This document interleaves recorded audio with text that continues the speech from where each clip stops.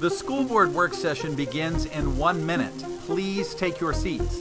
Again, the school board work session begins in 1 minute.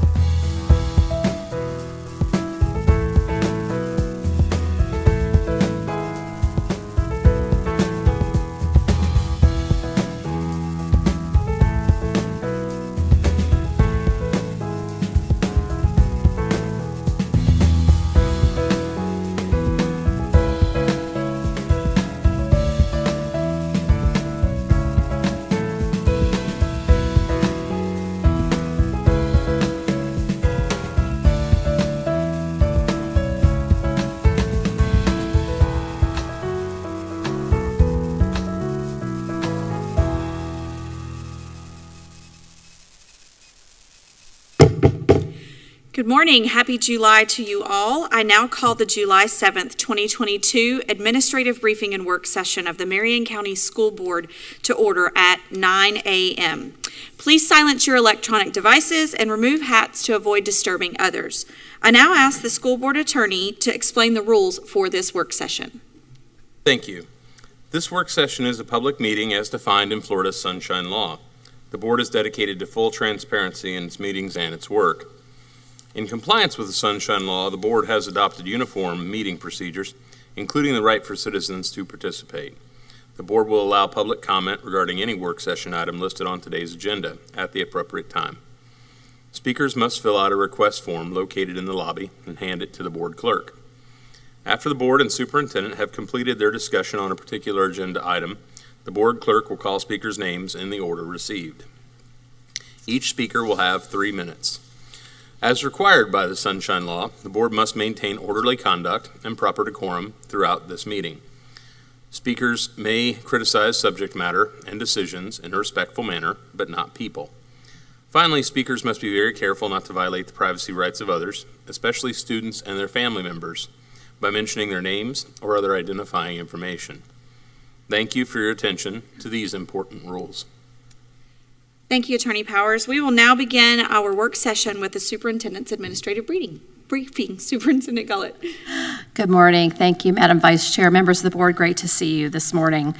We have 3 presentations this morning. They're quite, I want to say the presentation's quite lengthy, but they include a lot of very robust information about the work happening in our district. And so I want to begin this morning, I don't often start this way, but I want to begin with a thank you to the teams that are here to present and representing all the work happening on behalf of all of our employees in our district offices and most especially in our schools. So the information you will see today represents a lot of hard work. We are committed, as always, to working on implementation to impact. So I ask a lot of questions about impact. What are our outcomes, as we talk about? And so I just want to thank them for their work, and the work continues. A lot of great challenges, a lot of great opportunities to impact positively the outcomes for our students. Thank you. Great, thank you. So I believe we will begin this morning with the Director of Equity and Compliance, Ms. Dwana Gary. Good morning, Ms. Gary. Good Morning. Good morning, Chair Cummings, Madam Vice Chair, school board members, Superintendent Dr. Gullett, Attorney Powers, and Mrs. Martinez Lopez. Today, we will be providing an overview of the annual Educational Equity Update Report. Joining me today is Mr. Whitehouse, Director of Student Pathways and Assessment. He will be sharing methods and strategies for improving underrepresented student participation in advanced courses.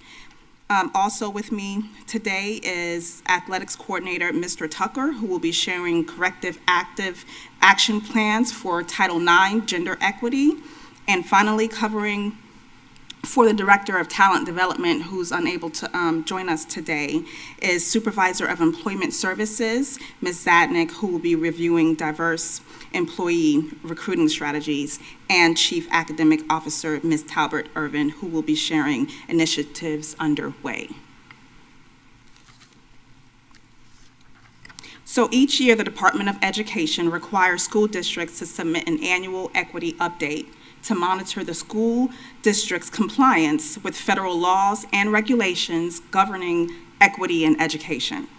This annual compliance mandate is in adherence to the Florida Educational Equity Act. Again, the equity plan is required by the Department of Education in adherence to federal and state law. It provides provisions to protect students and employees from discrimination under Title IX, statute, and school board policies which address unlawful discrimination. The equity plan is also connected to the district's strategic plan, as student success is our overall arching goal. Providing a safe and positive learning and working environment that is free from discrimination and harassment relates to Goal 2, and recruiting diverse employees connect to our Goal 3, talent management. So the equity report is comprised of 7 areas. Within those 7 areas, we'll be discussing 3 of those areas. The first section addresses the district's procedural requirements, which includes our non-discrimination notices and policies. The plan addresses any incomplete or pending items from the previous school year. For this section, we have included a placeholder for our Neola policies that will be approved by the board pending the July 12th school board meeting. This report also includes information regarding student participation in advanced courses, gender equity in athletics, employment equity, single-sex schools and classes which are not applicable, pregnant and parenting students, in which we ensure that opportunities for our pregnant and parenting students are equivalent to all students in the district. Again, the 3 areas that we will be highlighting in today's overview presentation include student participation in advanced courses, gender equity in athletics, and employment equity, as these are the areas with the most required data. So for student participation in advanced courses, the Department of Education requests for each district to report the evaluation of success based on the progress made towards eliminating gaps and increasing participation of our Black and Hispanic students and Black and Hispanic male students enrolled in advanced high school courses over a 5-year period, as well as our English language learners over a 4-year period. So how did we do? For advanced placement, IB, and ACE courses, the enrollment showed an increase of participation for all demographics. The greatest gain would be found with Black and Black male student enrollment, with increases of 16% and 17% over a 5-year period.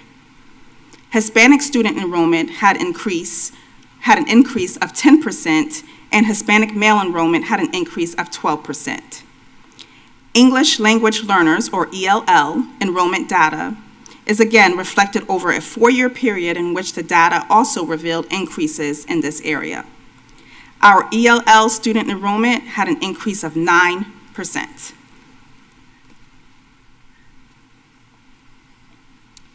Dual enrollment, however, did not have the same consistencies in increased enrollment as the other advanced courses. Black student enrollment decreased by 1%, while Black male student enrollment consistently stayed at 2% each year. Both Hispanic and Hispanic male student dual enrollment decreased by 1%.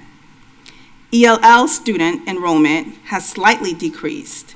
Over the past 5 years, all demographics, with the exception of Black male students, have seen both gains and losses along the way.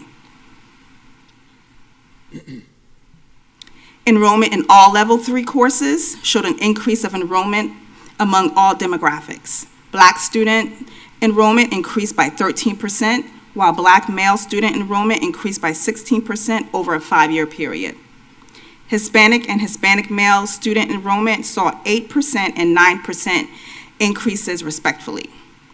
ELL students showed a 1% increase from 2018-2019 school year. This graph depicts the 5-year changes of each demographic as compared to white student enrollment for all Level 3 courses. While gains have been made, increasing all enrollment participation, the rate of which the increase of white student enrollment has continued to mostly outpace that of the gains within each demographic. This has caused a fluctuation of the gap based on demographic changes as previously demonstrated. Enrollment in all Level 3 courses identifies a decrease in the gap between white student enrollment and Black and Hispanic enrollment. Black and Black males saw a 6% and a 9% decrease in the gap, while Hispanic and Hispanic male students saw a 1% and 2% decrease in the gap over a 5-year period. ELL student enrollment saw a 6% increase in the gap compared to 3 years prior. Okay, so Mr. Whitehouse will now share action steps to continue to improve our Black, Hispanic, and ELL enrollment and close the gaps for advanced courses. Good morning, board members. So we are certainly pleased to see increased enrollment in all of our courses, but we know we still have a lot of work to do. And a lot of that falls into some of these strategies that we have worked on for years, but we'll continue to push a lot of these forward as well in terms of not only expanding opportunities for students, but how do we make sure we're identifying students that can be successful in the right courses so that we're able to maximize not only their opportunities, but their success rate in future opportunities. So one of the things we look at with our school administrators is sharing our data, not just looking at enrollment data, which you've seen here. As enrollment data is important, we want to make sure that we are continuing to open up those pathways for students, but also looking at performance data, and especially looking at performance data by subgroups, and how are each of those students' subgroups doing in our exams, because we don't just want to simply put students into accelerated courses, we want to see successful outcomes for those students as well, so that we're balancing what we're seeing in terms of opportunity and success. And I'll give you a couple of examples of those. So we just got our AP scores in for this past school year. We have not received Cambridge or IB, but looking back at the 2021 school year, 2 of our more popular AP classes that we see very large enrollments in are AP English Language and AP World History. And if we look at our district pass rate for AP English Language for that year, we had a 43% pass rate across the district. When you break it down by subgroup, our white students had a 46% pass rate. Our Black and Hispanic students had a 41% pass rate. So we don't see a huge gap in between student performance, which is good, but we certainly want to make sure we're taking efforts to provide supports necessary to close those gaps even further and increase pass rates for all of our students across the board. We also look at what are some of those underlying factors that could impact student performance in those courses. And certainly we know one of the big things is attendance, right? Because these are college level courses, and the more time that you miss in college level courses, you're certainly going to struggle to get caught up. And we've certainly seen a lot of struggle the last 2 years with COVID, because we've had a lot of students who have not wanted to miss school, but have had to miss school. And so when we look at how our students perform based on their attendance, The students that did not pass AP English Language, 41% of them missed 10% or more of the school year. And a lot of that was because of COVID exclusions, which certainly is out of their control. But conversely, when you look at students that passed the AP English Language exam, 34% of them missed 10% or more. So it's not necessarily a negating factor that if you miss school, you're never going to be successful, but we certainly want to make sure we're taking steps to provide supports for students who do miss, tutoring opportunities after school. A lot of our teachers provide Saturday study opportunities for those students when they miss school so that we can try to get students back on pace to be successful in those courses. So continue to look at the data broken down into subgroups and looking at those underlying factors to make sure we can eliminate barriers and find greater student success. The other example is AP World History. So our AP World History last year had a 49% pass rate for the district, and it's worth noting that that is above the state pass rate for AP World History. And in fact, when you look at our AP exams, 16 out of 28 exams that we offer, we score above the state average. So even though we have increased enrollment in all of those courses, we are continuing to maintain the success of those courses and even outpacing the state in a lot of those subjects, which I think is a great testament to our teachers and how hard they work with those students to help them be successful in very rigorous classes. These are certainly not easy courses for our students to take. So again, when we look at subgroup data for AP World History, our Black and Hispanic students actually had a 53% pass rate that year, so they outpaced the district pass rate. And so I think we are seeing some great success, not only in opening up opportunities for those students, but making sure that we are providing the right level of supports for those students to be successful. I think it's also important to note with our college level courses that even though you may not pass, it does not mean necessarily that you didn't gain anything out of that coursework. Because keep in mind, these are 15 and 16-year-old students that are taking very rigorous college level classes. And so in many cases, just that opportunity to grow and expand your knowledge and your ability to read at high levels, write at high levels, which all these courses require, can lead to future success. And what I noted when I was digging through this data is that many of our students that didn't pass AP English Language did pass AP World History. And so a lot of the skills that they were gaining were translating their ability to read more complex texts within our history classes.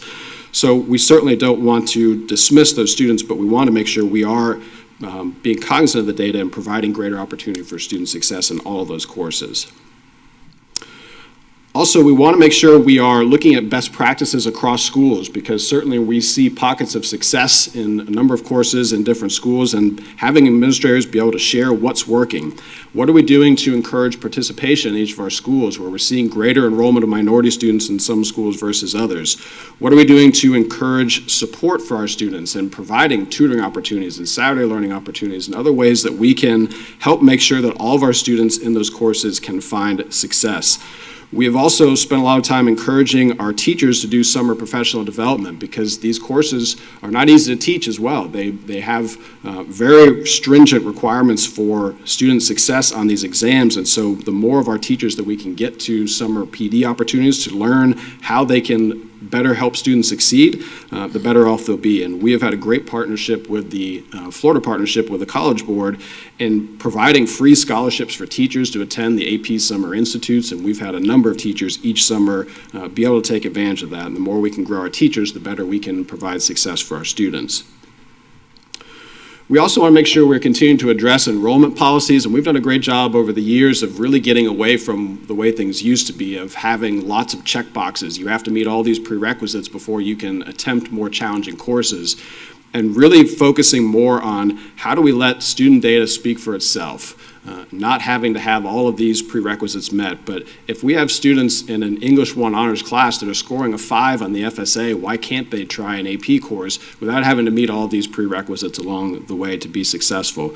So looking at how do we make sure we have good policies in place, but also enrollment mechanisms that will allow our APs to really identify those students who have the potential for success, but maybe have not self-selected those more rigorous courses along the way. We're also focused a lot on expanding middle school student pathways, because we know if we're really going to increase enrollment and success, it has to start at younger grades. We can't simply take students in their 11th grade year and stick them in a college level class when they've never even taken an honors level course. So starting to build back those pathways, and how do we provide greater incentives and support in the middle school years. So this coming year, we have added 2 more schools with pre-AP, so we'll now have 3 middle schools now that offer pre-AP courses, which is a great opportunity opportunity to start to build those skills for students that they will need down the road for AP success in a less stringent environment that does not have the hard test at the end of the year, but can start to build those skills in that direction and help us identify students at a younger age for those greater supports. And then also working to continue to make sure we're providing college and career readiness support for all of our students. And we do this in a variety of ways. Besides offering greater pathways in the middle school, we also have a lot of great support structures in place. AVID is present at many of our middle and high schools. It provides not only a great rigorous learning opportunity for all of our students across the campus, but also provides great support for students who are trying to accelerate for the first time by having tutoring options for them, having courses where they can learn how to better study, organize, and learn how to work through challenging situations and be successful.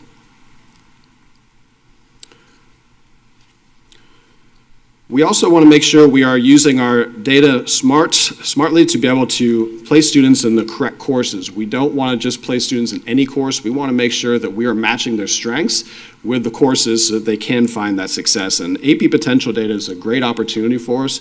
We are fortunate in the state of Florida that we provide the PSAT to every sophomore in the state of Florida. And so we have data from the PSAT that helps us to identify where students have an aptitude for success in AP classes.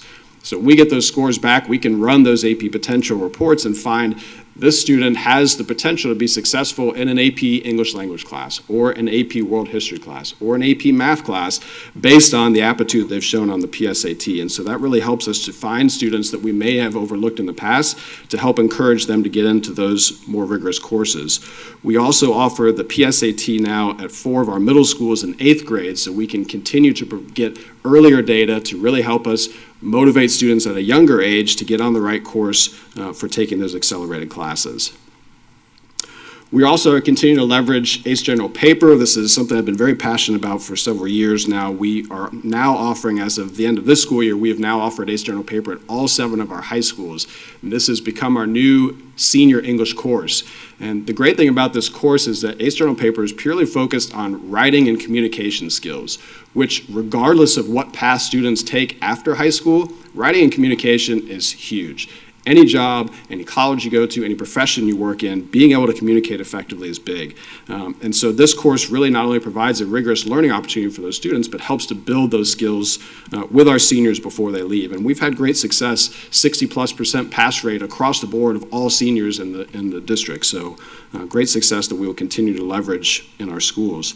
And then also expanding access to dual enrollment. And you saw our dual enrollment numbers in the data have been stagnant. A lot of that is because our dual enrollment entrance requirements are set by the college, and a lot of it also by state statute and state board rule. So whereas an AP class, if a student wants to take it, we can place them in there. We can't just place them in a dual enrollment class unless they have the GPA requirements and they've passed all 3 parts of the PERT or SAT or ACT to meet the entry requirements to be admitted into an actual college, which is CF, and that's what those students are doing through dual enrollment. But we are trying to be creative with CF and how we can expand access for more students. So next year we are going to be starting 2 new cohorts at Bellevue High School and Vanguard High School that's going to have looser entry requirements for CF. So it'll lower the GPA a little bit, and will also only require 1 of the 3 portions of the PERT to be passed. But it only allows them to take 1 course. They can't go in and take all dual enrollment courses. They're going to start with a CF College Success class that all new freshmen at CF take, and it's really how do we succeed in college. That's what the course is all about. And if they are successful in that class, they will then be able to, the following semester, add 2 more classes and take 3 courses that term, and then we'll continue to ease them into dual enrollment. So that's going to provide an opportunity. We've got 2 very good cohorts at both those schools established for next year, and they will be virtual cohorts, which is also going to help us eliminate transportation barriers, which we run into with a lot of our students in some of these far out schools that are having to drive really far to get into CF, and they may or may not have the transportation opportunity to do it. But CF, thankfully, one of the good outcomes of COVID is they've been able to expand a lot of their virtual offerings because they had to. And so our dual enrollment students can now take advantage of that, and we can start building more virtual cohorts at our school for those students to eliminate those transportation barriers. We also have 3 high schools now that are partnered with Embry-Riddle for additional dual enrollment through their aeronautics program, so students at Forest, Bellevue, and North Marion High School, because those are Air Force JRTC schools, all have the opportunity to participate in a dual enrollment class through Embry-Riddle, which is great, teaches them about drones and the use of them. And then we are also, as you know, opening up dual enrollment through MTC at MTI next year, which is going to be another great opportunity for us to be able to provide greater access to college-level courses for students across the board and improve our student enrollment.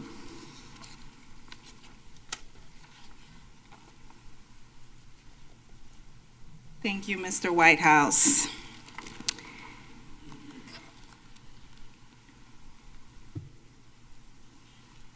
Okay, so the next section of the equity report highlights gender equity in athletics, Title IX, which just hit the 50-year anniversary since it became a federal mandate that requires schools to promote and provide opportunities for equal participation in both female and male sports. Title IX requires schools to provide equitable male and female sports equipment, supplies, scheduling, travel, coaching, facilities, training, promotion, support services, and funding. Sports and levels of competition should effectively accommodate the interests and abilities of members of both sexes. Compliance in this area is contingent on the percent of female participation being equal or greater than the percent of female enrollment at that particular school. So the area that's a challenge for all of our high schools is participation. The following graph depicts the participation of both varsity and junior varsity females at Bellevue High School. It compares the percent of participation with the percent of overall student enrollment. So for Bellevue High School's varsity athletes, they're comprised of 47% females. This is less than the overall enrollment of 53% of the female student body. JV female athletes also fall below the 51% deficit of 19%, with 32% of JV athletes being female. And you'll see this trend across all 7 high schools. For Denellen High School, the percent of varsity females exceed the percent of female students enrolled within the school. For JV, the percent of female student athletes is 15% below the student population. Forest High School, varsity's female athletes exceeds the percent of female students enrolled by 2%. JV female student athletes, however, are 10% below the female student population.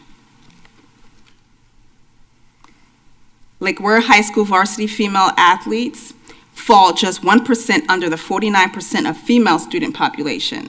JV female athletes comprise of 30%, showing a 19% difference from the overall female student enrollment.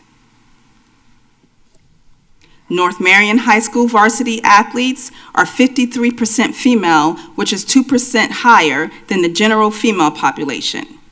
JV female athletes are 22% below the female student enrollment. Vanguard High School holds a 5% gap between its varsity female athletes and its female student enrollment. The JV female athletes have a 17% gap from that same enrollment population. And Westport High School's varsity athletes are 49% female, which is 1% lower than its 50% female student population. The JV female athletes are less represented by 9% of the same population. Again, compliance in this area is contingent on the percent of female participants being equal or greater than the 1% of female enrollment, than the percent of female enrollment at that particular school. So it has to be equal to or greater than. So when we look at this data district-wide, so district-wide participation in varsity sports is 49% female students, and 51% male students. 35% female students and 65% male students participated in JV sports district-wide. So Mr. Tucker will now explain corrective action plans for female sports participation and the work underway for that section.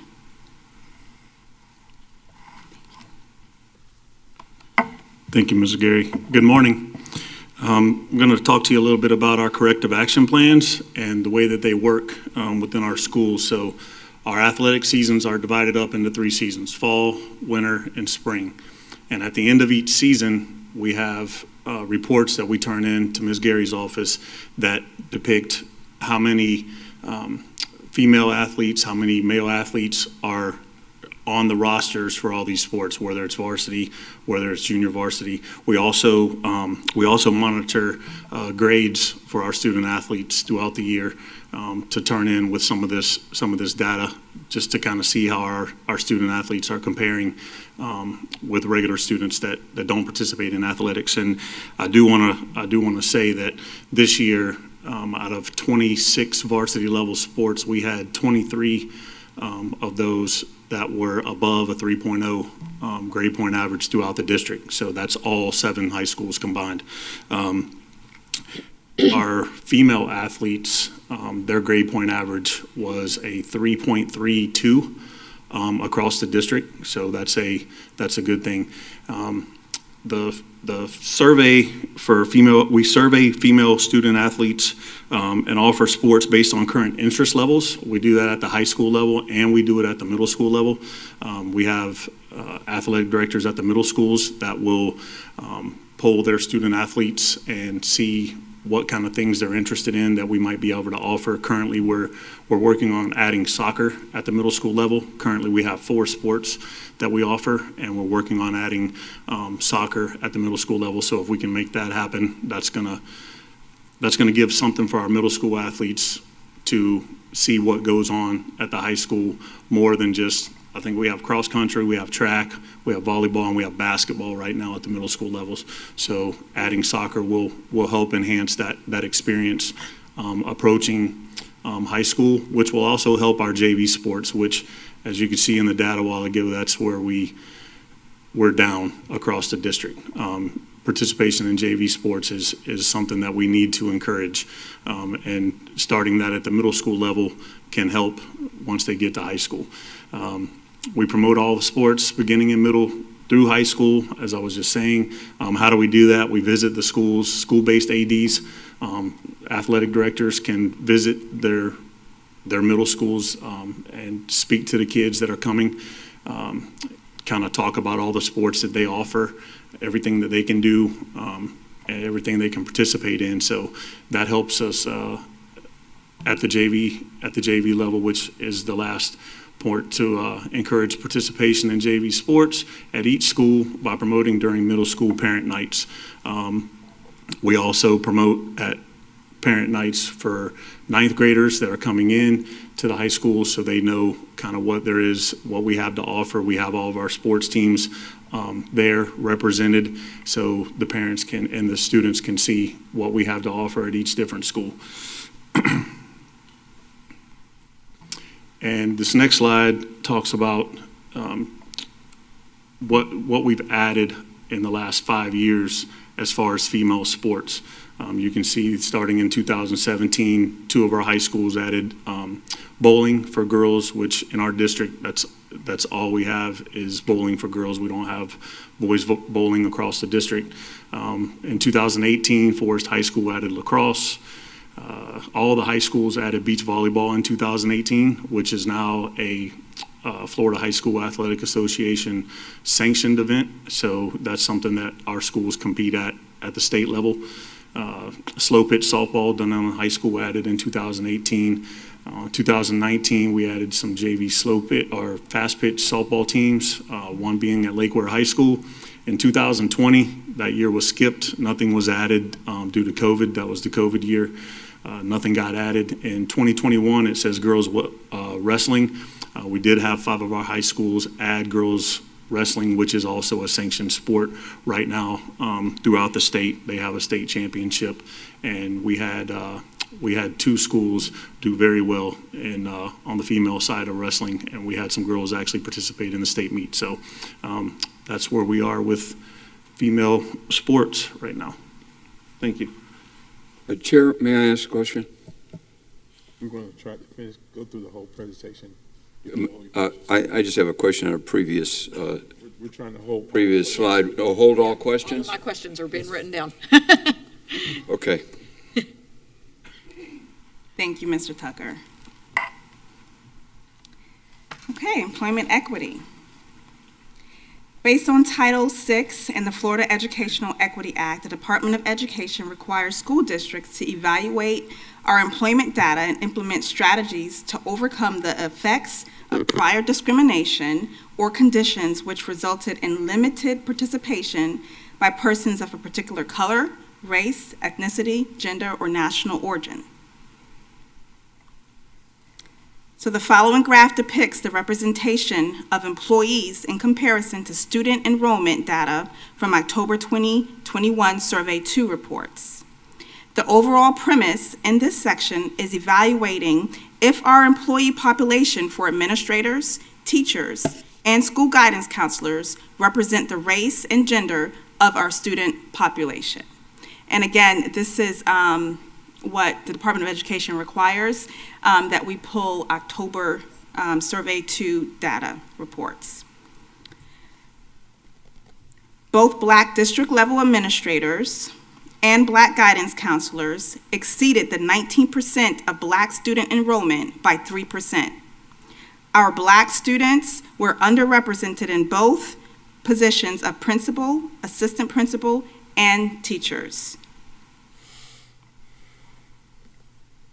Since the last annual equity report, the district has gained 4 Black district level administrators, 2 Black principals, and 1 Black assistant principal. Although there have been some additions in this area, there is still much work to be done to reach that goal of our student population, which is 19% here.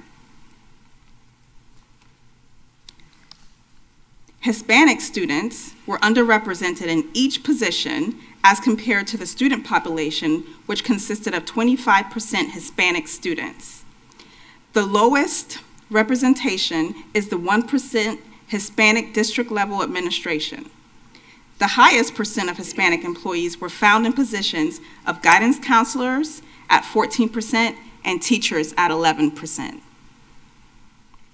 Since the last annual equity report, the district has gained 2 Hispanic district level administrators and 3 Hispanic assistant principals. Again, there's much work to be done to reach that goal of the student population for this group is 25%.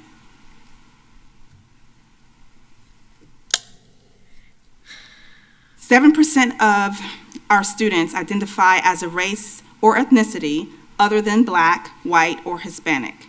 Students identified as other race showed underrepresentation in all positions.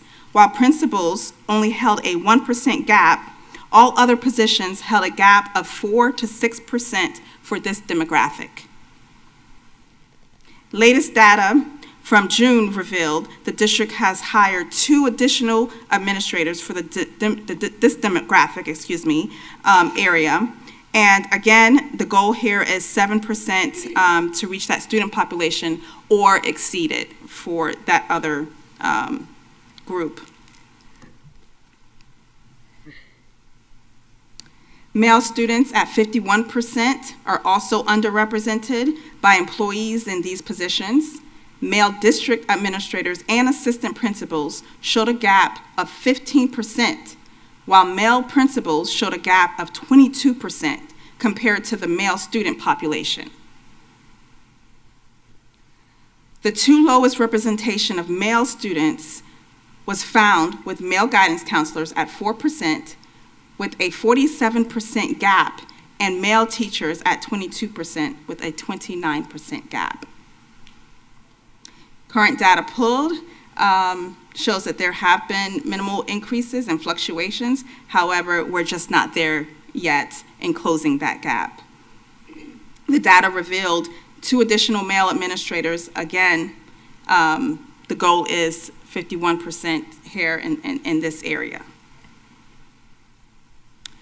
So part of the district's strategic plan, Goal 3 for talent management, is to ensure that all students have access to highly effective and diverse teachers, administrators, and support staff. The outcome metrics is to decrease the diversity gap of administrators and certified staff with the student population of the district from 26% in 2021 to 14% in 2026. So that's the district-wide goal. At this time, Supervisor of Employment Services, Mrs. Zadnik, will be reviewing diverse employee recruiting strategies. Good morning. Morning. As we focus on recruitment and retention, our work is centered around these 4 areas that you see here.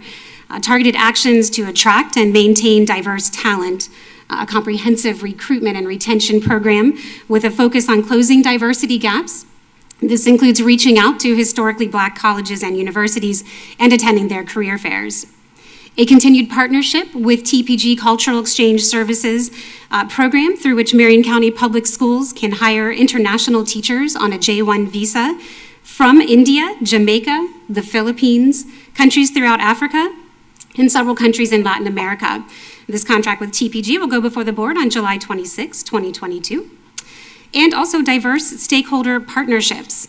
And so these focuses include working closely with the Professional Leadership and Learning Department, our Equity and Compliance Office, MEA, MESP, and IUPAT stakeholders, as well as reaching out to local community agencies.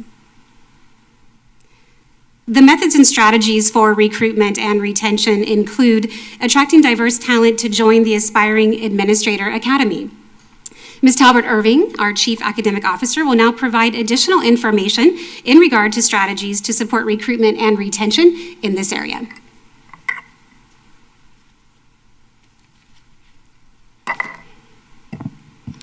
Good morning. Moving into the 22-23 school year, to continue to address the diversity gap in the equity report for site-based and district administrators, we will leverage the following opportunities to ensure everyone has an equal opportunity. This is important as we look at our student population and the representation of like personnel. Our Aspiring Leadership Academy. We will continue to provide access to teacher personnel who have a desire to go into administration. Teachers interested in going into administration can apply, and all applicants are accepted. The application will go out in mass email to all, as well as notifications posted in all schools.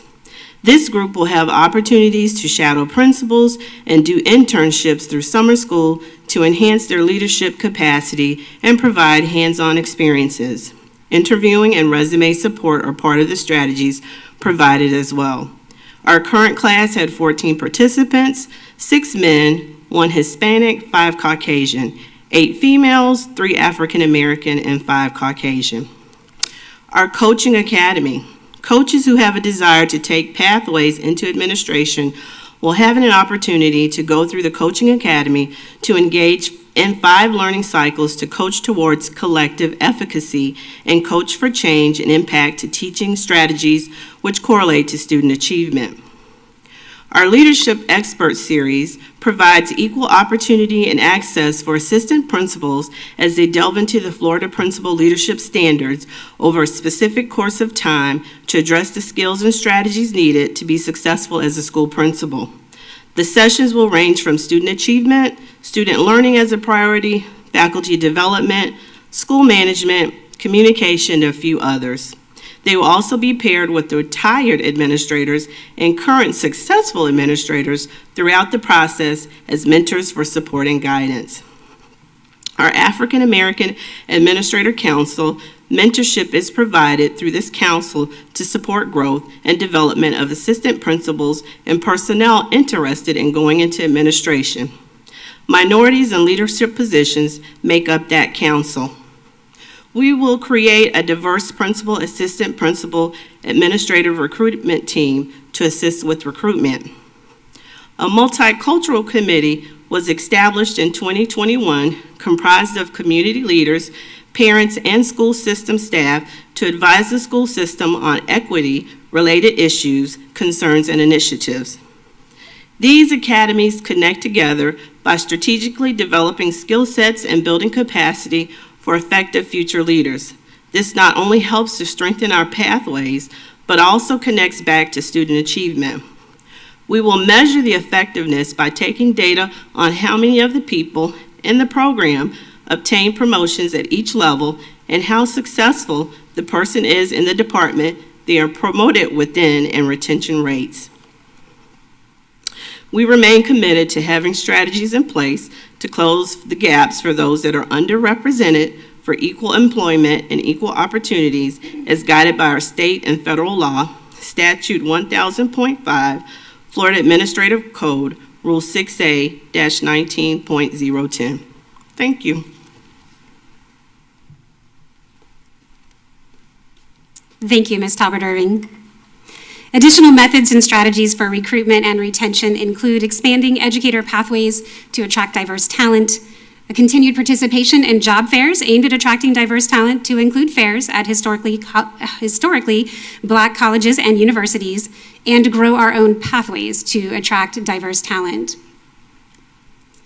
We do have to think and act differently with creative strategies to attract and retain diverse talent to the district. Our strategic plan, in fact, encourages this, and our district recruitment team has been thinking differently and in creative ways. Much work is ahead, but through the lens of creativity, our work will result in stronger strategies to recruit team members to the district, especially diverse team members. And so our focus centers around these three areas you see here. Our what, which is our strategy A, to strengthen recruitment of highly qualified teachers, administrators, and staff. Our how, and here our three activities include strategic partnerships to source new talent, strengthen internal and external pipelines to grow our own and to reduce diversity gaps, and target our recruitment efforts toward difficult to staff positions. And of course, our why. Multiple classrooms devoid of teachers, shortage of critical need areas, and many teachers who are out of field or not highly qualified. We will be better able to attract diverse talent through the synergy of our three core areas of focus as they work together, and that is how we promote ourselves, Marion County Public Schools as well as Marion County, how we grow our own diverse staff and students for their next step in our organization, and the opportunities we create and the stakeholders we partner with to attract diverse talent. Thank you very much. Ms. Carey.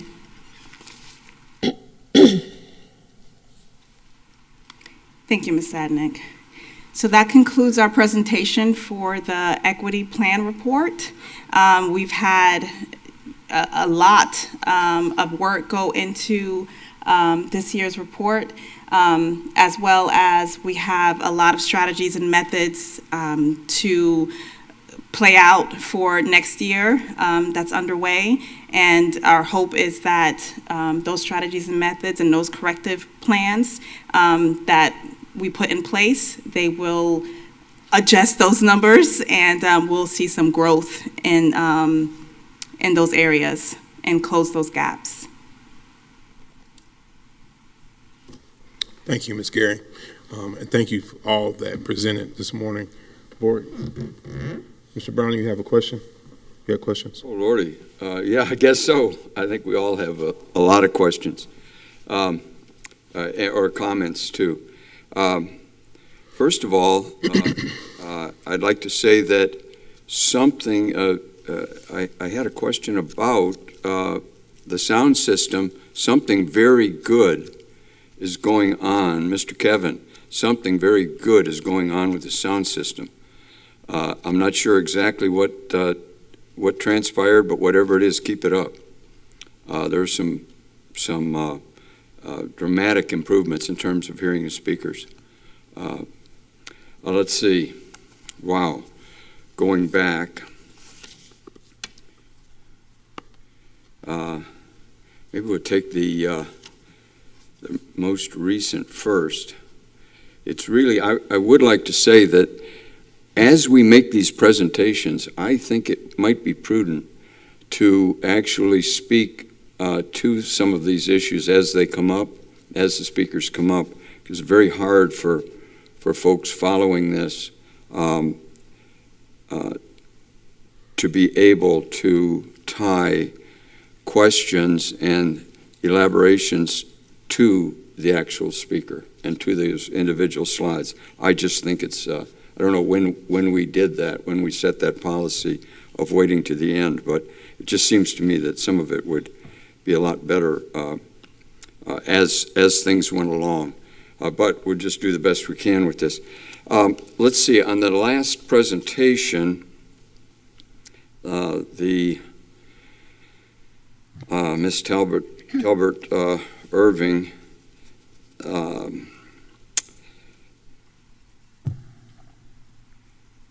pull my questions together.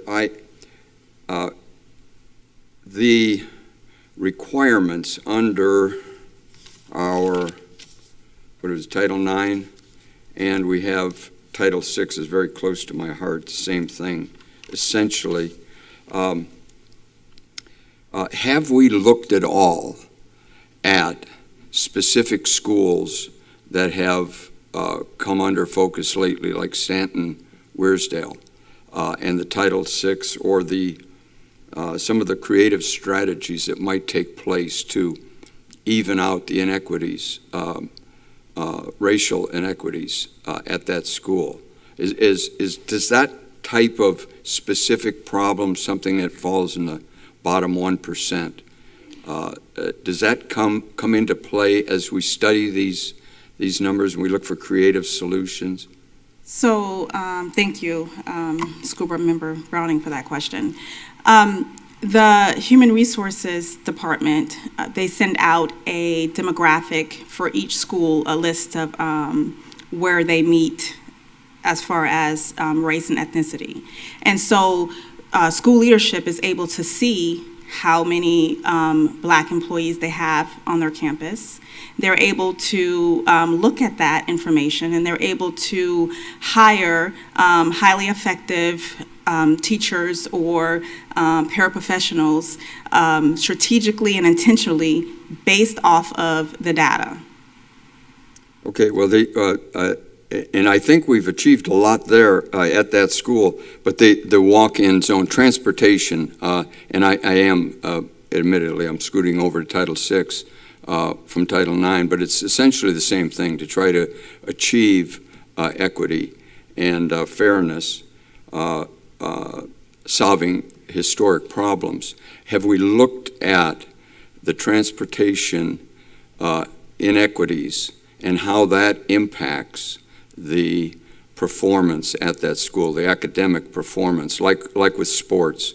That has an impact, and I do have some questions on it, but the idea of the transportation issue, which is a significant one, how you get to school, and if you're actually able to get to school in a historically sensitive, segregated area. Do we go into that at all? So this report does not cover that per se. However, my office, if we were to receive a complaint of discrimination, whether it be disability, whether it be race, that is something that we would investigate. I have been out to Stanton Weirsdale. I have talked to the principal out there, and I haven't received any complaints regarding our equity in this area. So what you're saying is not in this plan per se. However, if there is a discrimination complaint. Yeah, there's a huge situation out there. You could follow it. Superintendent is on top of it, and there's several reports, and it's ongoing. It's a safety issue. There's a number of issues associated with for example, just a stop sign at the front of the school is missing. That type of thing. I don't want to leave this particular presentation, but I'll be in touch with you on that one, and perhaps we can delve into it. is the idea of sports. Participation, we're going into it pretty heavy. Are we finding that the involvement of students in sports, is that a great help? Like, is it the kind of thing, are we doing this really to improve the process so that our outcomes actually end up being sound? Is it better when we have these sports and when we have it going on and it exposes children to more, students to more interaction and rules, and maybe they get out and participate and struggle and achieve and that type of thing? I mean, I think this is a big deal rather than just meeting a state statute. Am I on the right track with that? You are, because when students are involved in sports, it helps them, it helps their self-esteem. It may motivate them in the academic area. So it is important that our students are actively involved in extracurricular activities. Mm-hmm. Yeah, well, I think I think from my point of view, in my experience, my history going back, sometimes they did sports, students did sports, and they missed out on academics. But I think that in modern times, the participation in sports is more about the participation and the educational academic overall benefits that we were kind of looking to here. And I don't think it has much to do with sex or race unless there is back in the old days, there was very little female sports. They were around, but it wasn't, male was very, very heavy. And I think now, have we kind of bridged that gap? Are we maybe more into at least in Marion County, are we into a situation where females have a full opportunity to get out there and enjoy? Same thing the males did back in, say, in the 50s. Right. So with Title IX, the federal mandate, it's important that we look at the participation of female sports and females in those sports, and that they're equal to or greater than the female student enrollment. With Title IX, it's a federal mandate, so it's the law. So we have to ensure that our females are receiving the same opportunities as our male students. And are we doing it because of the academics, or are we just, like for example, are we driving down I-75 within the speed limit, not because it's the law, but because it's safe? It's just reasonable, like you're staying with the traffic, that type of thing. Are we doing that with our sports? Are we benefiting? I guess that's what I'm looking for, encouragement from you all in what you're seeing, not just meeting some mandate by some member, by Congress, let's say, but rather that we're actually educating our students. Because I'm trying to improve, as we all are up here, trying to improve the educational process so that we don't have such dreadful outcomes as we have had in the past, that we have a better process. Can you kind of elaborate and tell me, are we going in that direction? Are we actually achieving what maybe Congress was trying to do when they did Title IX? Right. So Mr. Tucker talked about the academic gains for our athletes. So he talked about the GPA, the overall GPA. So we are seeing that those students that are participating in sports in Marion County, that they're doing well academically overall. And So I think Board Member Brown, that's a big deal. I think what you're asking is, are we getting a return on the investment? Yes, and the activity. Yeah, the activity. I think you mischaracterized something when you said that it's a state legislated or state mandated. This is Title IX is a federally No, I mandated. understand. That's why I said Congress. Yes, that's why I referenced Congress. Thank you, Chair. And so, yes, and I was looking at those numbers, and I was very impressed with those numbers. Can we talk a little bit about that? Could you elaborate, Mr. Tucker, a little bit on those? Why is that happening? It's kind of our why. Why is that happening? Because it looks wonderful that once you pass 3.0, that's a big deal. And if we're in that, that's the old jock idea that they were just in it for sports and they came out of it dumb as a stump is kind of gone away. And if you could elaborate on that a little bit, that we could actually benefit and meet our goals of the process. Well, and our coaches and athletic directors at our individual schools have a lot to do with that. It's not just that our student athletes get out of school and they go to practice. It's not. Most of our sports teams coaches have some type of study hall where they require their athletes to do things such as work on their homework. Some of them will tutor the other athletes. Their goal is the overall academic process.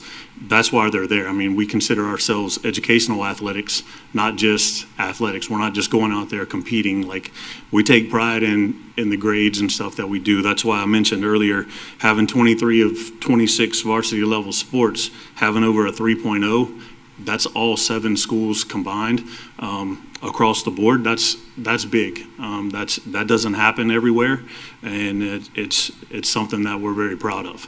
You bet that's big. Wow, that's enormous.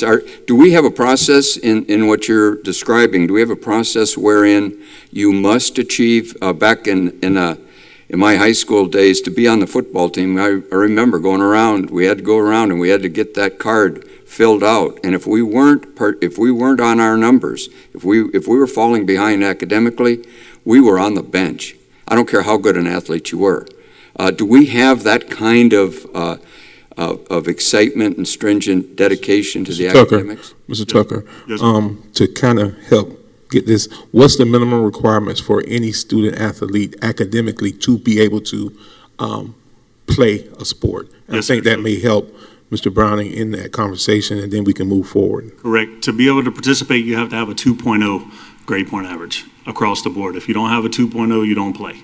And how often do we, let's just say we're in football season. Are we watching that all the way along? Like it's a motivator, right? I know it was for us. And I think it's a great tool, not just meeting something Congress had to say, but it's a great tool to get that student in there hitting the books, or they're going to be on the bench. Yes, You know, they're not going to make the team, right? Are we in that, like, week to week? Yes, sir. Our Oh, student athletes that's are monitored tremendous. by their coaches, and if they don't, if they're falling below, some of them, if they're below a 2.5 and they're even skating close to a 2.0, they will have weekly progress reports that they're required to turn in. Isn't that also a standard by the Florida High School Athletic Association, that they have a certain GPA? The 2.0, yes, Which sir. is a 2.0, which is the minimum, Right. because we don't want our students participating in sports expecting that they're going to go to college on a sports scholarship if they don't even meet the minimum requirements at the high school level. So that Florida High School Athletic Association GPA and our GPA is all in line. Correct. Ms. Thor? Thank you, Chair. And in our district, I believe we just adjusted our attendance expectations As well. for athletics, which is personally huge for me, and I'm very grateful for that. I'm sure the rest of the board is too. Yes. Thank you. While we're Miss- talking athletics, may I? I appreciate that we did have the whole presentation first, but I do think it might be helpful if, like, we all bunch our athletic questions together and then we bunch our next group. So if you don't mind, Chair, a couple of things. I'm curious, Mr. Tucker, about the lack of the JV teams. Is that a lack of coaches or a lack of student participation that are trying out for varsity to go to a JV team? What is our discrepancy there? That's a lack of student participation. Okay.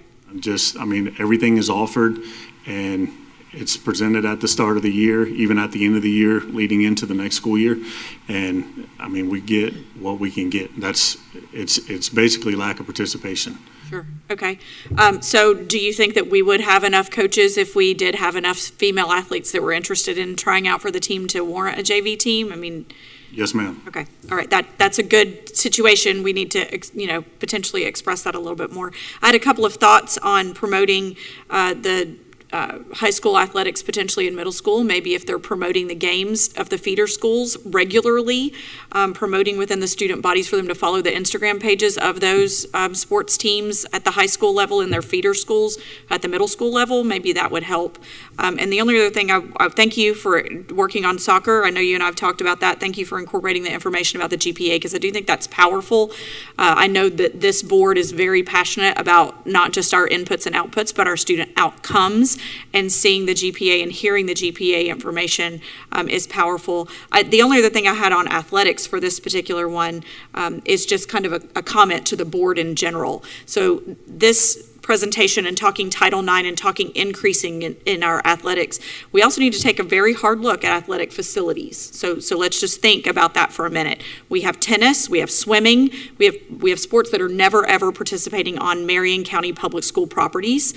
So that takes us outside of our Marion County Public Schools to go and actually participate in these additional opportunities for Title IX. Additionally, whenever we add something like girls wrestling, let's think about where that might happen, where a meet might happen in the same location that boys wrestling's happening, where volleyball's happening, where boys and girls basketball's happening. I mean, we're starting to get to a point where some of our athletic facilities are probably being maxed out to a level that is causing potentially some headaches for our athletic directors. I just want to throw that out there. I love the idea of continuing to expand the opportunities for athletics because there are statistics out there and there is a significant academic research tied to the competition, the teamwork, all of the motivation, everything that comes from participating in teams, also translating over into your academic excellence and academic improvements. And so there is significant data, to Mr. Browning's point, that backs that up. But just as a board, I want us to keep in mind that with each sport that you increase and that you add and that you enhance participation, if we're adding additional JV teams, think about the space of where those individuals are not only practicing, but where they're playing and what that looks like for us moving forward. So, thanks, Mr. Tucker. I know you and I have talked about that. I just wanted to make that statement to the board. Thank you. Ms. Thornton and Ms. King. Thank you, Chair. And Vice Chair Campbell, I really appreciate your comments. We are totally on the same wave. I had written down, because it is a concern, the low participation in middle school and why that's happening. And this is a question for Mr. Tucker. You mentioned that ADs can visit schools. Is that a can or a shall? And to me, that's significant because that face-to-face and that encouragement and that really cool coach or AD that creates that spark in a kid can be to quote a really bad pun, a game changer. That's something that the school-based athletic directors, they do visit the middle schools. A lot of it has to do with the end of the school year. They are mainly trying to reach out to the 8th graders that are coming to the high schools. The coaches cannot attend middle schools. It's a recruiting violation with the FHSAA, so it has to be our school-based athletic directors, but they're the ones that do that. I see. Okay, great. And they do that. So yes, ma'am. Okay, that's great. And also, too, I was thinking of the discrepancy in the trend between middle and high school, and I got to thinking that in Marion County, being the size of Rhode Island, transportation is always our bugaboo. And by the time a student reaches high school and is able to drive, then there's more opportunity for them to either drive themselves or ride with friends, to get to places. Because in our county anyway, a lot of our parents, both parents work or they're single parents, and it's just hard, to get your kid when they're young to all of these different activities. You have to be really creative. So I think that as we move along, just continue to keep that in our minds as school board members. What are we funding? What are we emphasizing to make sure that this access that you were speaking of, Vice Chair Campbell, is truly access in action. And I will say, our county partners have done a great job with our park systems. I'm thinking of pickleball, for example, is a very fast-growing sport. I think it's an opportunity for our kids that we don't quite have yet. But pickleball is often played on a tennis court or a basketball court, multi-use. And a lot of these parks are accessible, but again, there's the transportation piece. No matter where the game is being played, middle school kids have to have a way to get there. So just some thoughts I had about that for future planning. And then my last thing is, and I know we have a very strong MCYFL, and that's amazing. They're a huge part of our community. I also know in other places they have, football in middle school and junior high within the school setting. So I'm not sure why we don't. I'm sure there's a lot more to it than what I know, and that would be a future conversation for us to have. But let's face it, football is a religion in this area. So anything we can do to continue to promote that pipeline with the strong academic connection would be a win. So thank you. Great presentation. Appreciate it very much. Ms. King? Yes. The varsity and JV the stats that I saw intrigued me a lot too. I don't feel like I had enough information on that. I would have liked to seen like the past 5 years trend or something so I can compare, because I'm like, in my mind, I'm questioning, is it like that every year? And then by the time they're older, or as JV, are they doing so well that they're varsity? Like, I have a lot more questions than just seeing 1 year of data, or is it the pandemic? I just have a lot of questions, so I, would like to see a little bit more information on that. If I could see the past, Yes, I can get that. and we can compare. That way, I can compare and have better information. Thank you. And I too wanted to see a little bit more information on that. Ms. Tucker, come back. Don't go anywhere. You're not out yet. Because I got some questions in regards to athletics. Yes, sir. I saw in the demographics and the slides in the presentation where you just talked about JV and varsity. What happened? Did all of the freshman programs go away? What happened? We used to have a very strong freshman football program that led to JV, which kept those numbers kind of, and it was not just in football, but basketball, baseball, everything else. What happened with that? So it's basically participation, even on the male side. We just don't have the numbers to sustain. So several years ago, we went to, instead of JV football, freshman football, we went to sub-varsity and varsity and kind of combined the two. And it's taxing financially on the schools to be able to have a freshman football team, a JV football team, especially when your JV team may only have 20, 22 athletes on it, and then you've got 40 to 50 freshman athletes. It's something that we couldn't sustain. And so we combined them, and now we have decent-sized JV football teams, varsity football teams, where most schools will have probably anywhere between 85 and 100 athletes competing in football at those two levels. Okay. And then I'm concerned, too, when we were talking about the middle schools, the programs that we have in middle school that kind of, I guess, feed to the high schools and getting more involvement. I know at the high school level they have weightlifting teams.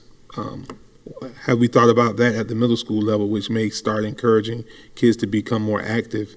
And especially with the strenuous sports, it kind of helps them, gear them towards more wanting to be involved. I understand as a former athlete, you know this, that when you're involved in sports, the coaches, the school requires that you maintain academic standards so that you can participate.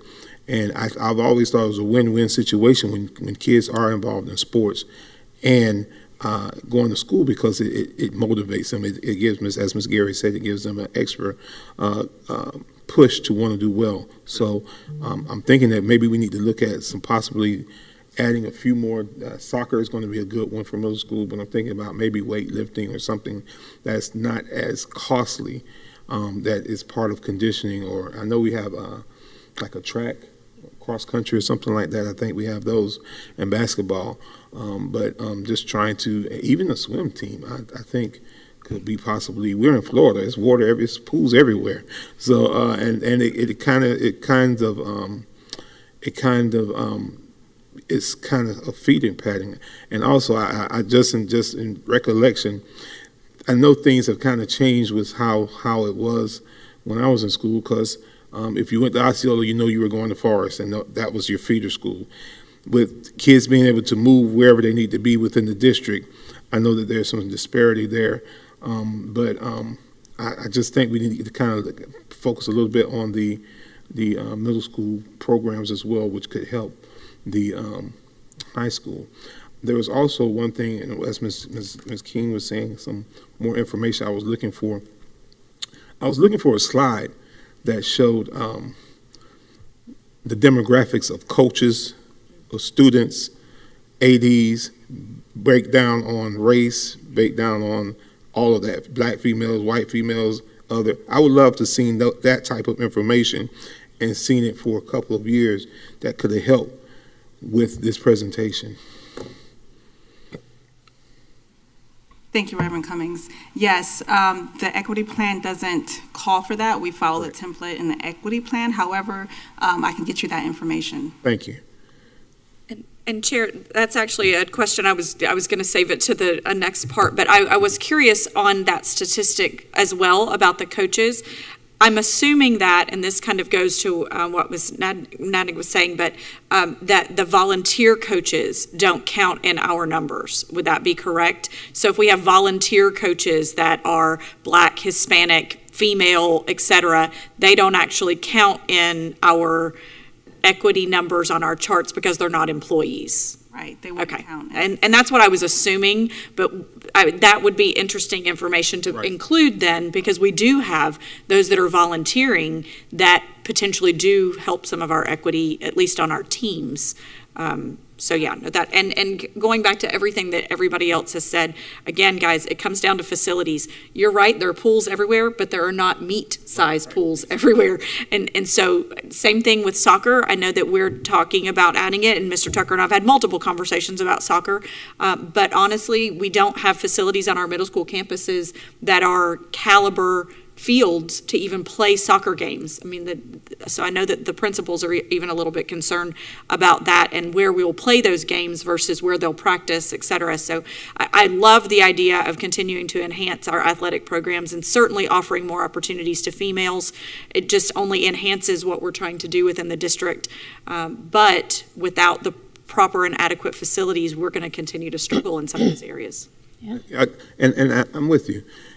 And my thinking is, if we can start kids being scholar athletes at a lower grade level, it'll continue all the way through. If they're academically sound in middle school and they're participating in sports as one of the incentives that helps them to stay motivated, then we need to start at such an age where they can continue it and go forward. Ms. Thor? Maybe we should be looking at our campuses that we have right now about available land to find a really responsible fiscally way and creative to create some of these fields and things like that. I think about this campus, and there's a lot of land back there that's used to be used for the baseball field and that type of thing. So again, talking about thinking creatively about how to make things better, that's an excellent point. And as far as the swimming is concerned, I'm all about that because we need lifeguards badly, like everywhere. So that is always a window into job opportunities and a career, even not as a lifeguard or anything else having to do with water. So, Mr. Brown? Yes, thank you, Chair. Yes, so we're a educational process organization, so I want to go toward that. Yes, we do obey the law, and I like the idea of using that as an outline. But as far as I'm concerned, it is only that in the sense that we are in the process, and often we talk about what happens after graduation, after they leave us, what that outcome idea, because at that point we've lost control, we've lost the opportunity. Outcomes often are poor, and we can't do anything about them at that point, but we can do a lot about them at this process stage of what we're talking about here. Now, I want to know, Mr. Whitehouse, how we blend Tucker to Whitehouse, and I noticed that we were very less racial in, it was like all students. I kept circling the all students, and I'd like to see how the athletics can serve us in all students. I don't mind categories, but ultimately we need to get there. How does our current program relate to your idea of achieving more opportunity, better pathways, using that, maybe an inspirational coach, let's say. Some of those guys or gals are really inspirational, and you learn a lot. You learn like why math matters. If you're in a competitive situation, it really does matter. I've got a couple of things that can be handled real easy, and then I want to go to the question I'm asking: boxing, wrestling, tumbling, swimming, gymnastics, marching band, some of these things that lend themselves, I think, to successful process that really does. Music matters in math, outcomes, what Mr. Whitehouse has indicated. So it kind of goes in that direction, if I may. How do you see athletics helping us achieve what you were speaking to? Thanks, sir. Good question. So I would certainly point out that we have a lot of athletes right now that already participate in our advanced level courses. They take AP courses. Many of our IB students are also at Vanguard are also athletes. They participate at those more rigorous courses already. We see students at Westport that are in the music program carrying guitar. They play football, and they also take advanced placement and dual enrollment courses. So, we really do try to provide that well-rounded opportunity for our students. And I think the way it works in tandem is twofold. One, our students that want to go to very competitive colleges know that they have to be a well-rounded student to get in. It's not enough to just take courses. You also have to show that you're capable and involved in a lot of things in the schools. They want to see students that are participating in clubs, participating in music and that's available, athletics. And so we see a lot of students getting involved for that reason. And on the other side of that, a lot of our athletes are interested in going and playing at the Division II or Division I level. In order to do that, you also have to be successful in the coursework in college, and so they're pushing themselves to be more successful so that they can play at the next level and be successful both academically and athletically. Well, don't you think, to follow that you're more likely to find your path forward that you were speaking to during your presentation, that path forward, that opportunity, matching strengths with courses like math. Math really matters in music. Math really matters in athletics. It matters. And something like cheerleading, that can be a pathway. It's a home run, and then it falls into tumbling, then it falls into other coaches, then it falls into the football, then those coaches get involved, and all of that networking, if you will, of intellectual opportunity, the matchmaking you were talking about. To me, I think that we're on to something there. Maybe send a little thank you note up to Congress, say, hey, you kicked us off with this thing, but we took it a lot further. Maybe Senator Baxley, wow, Senator, we took this thing a lot further. You be excited. Governor DeSantis, all of those talks that he gives on opportunity, I was inspired by your linking all students to match their strengths to opportunity. Wow, I'm blown away by how we can link these things that might be mandated, and wow, regardless of color, regardless of intelligence, regardless of, many criteria, we get educated. Man, exciting. Thank you, Ms. Bryan. Ms. Story, you have anything? Which category are we on now? Well, Mr. Whitehouse is there, I guess. I have Ben written right here. Questions? Okay.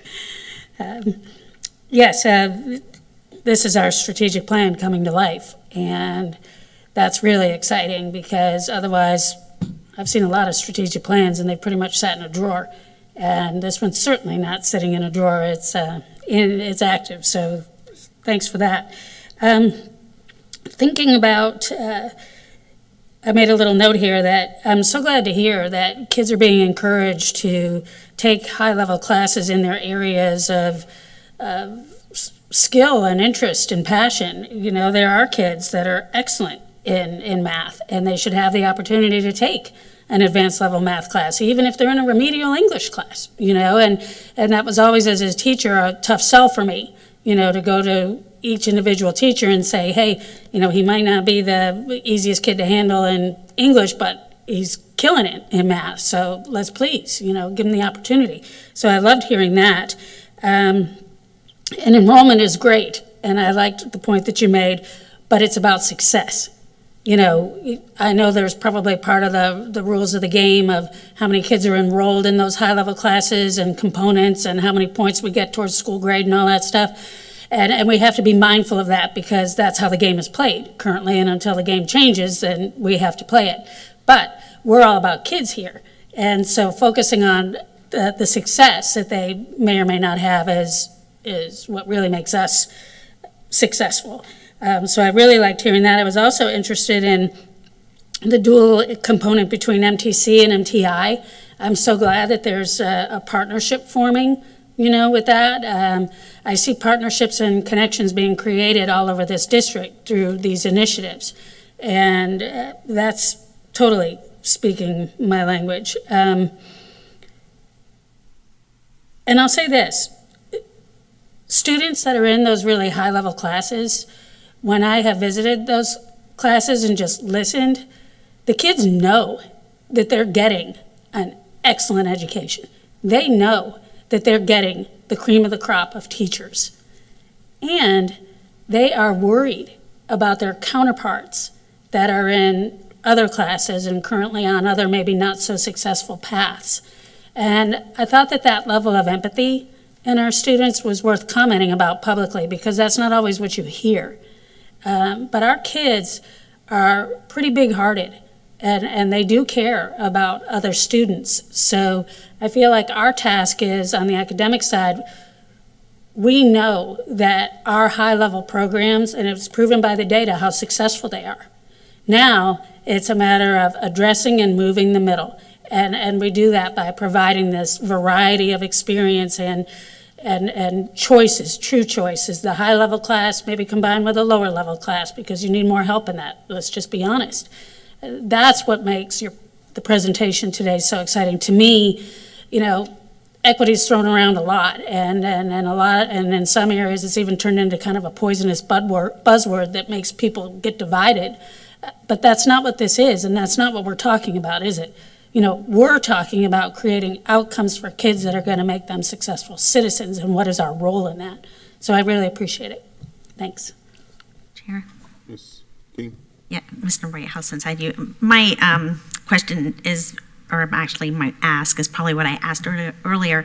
For the demographics for employees and our students, you showed this year. Again, I would like to see the past maybe 5 years so I can see a trend, like really what we've done or haven't. I just need more information, and that's just my comment for today. Thank you. Sure. So you're looking specifically at pass rates in different courses? I'm looking at the demographics for students and our employees. So, for example, like these, I love these charts, but I was like, I want to know, like, did we grow from last year? Like, what is the trend? You know, what is our gap then? Or have we digressed? I just would like to have that information just to compare, if that makes sense. I have that information. I'll get that to you. Okay, thank you. And I'm there too, because I need to see, you know, this is my 4th year on the board. I need to see where we were and where we are now? And are we getting the same thing? Are we stagnant? Are we what? Where are we? And then also, because I have to leave in a few minutes, so I want to kind of get my questions out before I get out of here. I had a couple questions in regard, and thank you, Mr. Whitehouse, for letting us know that we do have more. We're seeing more kids taking the advanced classes and the harder courses. That's a great thing to see. I want to see more. I really want to see more, and I'm trying to figure out how we get more kids. I think sometimes kids may feel like it's too challenging at a early age, and they say, they just write it off. I'm just going to coast. I'm going to do the least amount of possible to get to get an outcome. However, we need to be pushing our kids. Once we figure out, we see where they are strong in certain areas. We see they're strong in math, and kind of guide them towards those areas where their strengths are, which would lead them to being in those advanced courses. I think that makes a huge difference. I do have some questions. We saw some slides, and I guess this was through HR or Employment Services. I saw some couple slides, and we talked about some strategies to overcome some things. I saw the slides on. There were slides that talked about the black students in regards to black employees, Hispanic students in regards to, those down there, 25s. I didn't see a slide that gave us the standard or the demographics for white students and white employees 2021, 22. I would love to see that slide as well, because if we're going to talk about equity, we talk about equity including all people, as Mr. Browning said. We talked about all, so let's see all of the data in that area. So I would love to see that graphic where it talked about white district level administrators, white principals, white assistant principals, white guidance counselors, white teachers in comparison to white students. I want to see that. And then I heard one of the strategies about trying to overcome some of these differences. Some years ago, this district was in trouble because of equity. And I think we were on the federal mandate, that we had to do some things to get to the right level.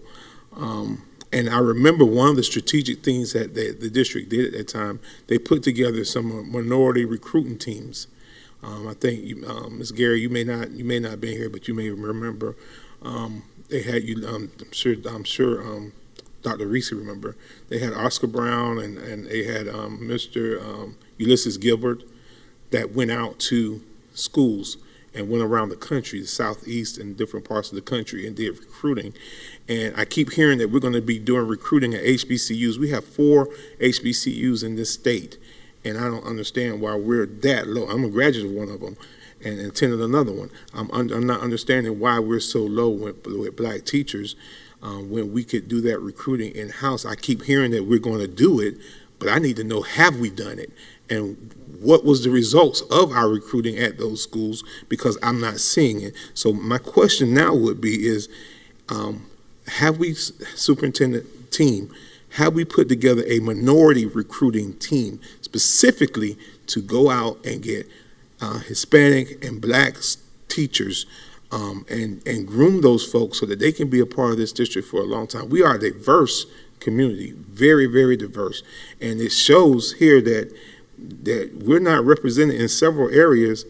We're poorly represented in several areas where it comes to African Americans, where it comes to Hispanics, and even when it comes to the other, we're below the standard, and even in males. So do we have a minority recruiting team that is their job to go to these HBCUs and build these relationships? Do we have any type of feeder or MOUs or anything where these kids, if they graduate from Florida A&M, they graduate from Bethune-Cookman, which is just 70 miles down the road, would they have a pathway to get into the district? Do we have those type of relationships? Have we formed those type of relationships in-state? I'm not talking about out-of-state. I'm just talking about in-state, and then going to Georgia, going to South Carolina, going to the other states in this area, because there is a huge group of kids that I know that are in college that could possibly come to Marion County if, and I saw in the strategic plan, if we sell Marion County right. If we sell Marion County right, if we sell Marion County School District right, they will come because it's a low cost of living. They just want to pay their student loans. They want to have a good job, a decent job. And do we have that team? Let me ask that question. Do we have a team? And I'm not talking about necessarily high-level administrators. I'm talking about, have we empowered a team of people that can go to these schools and say, hey, if you come to Marion County, we're going to offer you a job. We're going to help you get into the system, form some relationship with some apartment. I know housing is horrible right now, but form some relationship with some housing complex and say, hey, if you come here, you're going to get a discount on your rent for a year, whatever. Have we done those things as a district to recruit? I mean, actively recruit people. That's my question. Right. We do have a recruitment team. Are they high-level administrators? Are these regular folk? Or do they look like the people we're trying to get? Because if they don't look like us, we're not coming. So it's made up of a diverse team. They haven't been out this year to the HBCUs. However, the plan is to go out for next school year. Thank you. If I may, Chair. Yes. I would add, Ms. Zadnik, could you come up and speak more about that? I had a conversation with Human Resources to your question, Chair, because that is something that I spoke with HR about last year in reaching out to our historically black colleges and universities, and indeed even introduced one of our team members who used to recruit there and has the connections. And so can you speak a little bit more about your outreach? What Yes, you've ma'am. done in the past year. Yes, we weren't able to attend last year. When we reached out to attend those job fairs, they weren't available. They were already full. And so we are already working on that this summer to ensure that we have access to those career fairs to attend them. So we know that that's an opportunity that we missed last year, and we're actively working toward that this year. We do, as Ms. Gary referenced, we do have a recruitment team in our district that meets on a regular basis, and that is comprised with representatives from all of our schools and district and union partners as well.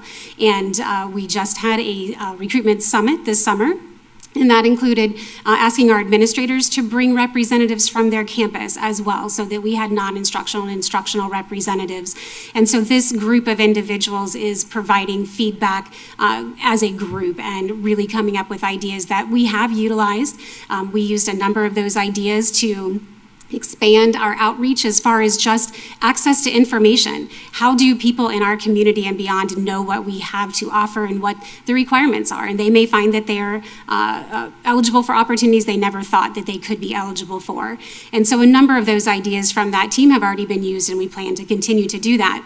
Additionally, as we attend those career fairs, we are pulling from a diverse group of individuals, and the plan is to continue to do that. So when we travel to career fairs and our HR team is going, it is not just a couple of people from HR, but it is also representative of our sites, the levels, and the diversity within our district. Are these people empowered to offer employment at the time when they go? What do they have in hand? Are they empowered to do anything? And let me say this: graduations happen 3 times a year on the college level. So we should not just be recruiting just in a certain season. We should be recruiting year round. If we're trying to change these, if we're trying to change this, there has to be year round recruiting. It can't be just seasonal. It has to be constant. And that's, I guess I kind of saw something like this coming a few years ago, and I'm still kind of puzzled because we should be moving the bar on this. We definitely should move the bar on this. There should be more Hispanic. There should be more African American. Those numbers should be closer to the bar or beyond the bar. Knowing the situation and knowing the situation that this district was in not too long ago, that's my concern. That's a strong concern here. And then because I really have to go. Already late. I really have to go. But and then Ms. Gary, I would love to see a breakdown. When we're talking about equity, oftentimes we just talk about the classroom. I would love to see the equity report for the district. I would love to see where the concentration of the demographics through the jobs throughout this district. whether it's transportation, culinary. I would love to see where folk are in this district so that we can see let's have a whole picture of the equity with the Marion County Public School System and see where we really sit. Sometimes I think the equity report is kind of it just covers one small area and it fits the requirements, and you do a great job. Let me say you do an excellent job with it. I've seen your reports, but I want to kind of see a whole picture. I would love to see a whole picture. Right, yes, and we can get that to you. Thank you. To speak to the demographics and our level of increase. So the trend, we go up and we go down a little, we go up some, and that's related to promotions, retirements, when employees voluntarily reassign or transfer to another area. So there's some fluctuation there, but we have added in those minority categories. Chair? Yes, ma'am. I'm going to turn over the gavel to Vice Chair. Thank you. Be safe Yes, wherever. Thank you. Yes, just to acknowledge, there's an equity report that has elements that have to be included, and that's what you're sharing with us today. As usual, this board goes deep, and we want to know more, and that's a strength of our district and of our team, because we're all trying to make this better and more equitable. I also want to acknowledge that we're all fishing from the very same shrinking pond, and it forces us to have to become more creative to attract high-quality, talented people into a career that is really under the microscope, right now. And that's typically not what teachers sign up for when they want to go into the classroom. They don't want to be used as political pawns. They want to teach because they love kids, and that needs to be our continued overarching mission. And I know that it is, which again makes me grateful for the strategic plan that we have. I will say that I was surprised at the solo Hispanic representation. Yes. That just took me by surprise, for whatever reason it did. So an area of opportunity. Also, too, and Dr. Gala, you may know this because you get around a lot, as far as the state and speaking with other supers. How prevalent is this lack of positive male influences in other districts in Florida? Thank you, Board Member Thrower. That's actually a great question, and it is something that you see very typically in most districts. That is a challenge. The male piece is not often discussed, but it is a gap because historically you have overrepresentation of females. If you look at our population in the classrooms, that is typically what occurs, so that is an area. If I may as well, I'd like to add to the Hispanic gap. Another huge area for growth. We're working locally and Ms. Debick and I have spent time with our Hispanic Business Council and other members in our community trying to we have to compete differently. We have to be more creative, and we have to open our doors and be more welcoming and ask more questions. Say, how do we engage with you, and how do we help to reach to those who would be interested in working for us? The additional item I would add as well, if I may, is with regard to the area for growth. One thing that we've talked about in terms of the patterns and trends, so I appreciate your comments and feedback on this, is we have to provide more regular, periodic data to our schools and departments. So it's not just a district level approach, but it's down into the weeds with every hiring decision. Although we know it's there, we need to be more active and present in our data sharing of here's where you are in your department, here's where you are in your school, what decisions are you making to try to make this a more diverse team. So we are committed to doing that and providing more data more regularly to all of our hiring agents. Thank you. Okay. Thank you. That's all I had. Okay. Mr. Browning, I have several things too, but we'll go to Mr. Okay, I can. No, go right on defer. ahead. Okay, sure. All right, thank you. And the Chair was speaking in reference to all. students, and boy, do I gravitate to that.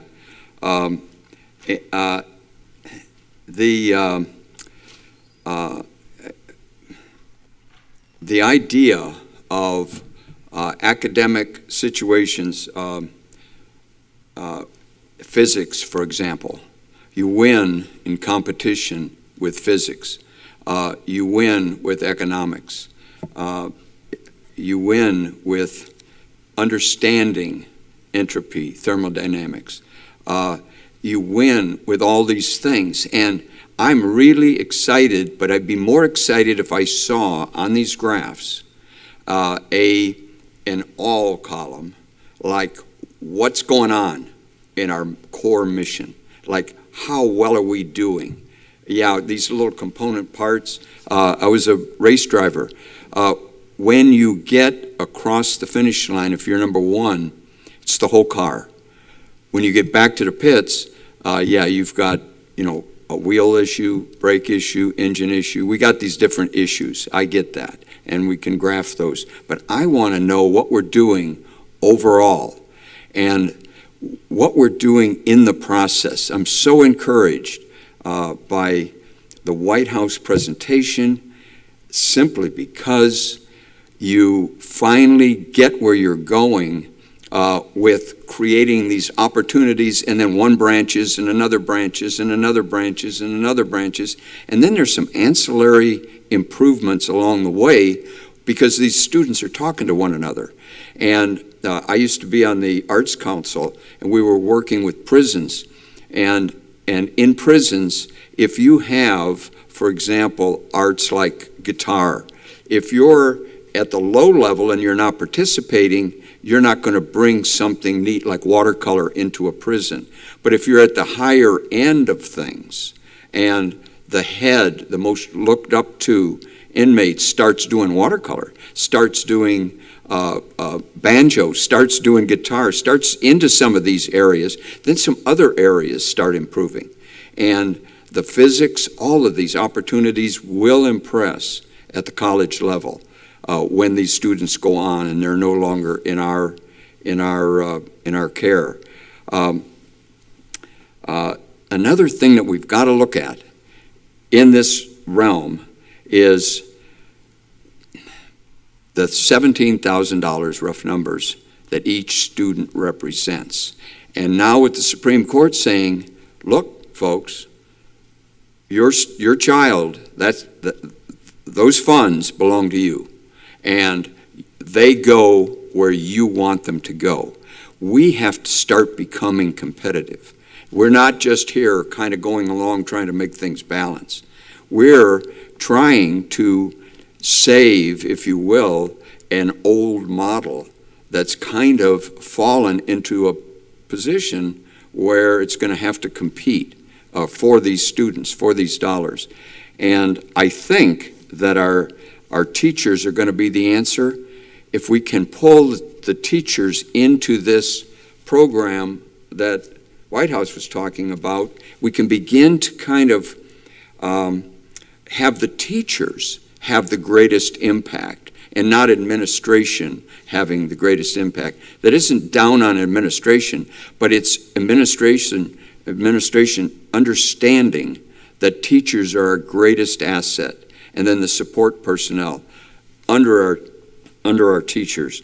And then to move on to a second item, the Hispanic situation. Age helps a little bit in this realm. Castro and I have something in common. He went into Havana same year I went into the Navy and off to California and off to Japan. In 1959. And that's when the failing system, the state-powered system, started driving Hispanics to Florida shores. And we took them all. And they were coming, and they were coming. Now we have Venezuela, big state-powered operation, failing. And the folks are coming. We've got that's why you'll see a base that hasn't fully matured. In the Hispanic area it has.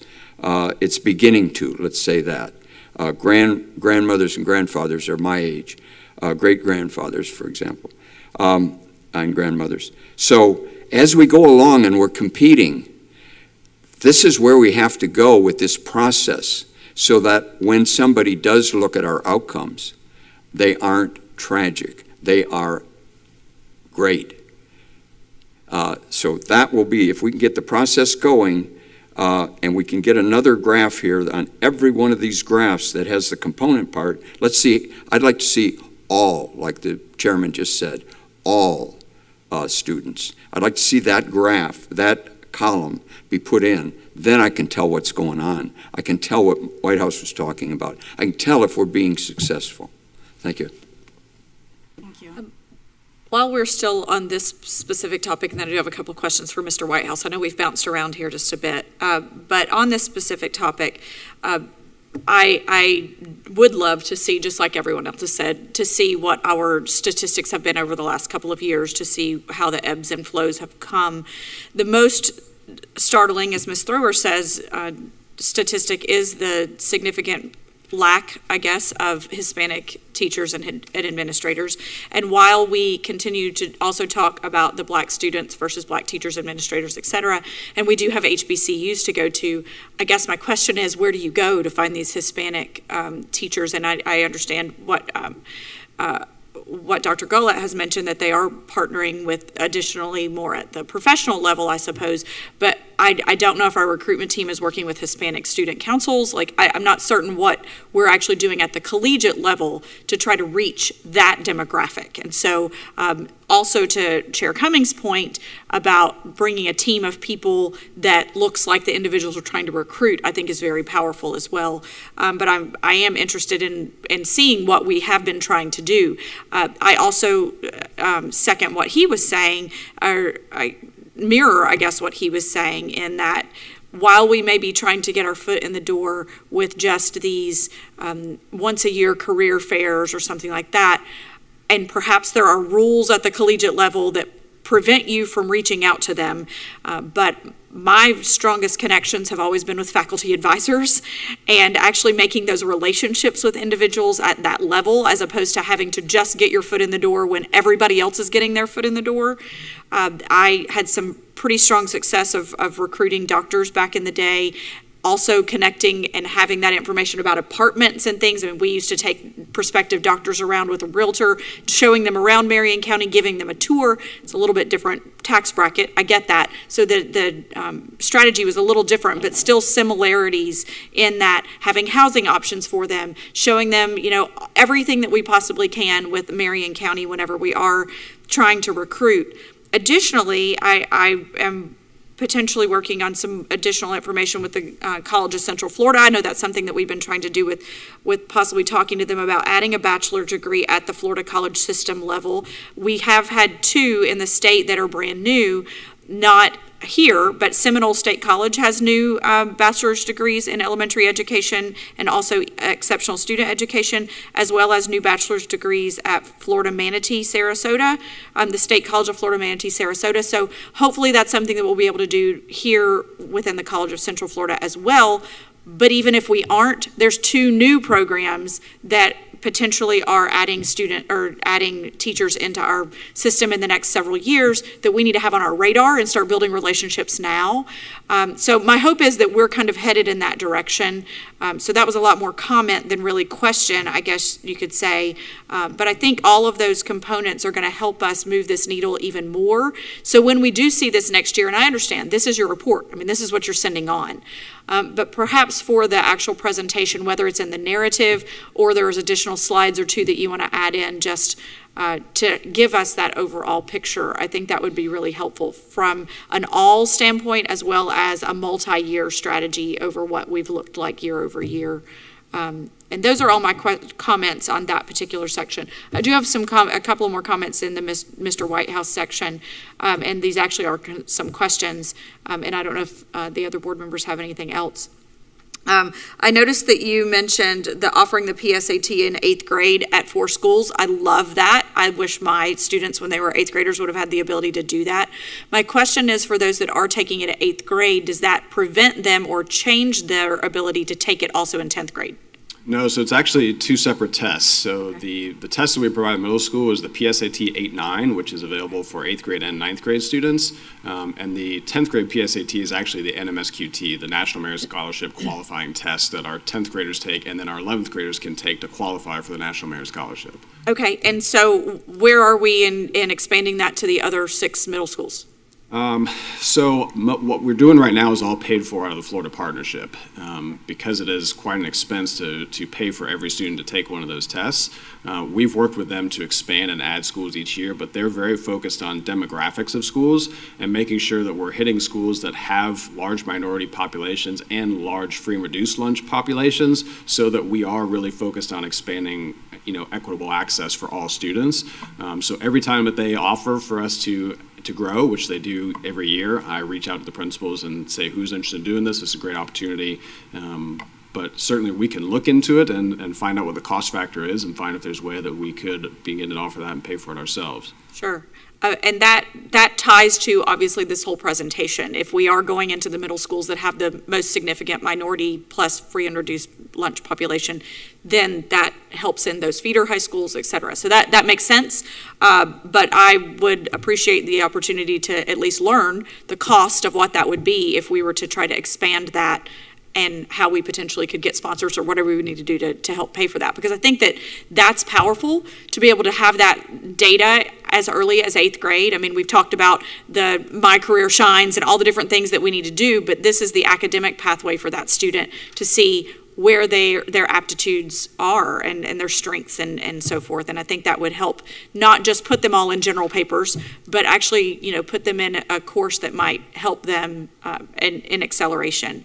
Let's see. I'm also pleased to hear about the 2 cohorts for the College of Central Florida, adding virtual cohorts to them. My question on that would be, are they taking their core 6 classes and then this is a class that's in addition to that, or do they actually have time in their class day in a designated location to take that virtual class? Yes, we're actually building it into their class day so that all the students can work together in a virtual lab setting, and CF has actually offered to have their instructor come out to the campuses as well on a periodic basis to work with those students so that they do have some face-to-face time.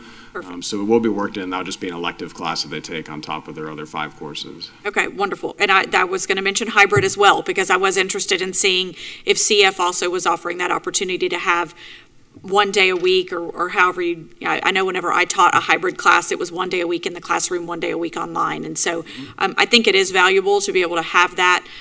My assumption would be that after they take their CF College Success course, one of their next classes might be public speaking or effective public speaking, because that also is a required class for everybody at CF, and I have intimate knowledge with that class. So no, I'm really excited to hear that. Transportation is a barrier for those students oftentimes, and it also is a barrier, honestly, for CF to send their professors out, or we don't have that many within all of our high schools that have master's degrees that also can teach at CF, et cetera, or, in that subject area and so forth. So that is a wonderful expansion. And then the last thing that I wanted, kind of piggybacking, Ms. Thrower and I are just on the same wavelength today multiple times. I kept writing, Ms. Thrower said this, Ms. Thrower said that. Pairing that high level and low level class, I also appreciate that concept. I don't know how often we're able to pull that off from a guidance counselor standpoint. This is just a commentary, but my senior year of college, I knew I had to take my hardest class, absolute hardest class I took throughout all of college, but I also took beginning golf and beginning taekwondo. So I planned it so that I had some easy electives that would keep me physically fit while I was studying my tail off to get that. So the high level, low level, I think there is some value to that. It also keeps students engaged in the hard classes while they're taking the easy one. But the last thing that Ms. Thurr also mentioned that I wanted to tie in, and this may be going back to you, Ms. Gary, because I appreciate all the information that we heard about the AP, the tests that we've passed, et cetera. But I know you and I had a conversation about this. While Ms. Thrower does point to that there is a game being played and that enrollment is the number number that's being thrown out there. The completion number is really what I'm looking at more than just the pass rate. Yes, pass rate is important, but in order to get to a pass rate on a test, you have to have completed the course. And I am interested in knowing how many of those students have been enrolled by their guidance counselor and don't make it through the first semester or don't even make it throughout the whole year.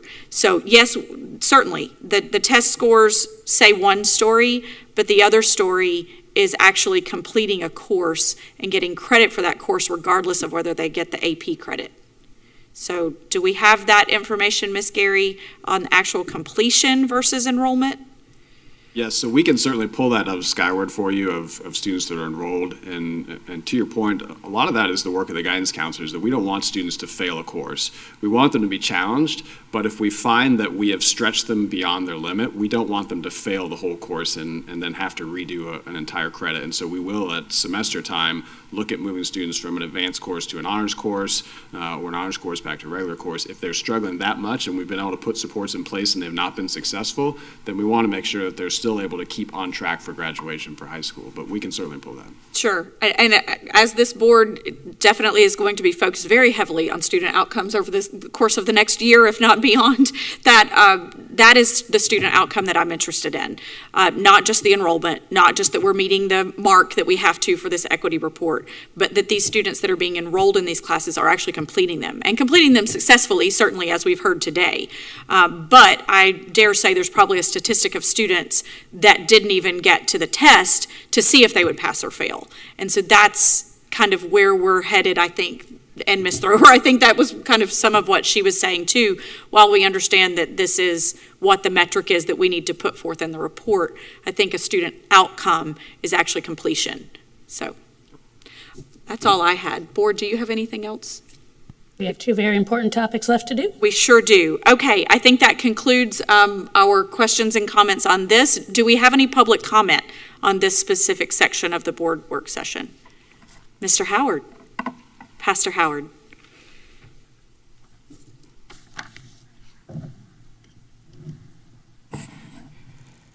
Richard Howard, Senior, 4400, 4491 Northwest 27th Avenue, Ocala, Florida. To the board, to Dr. Gullick, our superintendent, to all of the board members, to Attorney Powers, to all of you, you have done a great presentation today. I enjoyed much information was given to us today, and I say to the school district, a great job. If I had to grade you today, I would say a B+. Amen. But what I stand to comment on as I listen at the report on our teachers, and as Reverend Cummins alluded to, that I would like to see the data of everyone, white, Hispanic, and black, and others. But I have a concern that we have been throwing the ball down the court for the last 2 years about minorities in promotion of assistant principals and our principals, and listening at the data today, seeing how far we're behind in Hispanic and black assistant principals and principals. My question to the board and to Dr. Gullick, what are we going to do? We've been talking about this for 2 years. I've come to school board meetings, workshops, and I've noticed a trend in the last 4 years. Our numbers have gone down because in the last 4 years, our promotion of males, Hispanics, and blacks have gone down. So of course the numbers will go down. And because I think the board and Dr. Gullick, if I'm correct, I'm asking a question, do we have the power to appoint, if we had to appoint a Hispanic principal, if we had to appoint a black principal who are already in the pool and qualified, could we not do that? Because if we look back and go back, we just after 10 years got from under the federal lawsuit, all right? And it seems like I was here in 84 when we went through that, in 85 and 86 and 87, I was right here at the school board meeting. We made a change, we improved, but now we're going backwards. I'm not blaming you all, but I'm saying to you, let's make a difference. All right? If the superintendent has the power to appoint, if a principalship is open at a high school and we don't have to post it, and you can move somebody and appoint them there. If we have any openings in the next three months, let's start trying to promote the Hispanics. Let's promote the blacks who are in that pool and qualified. I'm not asking the Dr. Gullett to promote anybody who's not qualified. But what I am saying is that if they're qualified, all right, because I said it 2 weeks ago, everyone does not do well in interviews. But that don't mean they cannot do the job. We got to look at the whole area. But I'm saying, with our numbers the way it is now, with Hispanics and blacks, it's time for us to see what we can do to promote. And if we can appoint, if we got positions open, let's do it, Dr. Gullett. Let's do it, school board. God bless you. Thank you, Pastor Howard. Is there any other public comment? Okay, we will move on from this topic. Board, would we like a 5-minute break just to clear the room of the people that need to leave? And okay, we'll take a 5-minute break, recessing at 11:04 a.m. Superintendent, could I have that contact information on that person? Pastor Howard?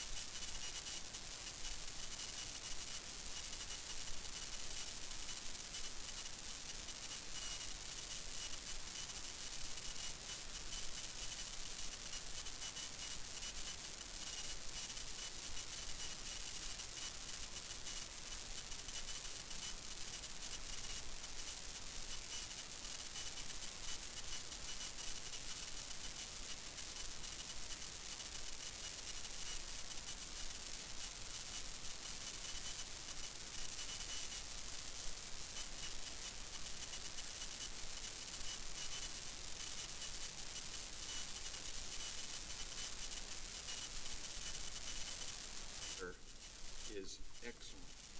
Anna before is excellent. Got some issues, some hip issues. There's another one that isn't. I don't know where it is. I don't know what it is. But I made a notation. If there's any way we can make a notation on this one, it works.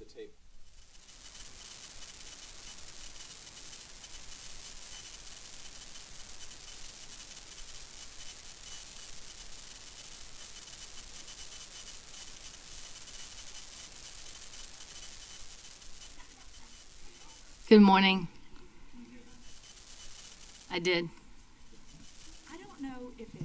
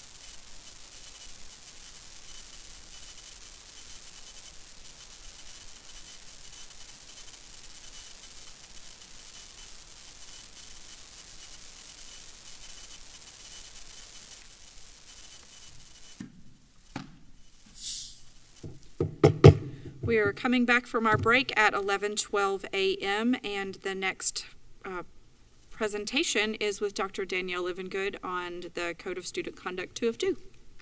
Hi, Dr. Livengood. Good morning, Vice Chair Cummings, board members, Attorney Powers when he arrives, Dr. Gullett, and Ms. Martinez-Lopez. I'm here today to share with you Part 2 of the recommended revisions to our Code of Student Conduct. I do want to acknowledge Mr. John McGowan spoke at the last work session on my behalf and presented Part 1 of the revisions to you. I do have some questions that I will provide clarity to that were posed during the last work session. So I'll begin with those questions. The first question was, have there been discussions about consequences for students that are simply defending themselves in a physical altercation? And the answer is yes. This is frequently discussed. We discuss it probably during every single investigation that takes place on a school campus. Students that are, our current practice is students that are defending themselves are not provided with consequences. Now, let me explain what that actually means. If you're defending yourself, that means you are backed into a corner, whether that be in a school courtyard or a classroom or a school bus. If you are able to walk away from the situation, if you're able to seek help from an adult, that is not defending yourself. So once you engage in that physical altercation, it is treated as a mutual fight, which is a level 2 infraction. So I did want to clarify that if you are self-defending yourself, you will not be provided a consequence. But those are far and few between, because most of the time a student is able to break away or walk away or reach out for assistance. We do encourage, this is an important time for me to tell you that each school always encourages students, as soon as they know that there might be an issue or an altercation, to reach out to the school student discipline department and ask for help. That's where our student services managers are there for, and they can intervene way before any physical or verbal altercation takes place. The other question was, can a student's disciplinary record be included on the Skyward database? And the answer is yes. There are infractions such as Level 1 dress codes, for instance, that are kept on the school's Excel spreadsheet documentation, because those are Level 1 infractions. But once they do become a repeated offense, that does change to an insubordination, and those Level 2 infractions and above are all documented in Skyward, and those are available through the parent Skyward access. So if parents are reaching out, we just need to make sure we can get them to the school to complete the necessary documentation so they can have access, because they can see anything they want. They can see test scores, they can see attendance, they can see discipline, and of course missing assignments. So it's important that all of our parents are connected to the schools and their students through the parent access, Skyward parent access. Are there any other questions from the work session that you wanted to begin with before I move on to our recommended revisions Part 2? Okay, Ms. Thorwell, go ahead. Thank you. I appreciate the clarification of the two concerns that we had.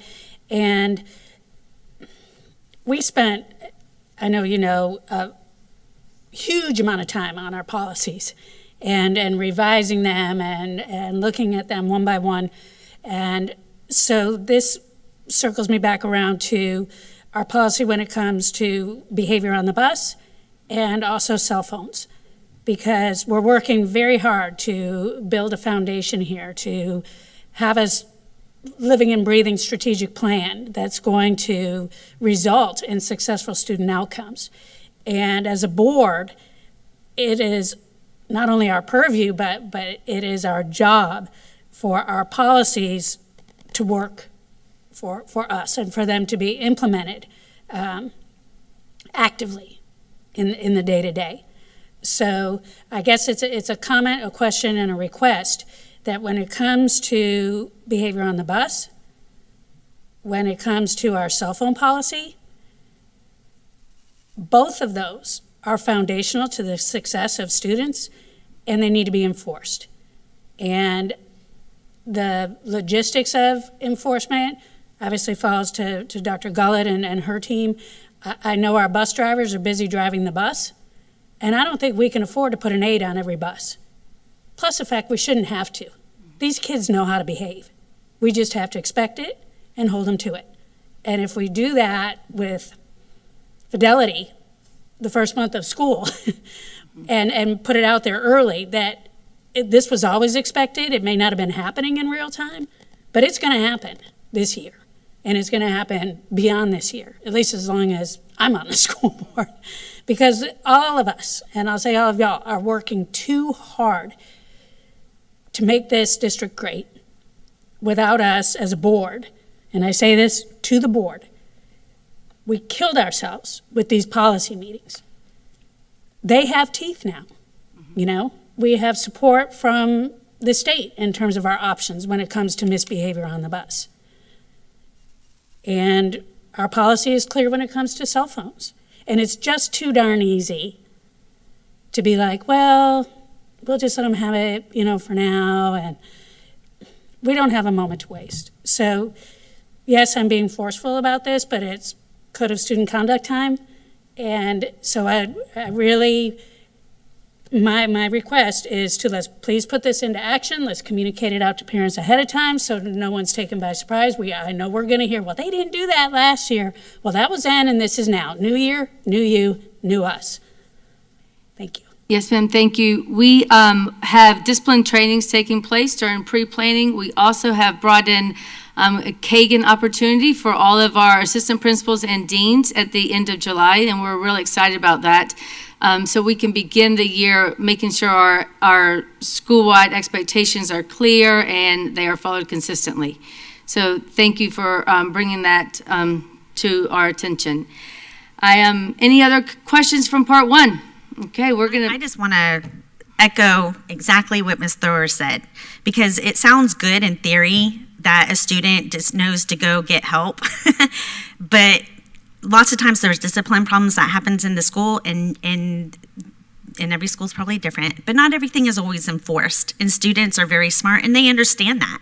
And so when there's discipline problems in the school and then it continues and then, you know, the teachers don't have any backup, the bus drivers don't have any backup, and we have, you know, many discipline problems. So our students are not getting the quality education that every one of them deserve. So as Ms. Thrower said, it's a new year. We're focusing on the code of conduct. I would love to see, and I hope to see, and I expect to see that our code of conduct, our policies, they're followed. Not just this is how it should be and it's going to somehow happen, because we all know that's not. So I appreciate everything that you said. Thank you, Ms. Thrower. Yes, ma'am, and we also have a brand new discipline manual that our school officials will follow this year to ensure that we are all speaking the same language. And so I do appreciate that and respect your thoughts. Browning? Yes, thank you. I concur with the idea, especially with this, with the bullying nonsense. It's easy for an adult to say break away. It's easy for an adult to say, well, you know, you could have just run. But if you have to live with your fellow students, you can't depend on some adult if you're being bullied. You can't. You must step up, and we must allow room in that for that phenomenon, that psychological phenomenon of don't go into acquiescing to the bully simply to survive. Because survival is an instinct, Maslow's hierarchy of needs. It's a small 5 standard deviations on some of the data I've seen that the actual perpetrators, the bullies, the people that perhaps at that given moment are zoning in on someone, and you know, kids do it, adults do it. We've got to not tag and incarcerate this business about from the third grade to the prison, that type of thing. Give them a number, give them a tag, give them write them up, that type of thing. It's a problem, and it really needs to be looked at. We're going down a road of juvenile detention in our schools rather than, and I don't mean this as an indictment, I mean it as a reality.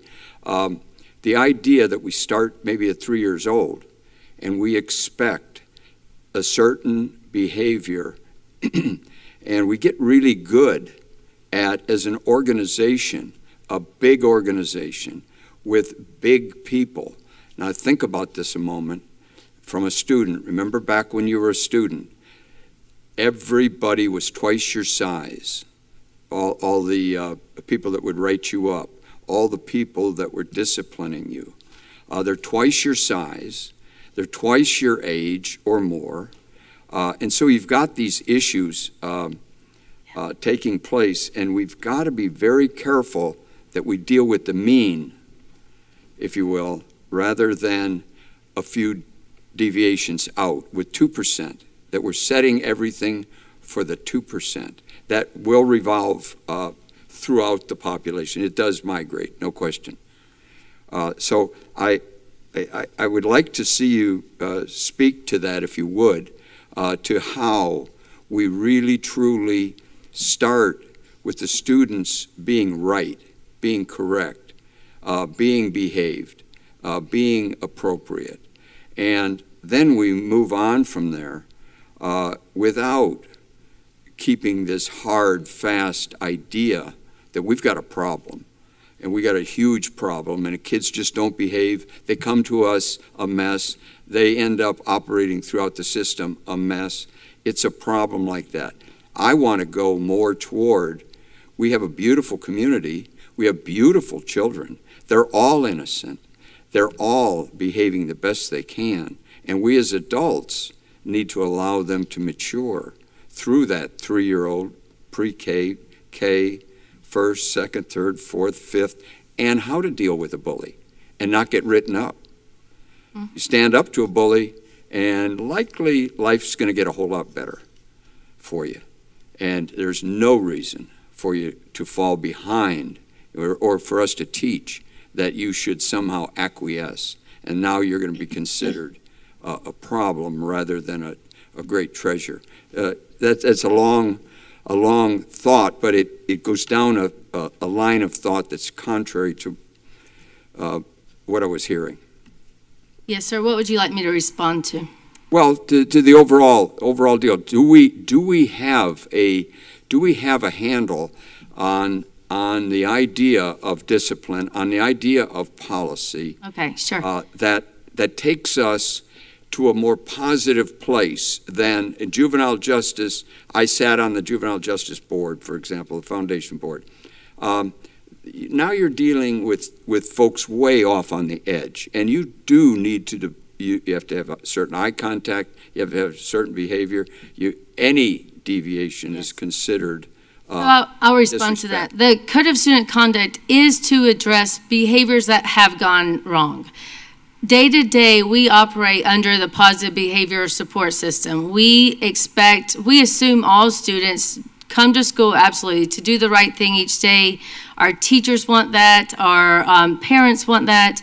We have to teach our students how to behave, how to walk in the door on the right side, how to walk out the right. I mean, we have to teach those behaviors. And we do that really well. And we have to think 85% of our students do the right thing every single day, every day.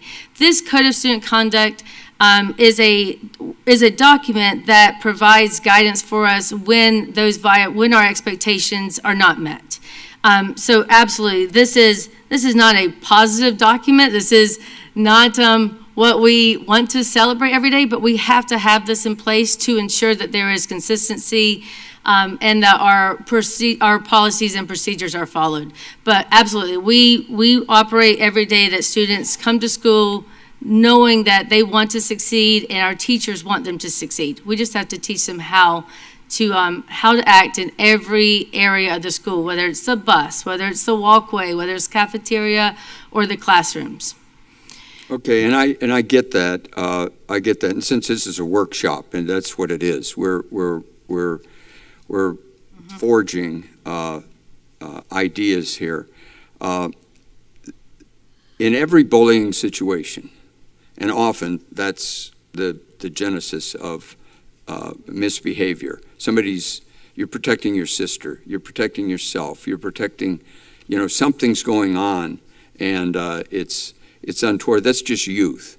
And I believe that we must think about the fact that we're only one part, and actually kind of a small part of a student's life. Now, yes, we do have, the student is picked up on the bus, we do go to school, we do come home, but it's really the family, the community, the church, the parents, the grandparents that have far more influence over that student's life than we do. The idea of discipline, I think, has gone off the track. And this is subtle, but if you're a young lad in school, you immediately push back against authority. You just do, because authority is being pushed on you. And so you push back, and it's easy to outsmart the teacher, outsmart the principal, outsmart these various people that are pushing on you because they get paid to do it and they're twice your size. So for success, and I think it's important to understand the psychology. We could have some counselors up to address this. But I think it's important that we understand we're dealing with human beings, and these beautiful children are coming along, and you have to be able to learn how to deal with a bully. Maybe you go tell the teacher, well, what'd they do? Well, they didn't do anything yet. Or maybe it hasn't risen to that point. But maybe you do get to the point, well, now we have a breakaway. Well, I'm sorry, there's nothing we can do about it. We had situations that I've seen where, I'm sorry, we don't have any latitude here. We have no room. It's in the policy. The board decided this. And I think at a workshop level, we've got to talk about these things. And from your point of view, I'm starved for information coming from the angle I'm talking about here. Yes, sir. We could have a long conversation about that. We also have a mental health department. John McGowan leads that department, and his team work incredibly hard with training the counselors to ensure that all the school-based counselors are trained in everything you just said. From how to respond, they have an actual entire curriculum that they learn how to respond, how to report things that might be uncomfortable. So we do have all of those measures in place, and I can sit down with you and we can have a great conversation with that. Yeah, and I'd like the conversation with these workshops. This is the key. This is where people in the community, the parents and the students, and they can talk about it, and they can run these tapes, and they can talk. That's the calls I get. And I, yes, we can talk individually, but it's you really don't need the education. I don't need the education. I think we understand where we are. But the students need the recognition, and the families need the recognition that they're brilliant. There's a beautiful community. This is not a horrible place. This is not, depending on your income, a situation, oh, well, we have a lot of problems here. We're Title I, whatever, like we're serving meals, so we've, just expect the problems. I believe that at a meeting like this, we can talk about these things and get them to the point where the individual child is advocated for. I want to know how a student deals with what they might consider an unfair approach by the system. Like that. That's what the people want to hear. And when they choose to put their student in this school district, as compared to another school with this, I alluded to it earlier, with the Supreme Court allowing the money to follow the child, we have to have our program together. It isn't a question of just disciplining a kid. It's a question of interacting with that student. Our HR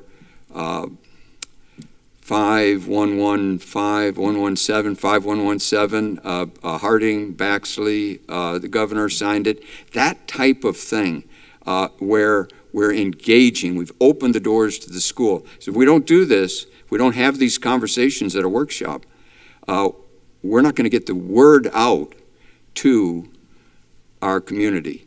And we are ultra fair to our kids, ultra fair. Because I tell you, if you treat them like they're a problem, they're going to be a problem.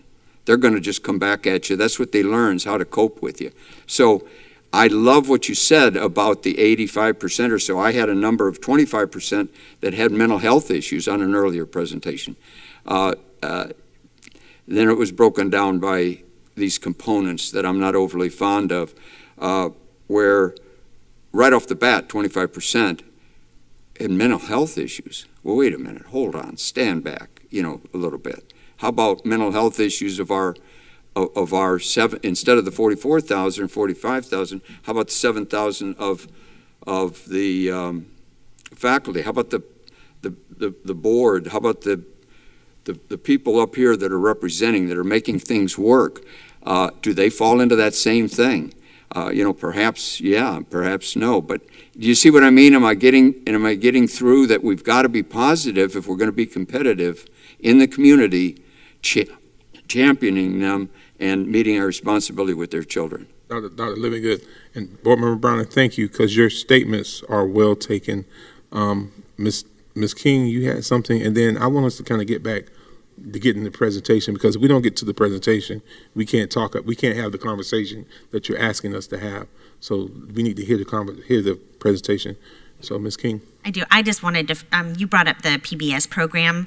And so my question for you is the PBS program working? I know it's been in our district for a while. I have my own opinions and thoughts on it, but it's been a while since I've actually been in the classroom. So is it working? And if it is, yes, how do we know? Like, how can you let me know as a board member that PBS is working in our schools?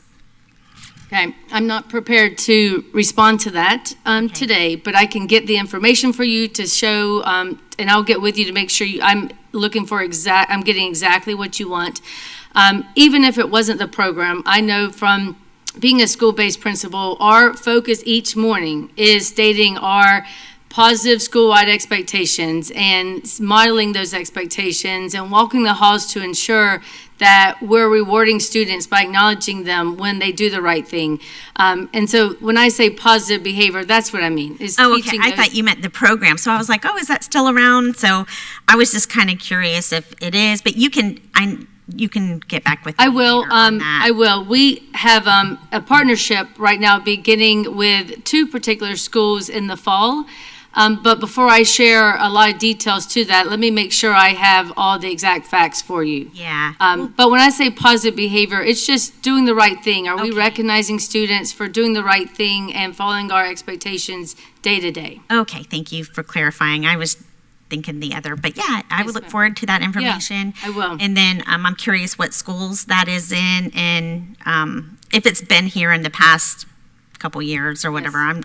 And if it is, I'm curious if it's working or not.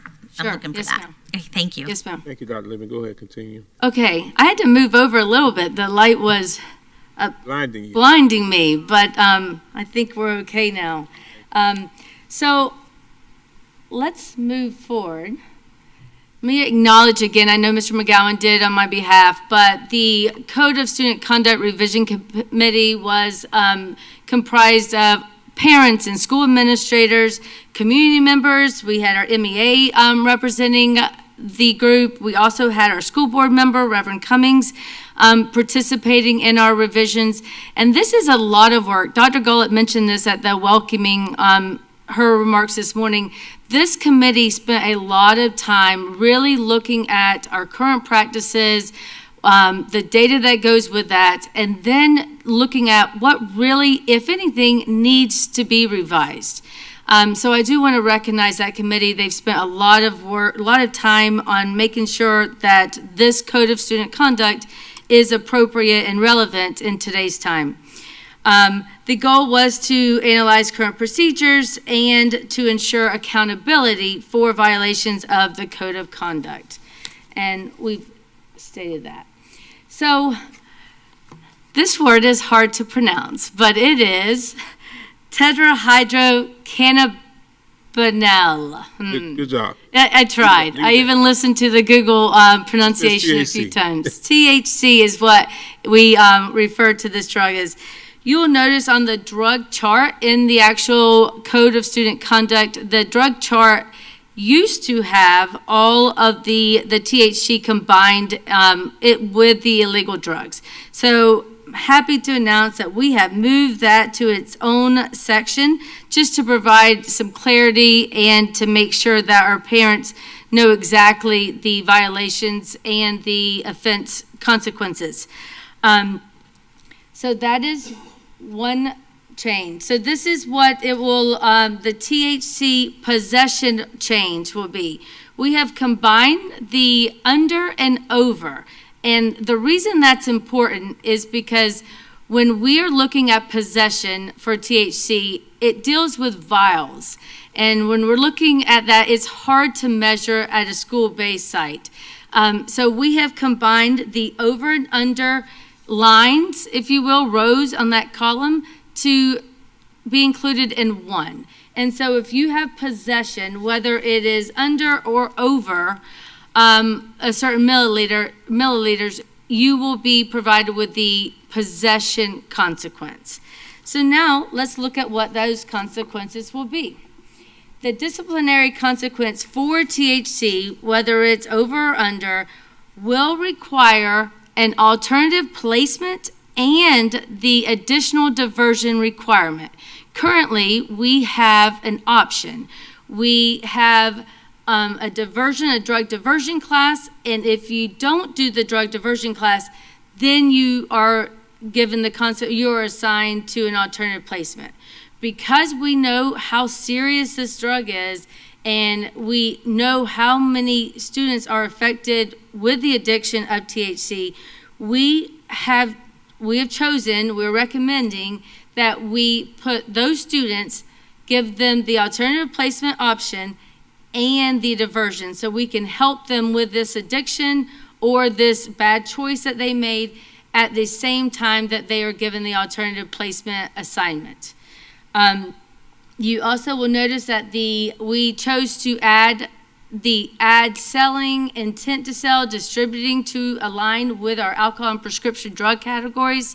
That's important because that gives the school the ability to determine if that child really was in possession of a lot, or were they really intending to sell that THC to other students. Those are two separate consequences. And so that was a recommendation. And now this chart is hard to see, but if you look closely, and if you have a device you can zoom in, you will notice that the THC now is separated, as I stated, and then the bottom section is scheduled 2 through 5 drugs. This is based on our national drug chart. This is, we didn't make this schedule up. They separate drugs out into 5 categories based on the medical use of that drug and the seriousness of the addiction. So the Schedule 2 through 5 controlled substances are also illegal drugs. So that category is listed for you there. You will see that the first offense for all of these, except for the providing or selling intent, is a diversion and an alternative placement. Once you have brought a drug to school to actually sell or to provide or to engage another person, that then becomes an expulsion assignment, and we will still recommend the diversion with that, because the expulsion is with services. So that particular student would still be given the opportunity to go to Sermie, New Leaf, Marion Virtual School through home education. Okay, this particular change or revision is for secondary, not our elementary code. This one is only for secondary. Currently, our sexual offenses that are a level 3 have the consequence would be a diversion. If you do the diversion, you are not then provided the alternative placement. Because we absolutely know that the school is a place for learning, and we are all we're working towards our goal of student achievement, we need our students to know how serious this is, and this is not appropriate for the school setting. So we have provided a alternative placement with the diversion requirement for our level 3 and higher sexual offenses, and again, that is for our secondary students. Our elementary code of conduct will still reflect the diversion for the first offense. Okay, I am prepared to answer questions concerning the revision recommendations. I thank you for your great presentation. I have a question because you brought up the diversion, and I know you don't have this information. Are we still tracking that? And if we are, maybe you could provide that later. I'm curious if those classes are working, because we should have enough data now. Yes, I'm excited to say that we are revising our current diversion program as well. Our Lauren Debick has worked with me to work with our hospital district, and they are very focused at helping us improve our diversion program. And we are expecting those changes to take place in August. So we are working hard to make sure all those pieces come together. We had over 155 students participate in diversion last year. We don't see those particular students that have already violated. There were 3 of those students, but I don't have years back, so I will get you that information. But we know we have to do something more, because that particular diversion program now doesn't benefit all of our students in our surrounding areas. The requirement is once a week for 9 weeks, and a parent must transport you. So we're looking at other ways to make sure our students that have made a bad choice or are already addicted are provided true counseling closer to their school-based setting. Yeah, that's good to know. Thank you. Yes, ma'am. We're really excited and grateful for the partnership that we have with the Marion County Hospital District. Yeah, that's great.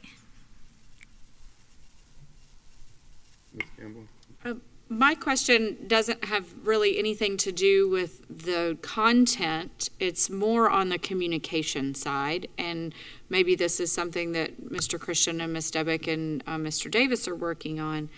I just envision something that needs to be done at the student level in a student's voice, saying almost like a "did you know" kind of scenario, that especially since some of these changes are being made, but we'll say the sexual offense, whatever we want to say, that we need to be very honest with students. I know as a parent, and maybe this is shifting a bit, but I know as a parent, oftentimes, especially back when we had the paper student codes of conduct, and you had the first page that you ripped out and you signed it and had to turn it back in. No one was actually reading that cover to cover. No one was paying attention to what was different from the year before. And especially with these, and I see some teachers in the audience shaking their heads at me, but I know it's different now. I know it's online in Skyward. Sign that you've gotten the student code of conduct. Click. And so, and I don't want to say no one. The vast majority of people are not paying attention. The only time people are paying attention to this is when they get in trouble, or is when a friend got in trouble and they want to make sure that they aren't doing the same thing. Or, oh, wait, if I get caught for the same thing that we're both doing, how do we educate? How do we communicate? This is an internal communication campaign, and actually our audience, speaking in communication terms, our audience is our students. The best people to communicate this to our students are our students. So granted, we may not want to have a student spokesperson who stands out and says, you know, if you did this, I don't know. I don't know what that looks like yet. I have it in my head, but I don't know what that looks like as far as how we produce it. But I could see that being a really powerful campaign, especially leading up to school, especially on Instagram or, you know, whatever we're going to do to try to get this in students' hands where students are. I think the more we educate them and their parents on what these offenses actually are, what we've seen, what could be, you know, it might at least educate them if it doesn't motivate them to not do it, but it'll at least give them the information so that we won't have parents that are contacting us, oh my goodness, my student did this, and I had no idea, you know, this should not be. Okay, but it's in the student code of conduct that you check the little box that you read. So I don't know where we go with that, but that's where my mind is going on all of these, specifically on the changes that we're making. But how we can put that in the hands of parents and students, I am all for. I like the did you know. We also, we are working on a template or a PowerPoint that will go to all the secondary schools.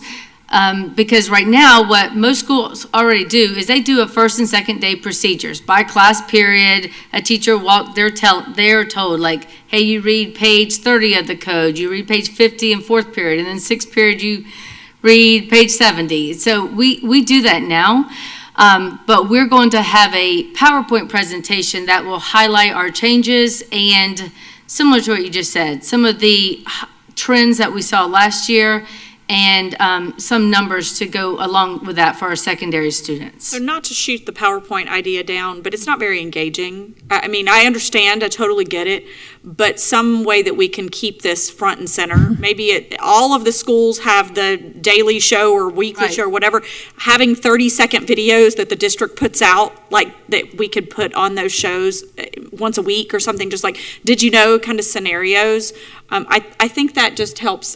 Dr. Gullett, she's smiling at me, so she must have a plan. Yeah, yes, thank you, Vice Chair Campbell. I would like to add, in addition to what Dr. Livengood presented, and by the way, congratulations, she just got married, so I had to say that. So congratulations. Just days ago. Thank you. And she's here with us today. So Mr. Christian and I are smiling because of our safety task force work this past year and our weekly review of student data.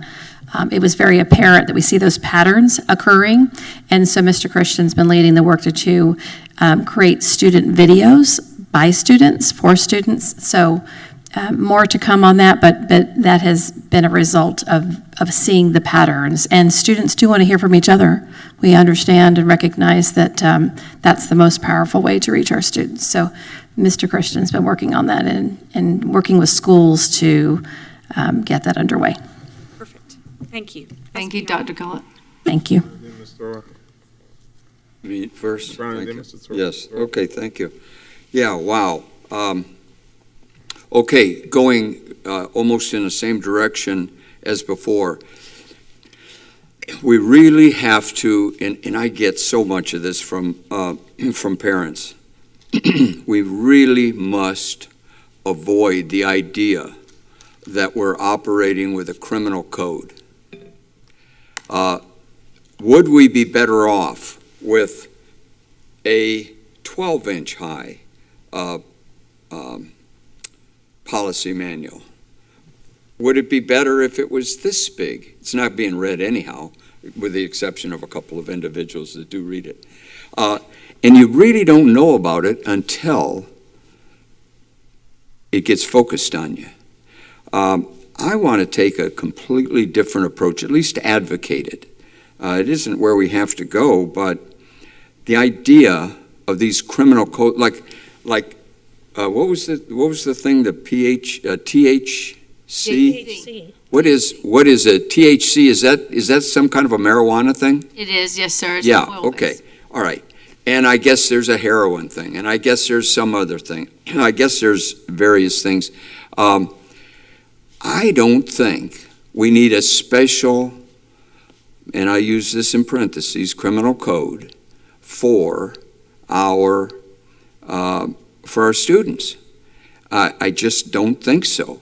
And I think we might be challenging the students into this, like bringing things up, like onto an adult level in terms of possibilities that just don't exist at a child level, especially as you're going through the education process and you're growing up. Because finally you'll get... We are required by the state to have this particular document. Yeah, and I'm with you, and I get that a lot. We're required by the state, and that's why we have. I don't know if you've ever been to a communist country. I have, and when you're in the state's ownership, everything is required by the state, and ultimately it fails. In my lifetime, Soviet Union has failed. Every operation ultimately fails when it is state-oriented. We have, when someone says, I have to do this because of the state, I say, are we talking about Manny Diaz? Are we talking about Governor DeSantis? Are we talking about Perry, senators, or Baxley? Who are we talking about here? And we can handle this. We can change it. We aren't required really to do anything that we don't decide to do. And we're talking about policy here. We're talking about setting things into the future for educating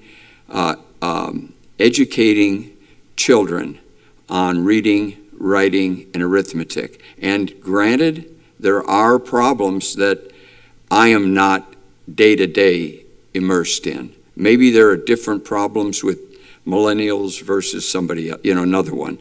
I was what do they call that, baby boomer. So the idea, I think we have to do better, and I think part of our failure is from this kind of policing.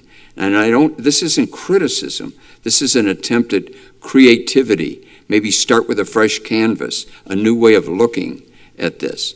Like, if we're failing, if it's a ski slope down, if we're, say, victims of bad behavior, what we would label as bad behavior, I think maybe we go back and we give some feedback to our legislature, to our Department of Education.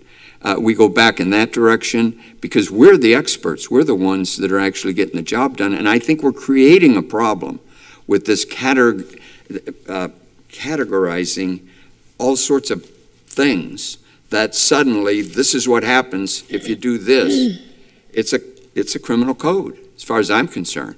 And most of the population never touches the criminal code, ever.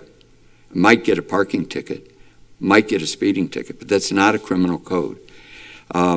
So that's, I love the idea of a workshop, and if you would, just bear with me and work with the community, because this is what the community's asking for, and that is maybe a little different approach than hard, fast rules that bang happen.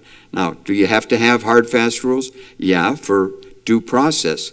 But I notice a huge lack of due process. I've watched situations come through where nobody represented the student, nobody represented the mother, nobody represented the family, nobody represented the church. It was all the institution on top, prosecutor.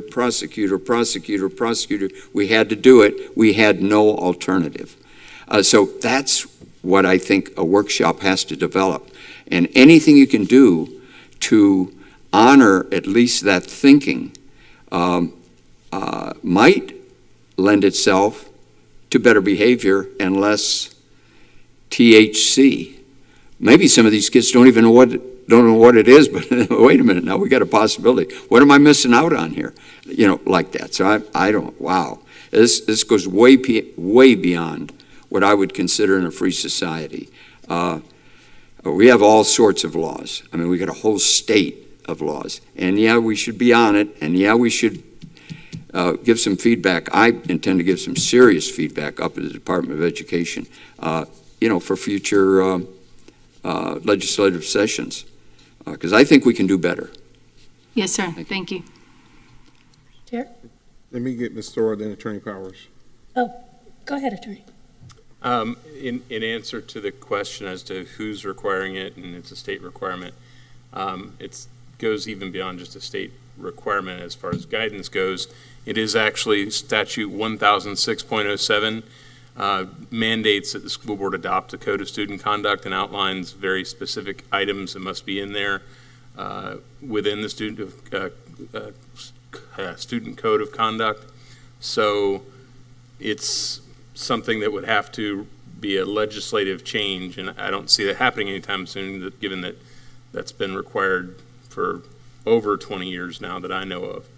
But in the meantime, a code of student conduct is required to be adopted with very specific procedures to be followed in adopting it, such that it does end up looking relatively like a code, whether it be a criminal code or a bankruptcy code or anything else. It's outlined. Now, it is intended to be in language that's understandable to parents, but it's also intended to be extremely specific, which is a constant balancing act and sometimes difficult to fix.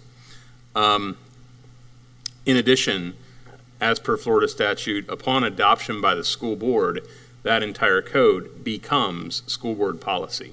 So it is a combination of administrative procedure as well as the spoken and written policy of the board. So that's the sort of the law surrounding code of student conduct.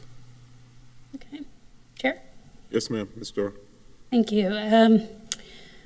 Board Member Browning and I are in agreement on a couple things. First of all, lamenting what was then compared to the reality of now. Whatever happens in our community comes into our schools.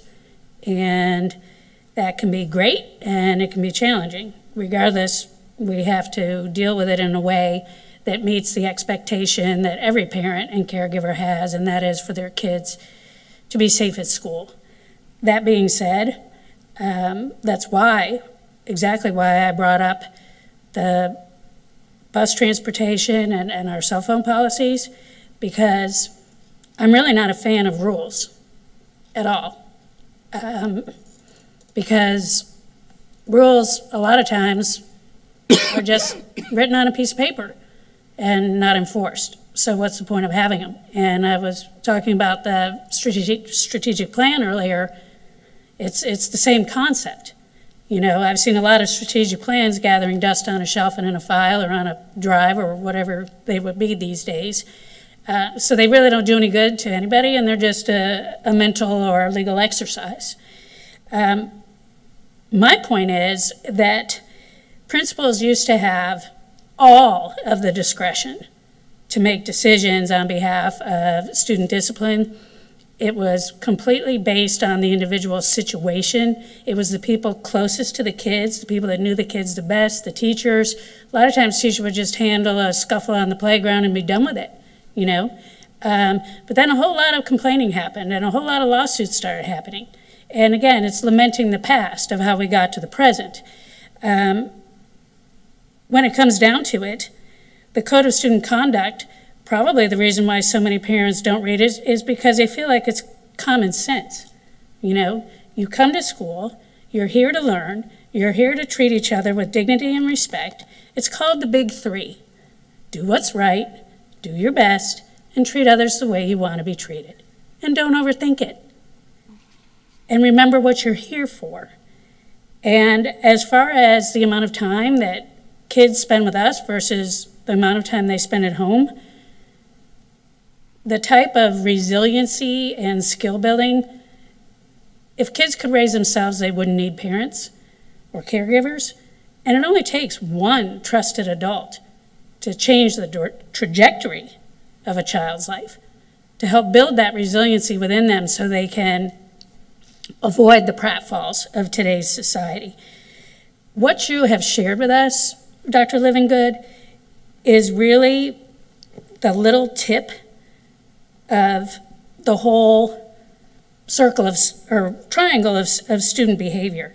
You know, it is the reactive strategies that we have to take based on emergency type situations, crisis type situations, when things have gone off the track.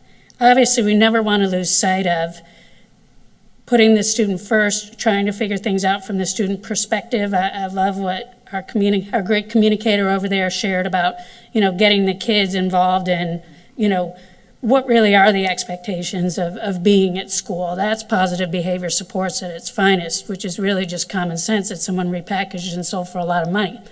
But when we're overly focused, and I think to Board Member Browning's point, or when it appears that there is an overfocus on reactive strategies, then it would be important for us, all of us, to be mindful of that and circle back around to our preventions.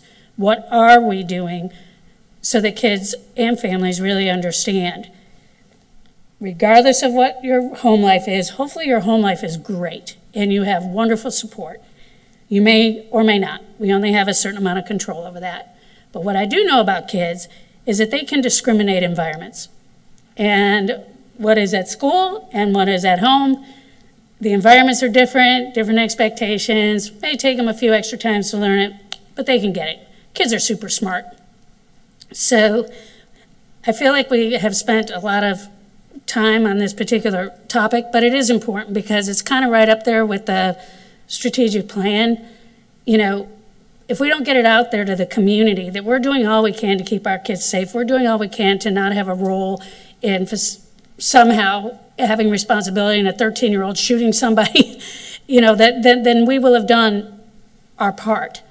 And we do our parts by acknowledging that there's nothing contrary about any piece of this conversation. I feel like we're all coming to the same conclusion, maybe from a different direction and perspective and our own life experience. But in the end, we want to be way more supportive than authoritative. But there comes a time, you know, there comes a time when leaders have to lead, parents have to parent, adults need to model and show the example. That's what I hear from parents is, I don't mind holding my kid accountable, I don't mind you holding my kid accountable, but please make sure that your staff and your employees are modeling that same behavior. Because it starts with something as simple as a shut up. No, you shut up. And it turns into a shut up contest, and then we all know where it goes from there. So let's start with it, do the simple things well. And common sense. And doing what's right, doing your best, treating others the way you want to be treated. That's how you keep kids out of jail. Thank you, Mr. I think everyone knows how I feel about student code of conduct, that the code of conduct is needed. There has to be a code of conduct. You have to have some type of order. But when I think of the code of conduct, I always look to what's the purpose of the code of conduct, student code of conduct, and what are the goals of the code of conduct, code of student conduct. And everything, every time I think about it, I think about the code of conduct is to make sure that we have some type of order in our school district when it comes to having a educational environment, a safe educational environment, and it be positive, encouraging that positive behavior, and then to maintain an atmosphere in a school setting that will foster education for every student. But then the other part of that goes back to making sure that we support our students and our staff in this code of conduct where they're safe. And I always think, is our code of conduct going to be too punitive? Is it going to send someone so far that they can't come back? I think this board, when we meet with expulsions and kids that are asking for reentry, we want to see them have a plan or pathway back to getting back on track. My ultimate thinking about the code of student conduct is when people make mistakes, it helps them correct that mistake and get back on track. And sometimes when I look at this code of conduct, I see it as being extremely punitive in certain areas. But do we need punishment in certain areas? Yes, we do.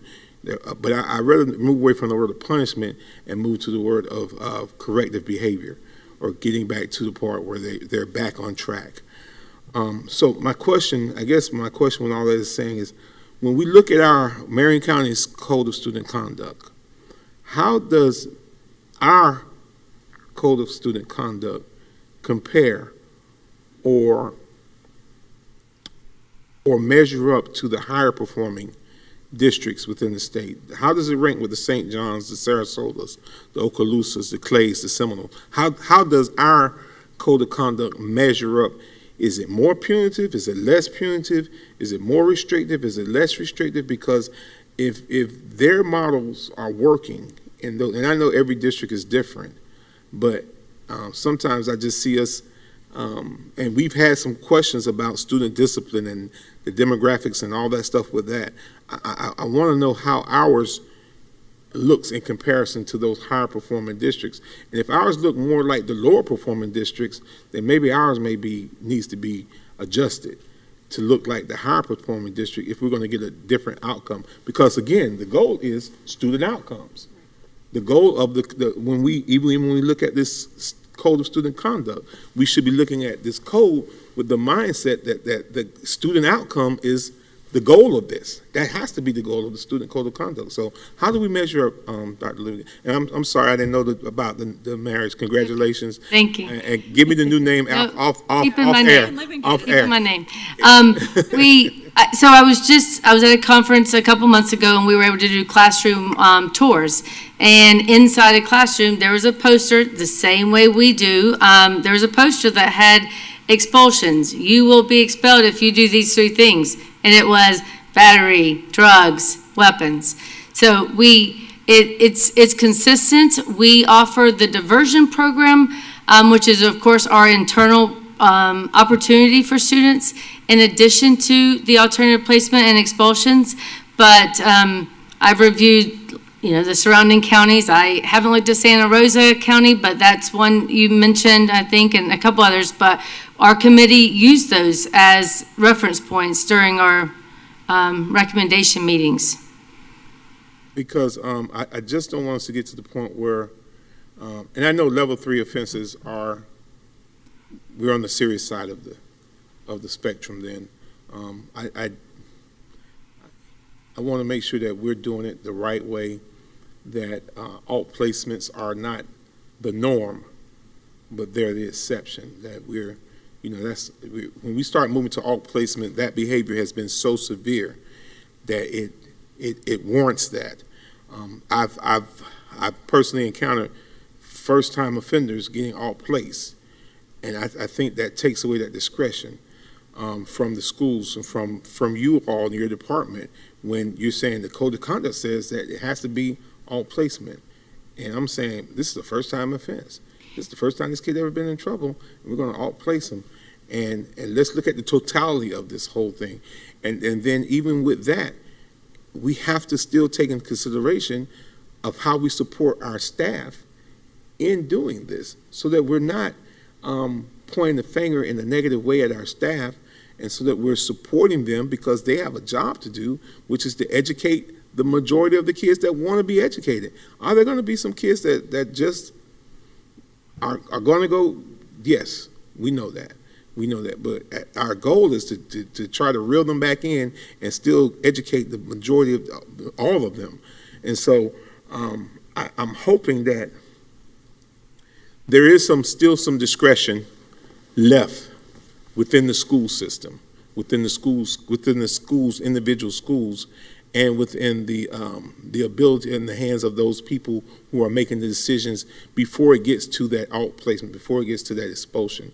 I'm hoping that when we do discipline, that discipline is progressive, that we don't just jump from First time I messed up and I'm out. That should never be the goal, because I've looked at our code of student conduct, and I've looked at some others. I've looked at some states. Then I compared it to.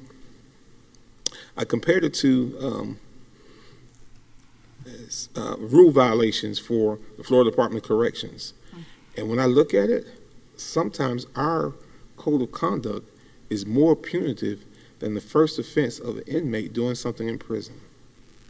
Mm-hmm. More punitive. I'm not saying that we should get away with let the code of conduct go. We can't.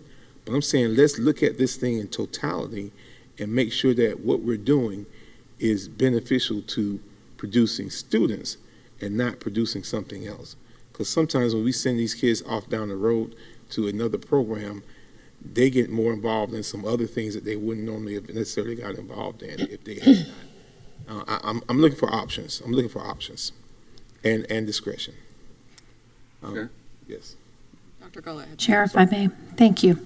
I appreciate that. Members of the board, what I hear are some patterns and great feedback questions from you all today. Allude to consistency and clarity. And one thing I think that was really missing from all of this, not just the document itself, was the guidance, the interpretation of what does this mean. And I'll use a very practical example. We can use an example of insubordination, and that can mean vastly different things at different grade levels and in different circumstances, from the most minor infraction to a very major one. And so providing guidance as to what those things mean, what those offenses mean in the code, I think is more important. So the reason I bring this up is, Dr. Livingood, could you talk more deeply about what you've introduced earlier as the procedural guide, because that is the piece I think that is going to be more helpful, and in the conversations with the school teams, and providing some common sense approach and taking the time to think through a process. So it's not just, well, it says it in writing in black and white. Well, what's the intent of that? And what does that really mean? How do we interpret that? And that's what I see from all of you and hear from all of you today. So could you elaborate a little more on that, Dr. Livingood? Yes, ma'am. Thank you. The implementation of the discipline manual this year will be a big change for our student services managers, which is what we call deans. They, in the past, have really only had the code of conduct to use as a guide. But what we know we needed, based on looking at other districts, the success that they're having with discipline in their other districts, we noticed that they have a discipline manual that they use to walk them through any infraction, even if it's from, we'll go with the insubordination that Dr. Gullett just referenced, or to a weapons offense. And what the manual will include is the definition of what is the perceived behavior. It will also include examples and non-examples.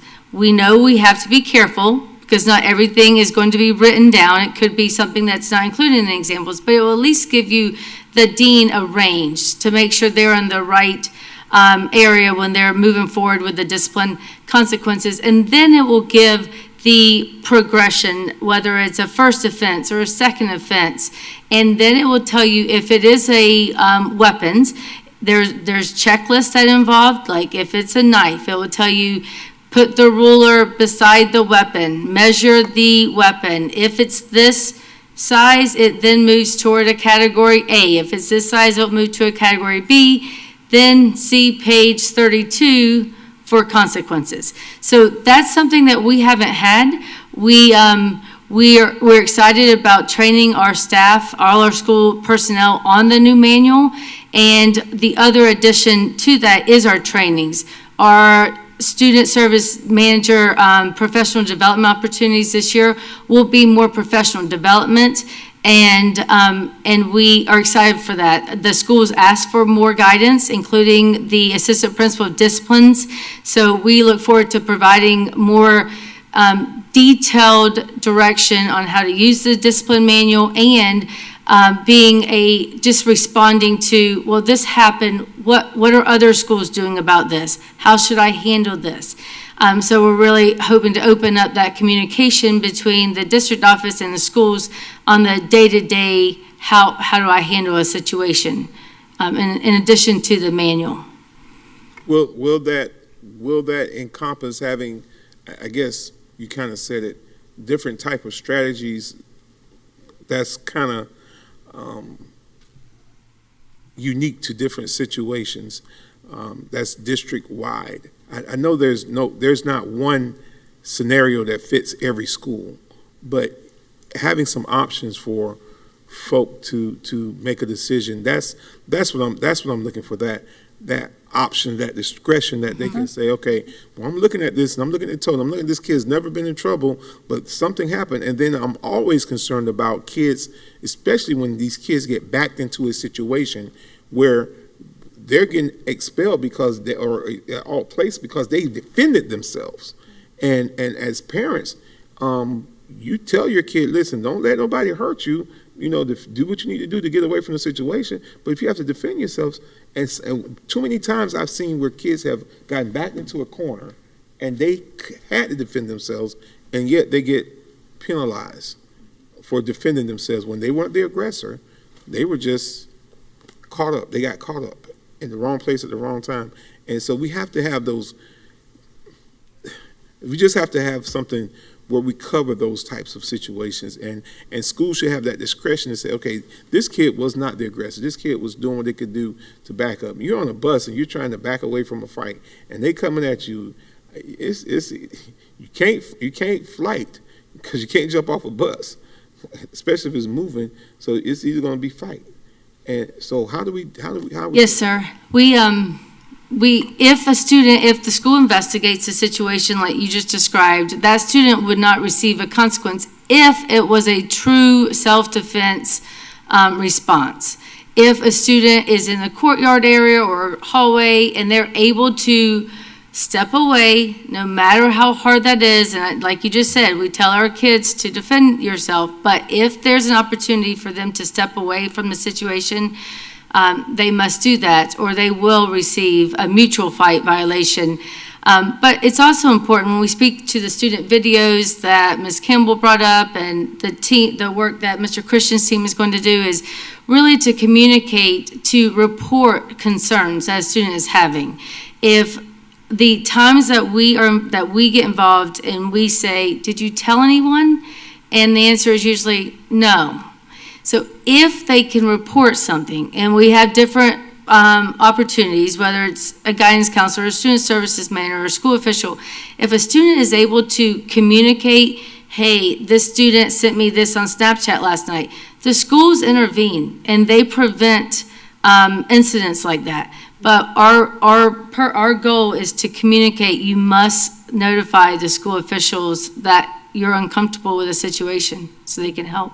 Thank you. That's important, because I think that's a big part when kids are being told, I'm going to kick your butt the day after school. And this kid is petrified, and then now they're in a fight. And if they haven't told that, they need to, again, that needs to be that message from us to the parents, to the schools.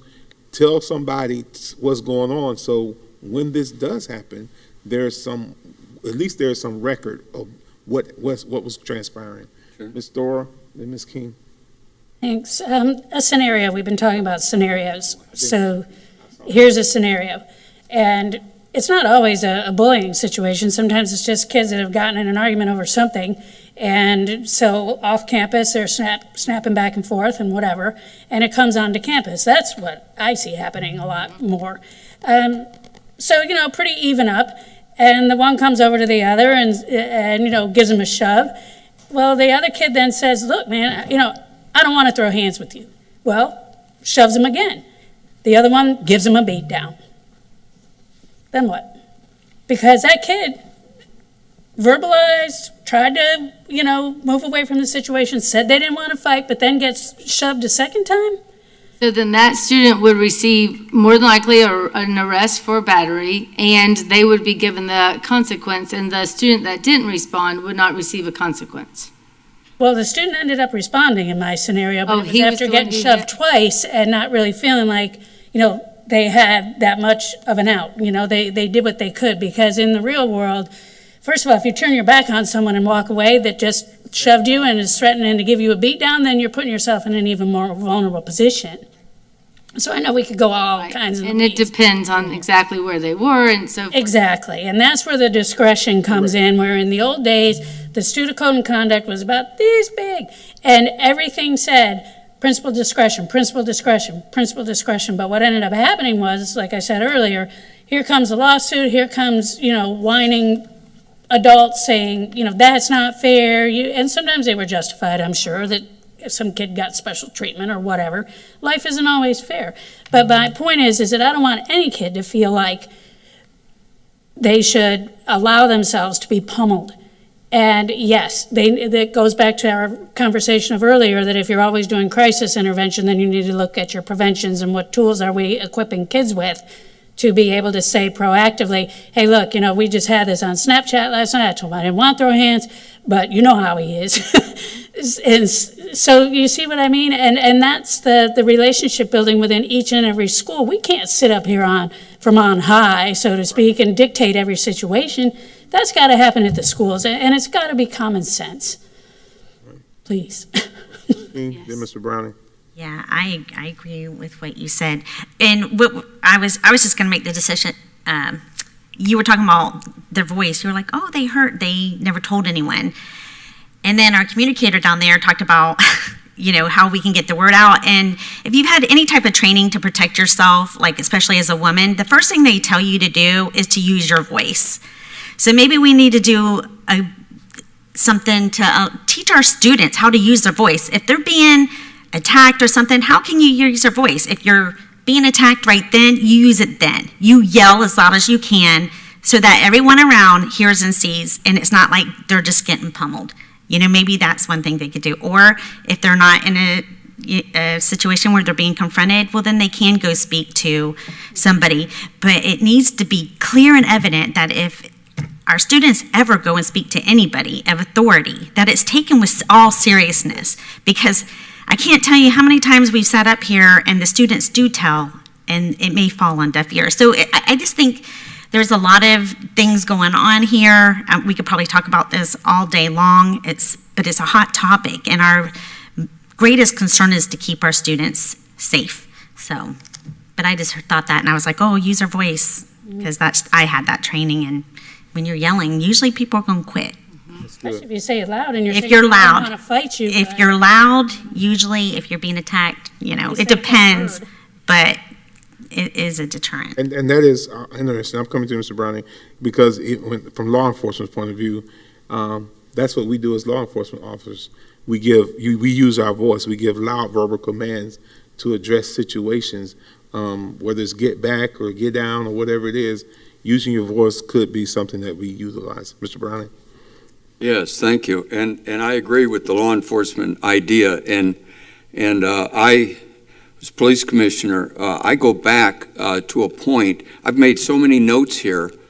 This is one of the most wonderful discussions, because this is a workshop, and we're workshopping this thing, and we're getting around to something that really, really matters, especially the way the lawyer weighed in. Oh, wait, we've got federal law, we got state law. Oh, look at this. Oh, we got policy. But we also have a constitution. We've got I started here when he was speaking, Constitution, then we've got federal law. Okay, great. Then we've got state law, and then we've got policy. We write these policies up. And the policy becomes something I hear all the time. People call me and they say, there was no discretion. They said there was no discretion. No discretion. And that is the problem. You finally end up with a little kid and a mother or a dad or a preacher or somebody, and they're not represented. So we jumped from the Constitution and all the rights they had into all these explanations. And I wrote down somewhere when you were saying that room you walked into, it had guns, I don't know, brass knuckles or whatever it was you were seeing, okay? And that was a good thing, and it kind of cemented, and boy, we're consistent. And if we put on that podium for everybody here in this room, murder, larceny, kidnapping absolutely will get you in trouble. You say, what? What are we talking about? Why are you bringing these things up? Because, see, I think what we're doing here is we're bringing things up that are simply maybe generational or something. We can do so much better. And I'll wear on you a little bit with the idea of when I came along, it was in the 40s. We were at war. When I was a young kid, like pre-KK, we were dropping atom bombs. When I was a youngster, we were at war in Korea. When I was in high school during that time, or when I went into the Navy at 17, we were in the 50s. Okay, what were the 50s? Let's just talk about it. Everybody thinks that we're in some crazy time where the kids are horrible, disrespecting, gotta write them up. Do you know that in the 50s, we were thought to be the most degenerate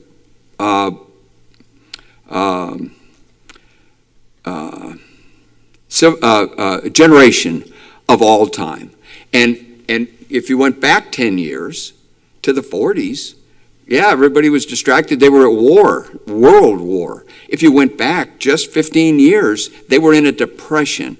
And so when I grew up, everybody was saying, what are you doing with the ducktail haircut? All that grease in your hair, all your pants hanging low. And we used to have our belt as low as we could have it just to insult people, because it was the 50s. We were growing up. It was rock and roll. It was a different world. Yeah, schools were different. You had to wear a necktie or go off to boarding school or something. It was a completely different world.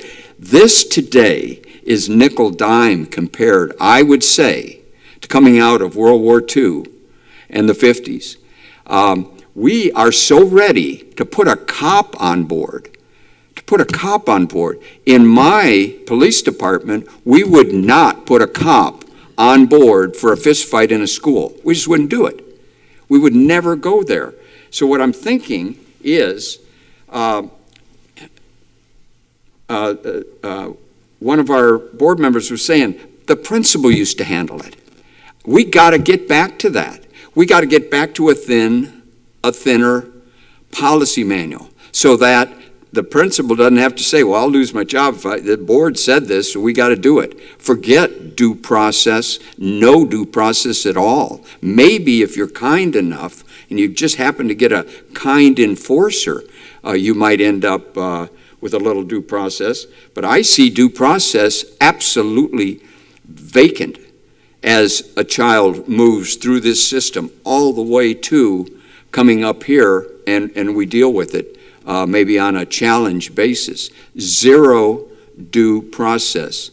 It's just you're pretty much written up. You're pretty much guilty because it's what it says in the manual. So we really got to look at this. We got to look at it hard. We start with that principle that our board member was referring to. Then we went to great big policy. We went from bad to worse to tragic. And then we got into a situation where you have to document every possible criminal code, and it's worse by an actual individual that has worked in a prison.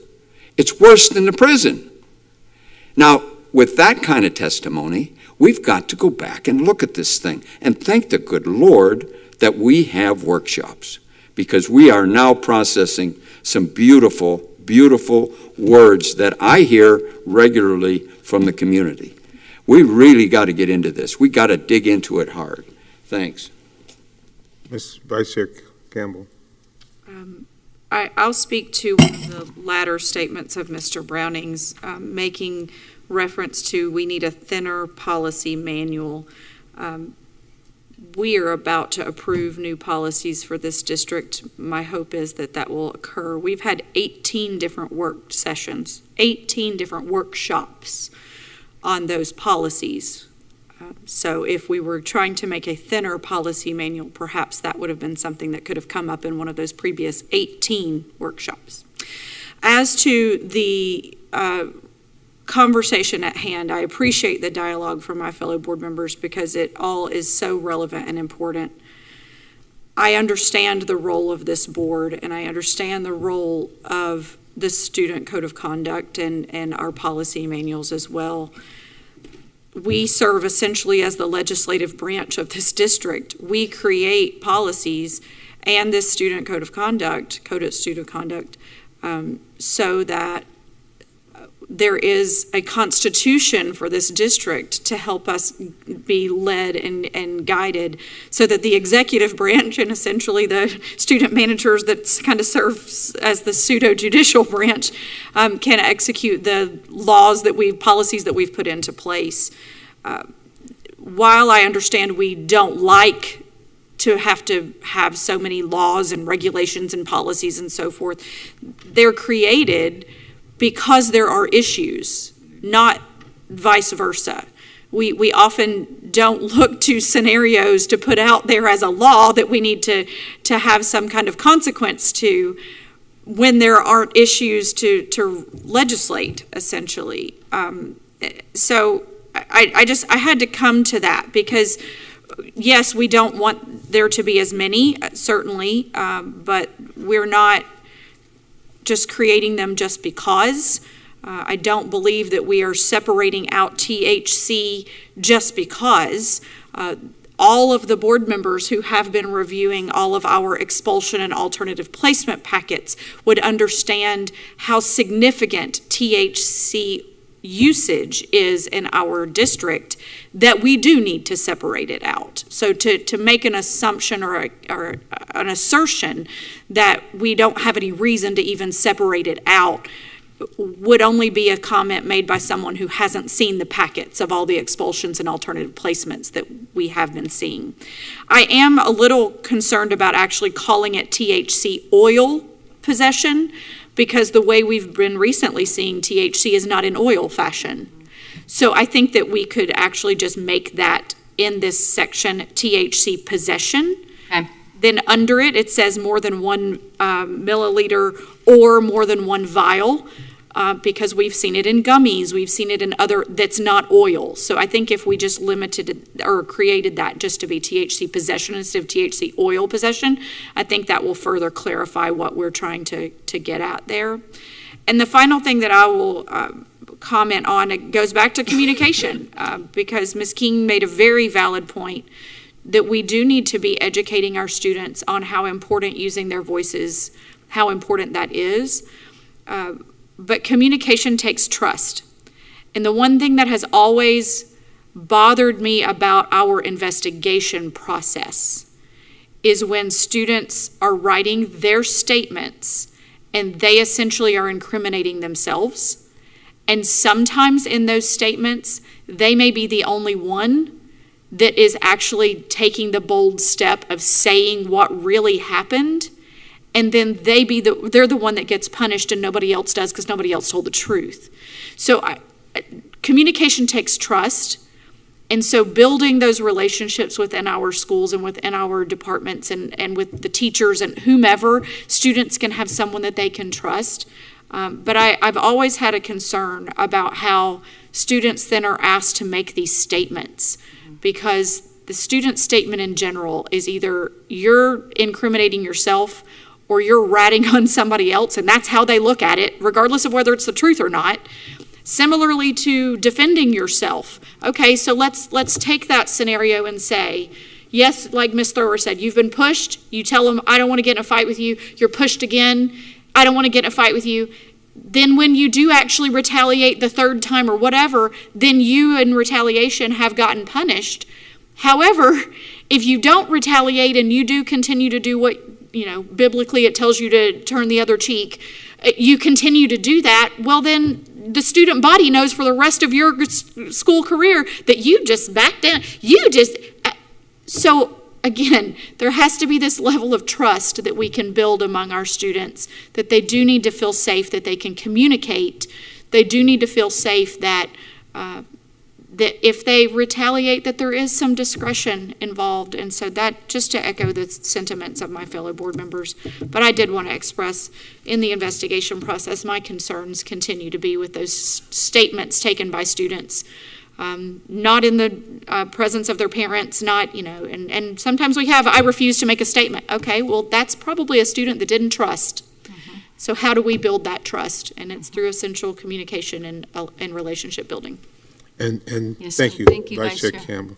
Sure. Because where you said about the trust issue, very important. If students don't trust the process or parents don't trust the process, that they're going to have equal opportunity to give their side or to say what happened, and that they're going to be literally, that their version or their side is going to be actually heard, then you get those, I refuse to make a statement. That was one of the true things, and I hate to keep going back to the prison, but this is right where I was. In how these, when there is something happened and there is a violation and there is an investigation, and you go to the inmate and you say, hey, what's give your side? They were right, refuse to give a statement. And the reason they did not want to give a statement because they felt like the outcome had already been determined. So why make a statement? Why give any input into the process because the decision had already been made? So we want, in this whole process, because it's Code of Student Conduct is one part of this process, we want this whole process to be where it's involved, where the input is given, and everyone has the opportunity to give their side. And it's not just saying, it's not just given that we just overlook it, but it's legitimately looked at. I'm one of those people that I'll read every statement a person writes, because somewhere, I learned a long time ago, there's three sides to every story. There's that one person's side, there's another person's side, and somewhere in the middle there's the truth. And I can pretty much discern the truth by looking at those statements. And I think that has to go back. Now, does that mean there's going to be a little bit more work on our people? Yes, it's going to be a little bit more work on our people. But I think people will start trusting the process. And then going back to what Vice Chair Campbell said about the THC oil, I differ a little bit on that one because I understand why there was that oil designation, and I think that Mr. McFadden probably could speak to it more because with the advent or the coming of the vaping, and the attorney may be able to weigh in on that one a little bit more with the oil. Even law enforcement did not know how to deal with the categorization of the THC oil. Attorney Powers? Right. There used to be in the law, there was a difference between hashish oil and cannabis, in general, leafy cannabis.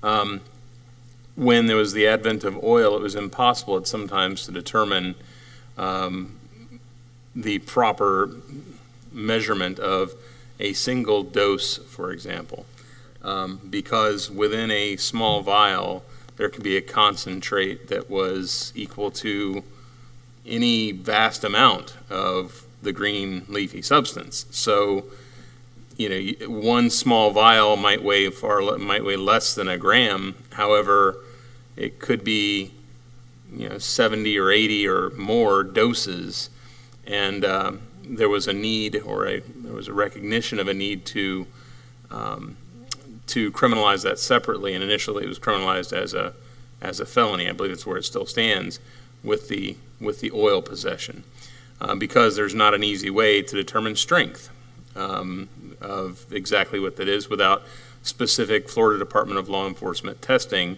of every single dose that you get, every single vial that you get. So that was the primary thing. The other is that it is remarkably more easy and more toxic to be able to ingest a concentrated form than it is a form with low concentrate. So that was one of the factors as well with a number of drugs, including methamphetamine. Methamphetamine as in a pill form or in a powder form versus in a liquid form. People might have a have a form which had liquid in it, and it was impossible to say exactly how much was there. So what do you measure it based on? Again, it would have to go back to an FDLE lab test to be able to tell anything about those things. So by identifying the form liquid as separate from a more standardized green leafy substance, as law enforcement calls it, that's why the need for the alteration in the law. Right, and I know that there's been some issues in the prosecution of people who have been in possession of the THC vape, and it was in an oil form. There have been numerous cases that the arresting officer didn't even know how to. It's often more difficult also to discern whether that is actually THC oil in it by a roadside test even, than whether it is, tobacco liquid. But the roadside tests are not always accurate, and the field tests, so to speak. But the FDLE expensive process that takes months to return is. And we actually had that occur in one situation in which a student was suspended and referred to law enforcement as a result of possession of THC, and then it came back that the vape in question actually did not. The FDLE lab test did not show that it was THC. And we had processed that person through the system, and that person was now somewhere else, and so it's shaky ground. I'm sorry, Mr. Browning. Yeah, thank you. Okay, so we're really getting into some real serious things here, like that idea of the Constitution. The references here of FDLE, police. How smart is it to just go to writing? That's an intelligence test. Number one, the smart thing to do is shut up. Never, ever, ever, ever incriminate yourself. The Miranda, you walked into school with it. You never have to give that, ever. Call your lawyer, call your parents, call somebody. Tell these people to go get a life. Just hush and stay away from it. In other words, that's kind of where, see, we've got a police officer there. We've got a 10-year-old, a 12, a 15-year-old. Wait a minute, hold on a minute. We're talking about prison. We're talking about all kinds of things. I'm an aviator, aerobatic aviator, unusual attitude. There's a rule. You aviate, then you navigate, then you communicate. Communication often never gets into play. Even looking around, when we talk about a fight, defending your sister, defending yourself, defending a faculty person, defending whatever, there's some real things in life going on. And by the time you get to high school, let me tell you, you're an adult. You're an adult. I served with people that I was 17 years old on my birthday when I went into the United States Navy. So these are grown-ups. This is real life, and we've got to treat it like that, I believe. That's the kind of calls I get. That's real life. If you're a kid and somebody comes in and says, fill this out, or you can't go home or whatever, just say, well, look, I heard this on the board. Hush. Do not speak. Do not incriminate yourself. You do not have to impress that person. If you feel like doing it, I would call my parents. Do that. Maybe go in and have a little comfort. If it was like Mr. Orr was saying, we go in and we're talking to the principal, we got a friendly situation that is not an arrest situation, it's not incriminating, maybe we can have a little conversation. But no, we've escalated this thing. We've gone way up the ladder. Way up the ladder. So the right thing to do, this board member is saying, hush, shut up. It's an intelligence test. Never, ever, ever give up the constitutional right to, you did not lose the Miranda rights that the Supreme Court has designated that we have. We've got to think that way in protecting these kids because they're in our custody. We cannot prey on them. That's kind of like a headline. Communist China, I wrote here. Whoa, hold on, that's a headline. Wait a minute. Let's just risk a headline, and let's say, let's be fair, decent, kind, right, just, appropriate, and constitutional. Let's start with that. And then we'll go to federal law, that's fine. Then we'll go to state law, that's fine. But when it gets down to our policy, that may or may not even apply. And then, no due process, the whole Constitution, the state law, the federal law, everything's out the window. So, this, our board chair made some excellent points in addressing this. If you're protecting your sister, aviate first, get the problem solved, never back up unless it's prudent. If you've done Taekwondo, I've heard one of our people talking about how good it is to learn these things. If you've done that, you understand that leverage and distance is your greatest defense. Distance is a home run. That means you navigate out of the situation, and it's probably your safest position. But communicating, giving it up to somebody that may not have your interest at heart, never. Don't do it. Don't do it. Thank you. It's my advice. Dr. Livingston, if we don't have any more board comments, thank you for the presentation. We have had some spirited discussion this morning. You've heard. I hope you got some walkaways from the board, Superintendent, and you have anything to add? No, thank you. I think we've covered it. Thank you. And Thank you. I thank the colleagues, my colleagues, for giving all their input, because this is a serious issue for all of us, making sure that our kids and our staff are safe. So thank you. Yes, sir. Thank you all. Any public comment in regards to our code of conduct, code of student conduct 2?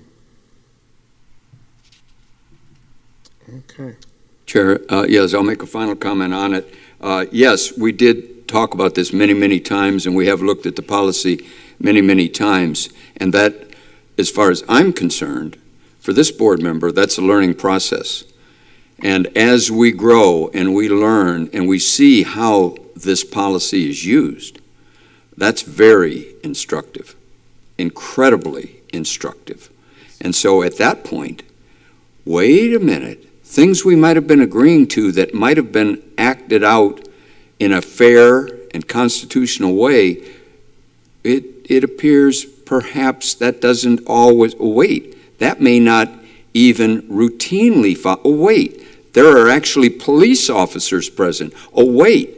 So, see, it's a very, very different situation than the first time this board member looked at that policy manual. I guarantee you I have been enlightened throughout that process, and that I am not pleased with what I saw, but we haven't completed it yet either. We can dig into it as deep as it needs to be, because the important thing is we got to get it right, at least in terms of our own personal thoughts and professional thoughts. Thank you, Chair. Yes, sir. Yes, sir. Any other public comment? Any public comment? Thank you, Dr. Livingston. Congratulations again. Chair, if I may, I just want to prepare the board. The next presentation is quite lengthy. I try. Let's take 45 pages of slides. I just didn't 45 pages? Of slides, yes. Let's take a quick recess and bathroom break and come back. They haven't had lunch. Lunch. I mean, they've been here since 9 o'clock and it's almost 1. And imagine having to prepare and present before a board and have not had lunch or anything. And I mean, that's just me. Do y'all want to do a 30-minute break or what? I would give them something. I mean, that's me. So let's do a 30-minute break. Maybe what's there? What do y'all, how y'all What do y'all feel? want to do? We prefer to present. Oh, they would prefer to keep going? Your 5-minute break. 5 minutes is good. Okay, give us a break and we'll come back and go for it. All right.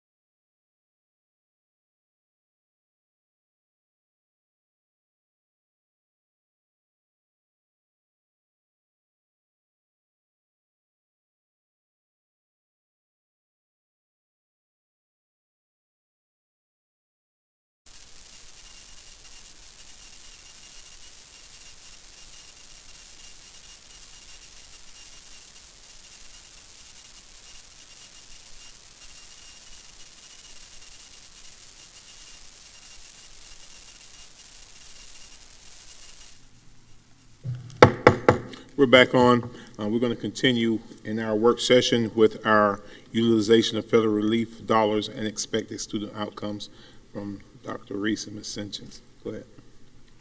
Good afternoon, Chair Cummings, Vice Chair Campbell, board members Browning, King, Thrower, Attorney Powell, Superintendent Dr. Gullett, and Mrs. Martinez-Lopez. Mrs. Renee Sinjins and I will present the utilization of ESSER dollars and the impact these federal dollars have on student achievement. Today, our timeline reflects where we have started with the receiving of the federal relief funds, where we are currently with utilizing the funds, where we are going with remaining on track to spend these funds, and the expected student outcomes. As we spend our federal dollars, we refer to the district's strategic plan to focus on anticipated student outcomes and align our spending with the goals. In this presentation, we will discuss the district's accomplishments, what's in progress, and what is upcoming. In 2020, the CARES Act was signed into law, providing our district with $13 million in aid relief. This act will sunset in September of 2022. In July of 2020 until September of 2023, our district was allocated $56 million from the Coronavirus Response and Relief Supplemental Appropriations Act, known as CRISA or ESSER 2. In December of 2021 until September of 2024, our district was allocated $127 million from the American Rescue Plan, known as ARP or ESSER 3.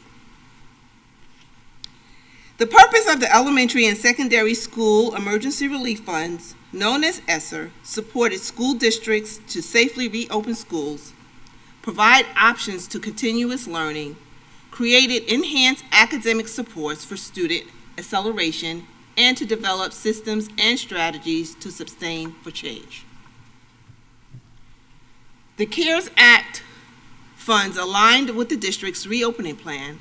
Committees were formed to facilitate discussions with key stakeholders to outline the steps and options necessary to reopen schools. There were 4 committees for our instructional continuity plan: scheduling, health and safety, instructional delivery, and second interruption. As we are sunsetting CARES Act in September of 2022, we have accomplished safe reopening of our schools. The scheduling committee provided virtual and/or in-person options to families for learning opportunities, while the health and safety committee provided safety precautions for all students returning to face-to-face learning, and the instructional delivery committee provided opportunities for tiered support learning. The scheduling committee was instrumental in providing parents options. Families could choose traditional campus learning with safety precautions or MCPS online. If a family chose traditional campus learning, a number of precautions were addressed: social distancing, face coverings, appropriate signage, and scheduling, particularly for class changes and school lunches. Along with both options, the committee considered ongoing assessments to tier support. I'm having trouble Yes, hearing. he's fixing it. To tier support, is that better? Yes. Okay. So to tier support and differentiate instruction. This slide provides a short list of resources requested from the scheduling committee to ensure that upon return to school, and the district was taking necessary safety precautions and also supporting students attending MCPS online. As you can see, the request supported both options. For example, the food carts and the tardy kiosks for traditional learning and technology for MCPS online. A total of $1.9 million was allocated and encumbered for the scheduling. Members of the Health and Safety Committee included the Florida Department of Health in Marion County. This committee addressed a number of areas to safeguard students and employees upon return to school. Safeguards included developing safety protocols, daily assessments and tracking of COVID, continuous disinfection, and readily available personal protective equipment. The warehouse did an amazing job in securing and disseminating personal protective equipment, and custodial staff researched and purchased disinfectant and sanitation equipment and supplies to combat the spread of COVID-19 on the school campuses. As illustrated, the total allocated for health and safety was 1.9 and encumbered. Instructional Delivery Committee was instrumental in identifying interventions and strategies for instruction to support students attending face-to-face and online. Requests included evidence-based interventions, ongoing professional learning for teachers, paras, hiring classroom substitutes to cover when teachers were out with COVID, and as a result, students were able to return to rigorous instruction with optional formats. Shown here, support staff, professional learning resources were necessary to restore learning and maintain high-quality instruction. Evidence-based interventions were instrumental for both students attending traditional campus and online. A total of $6.4 million were allocated and encumbered for instructional delivery. Second Interruption Committee provided an outline for ongoing instruction prior to reopening, then continued support for MCPS online, and finally, procedures for a potential second closure. The learning management system was essential for this continuous instruction. Second Interruption Committee requested technology to mitigate continuous instruction. Federal funds purchased 10,000 Chromebooks, over 300 Chromebook carts, and 500 hotspots to support connectivity. The total of $3.5 million was allocated, encumbered for second interruption.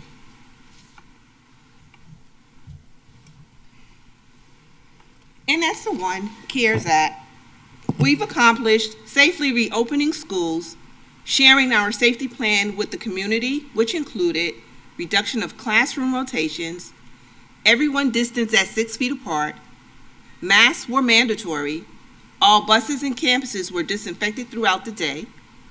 We provided COVID tracking for employees and students to the health department.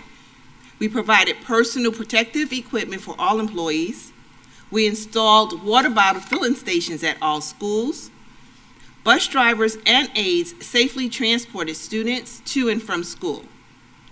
As a result of these precautions, school attendance rate increased by 1%. As we continue with accomplishments during ESSA1, technology installed tardy kiosks. They purchased over 10,000 Chromebooks and 500 hotspots. Our Canvas platform allowed teachers to engage students through different learning formats. As a result of technology purchases, students were allowed to continue instruction at home or in school. Grades increased by 17% or remained the same regardless of the platform chosen. Our district has had over 900 substitutes that provided instruction in the absence of our teachers. In addition, each school also hired a classroom substitute to support instruction. We offered before and after school classes to our students and provided small group instruction through interventions led by our teachers and paraprofessionals. Materials were also purchased to support academic acceleration, and professional learning was provided to our employees. As a result, our employees were supported in asynchronous and synchronous learning through the Canvas format for continued instruction. The second round of funding, known as ESSER 2, was supplementing ESSER 1. In order for schools to safely remain open for continuous high-quality learning, our district was allocated $56 million, which sunsets in September of 2023. Academic acceleration. Federal funds for academic acceleration were allocated to remedial action to accelerate the recovery of learning loss caused by school closure. These funds provided continued use of pre- and post-assessments, ongoing application of evidence-based interventions, and to meet the comprehensive needs of students both during and outside of the regular school day, and to maintain the emphasis of multi-tiered system of support.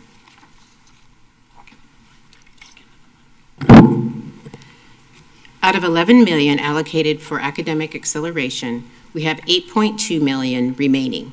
This does not include our current summer school program, 4 days of district-wide professional learning scheduled the last week of July, or the cost of software license for the 22-23 school year. Non-enrollment federal funds were allocated to the district to locate unaccounted students. Only 176 unaccounted students were reported to the state on September 2020, and 29 were reported on September 2022. As we ended the 21-22 school year, 0 students were reported as unaccounted. These funds supported 48 homeschool liaisons, their in-county travel, professional learning opportunities to navigate the relationship between school and home, and the parent partnership events increased dialogue and collaboration with our community partners. The funds allocated for non-enrollment, 2.2 million, have been encumbered. Technology assistance federal funds were allocated to the cost associated with purchasing educational technology, including hardware, software, and connectivity for students.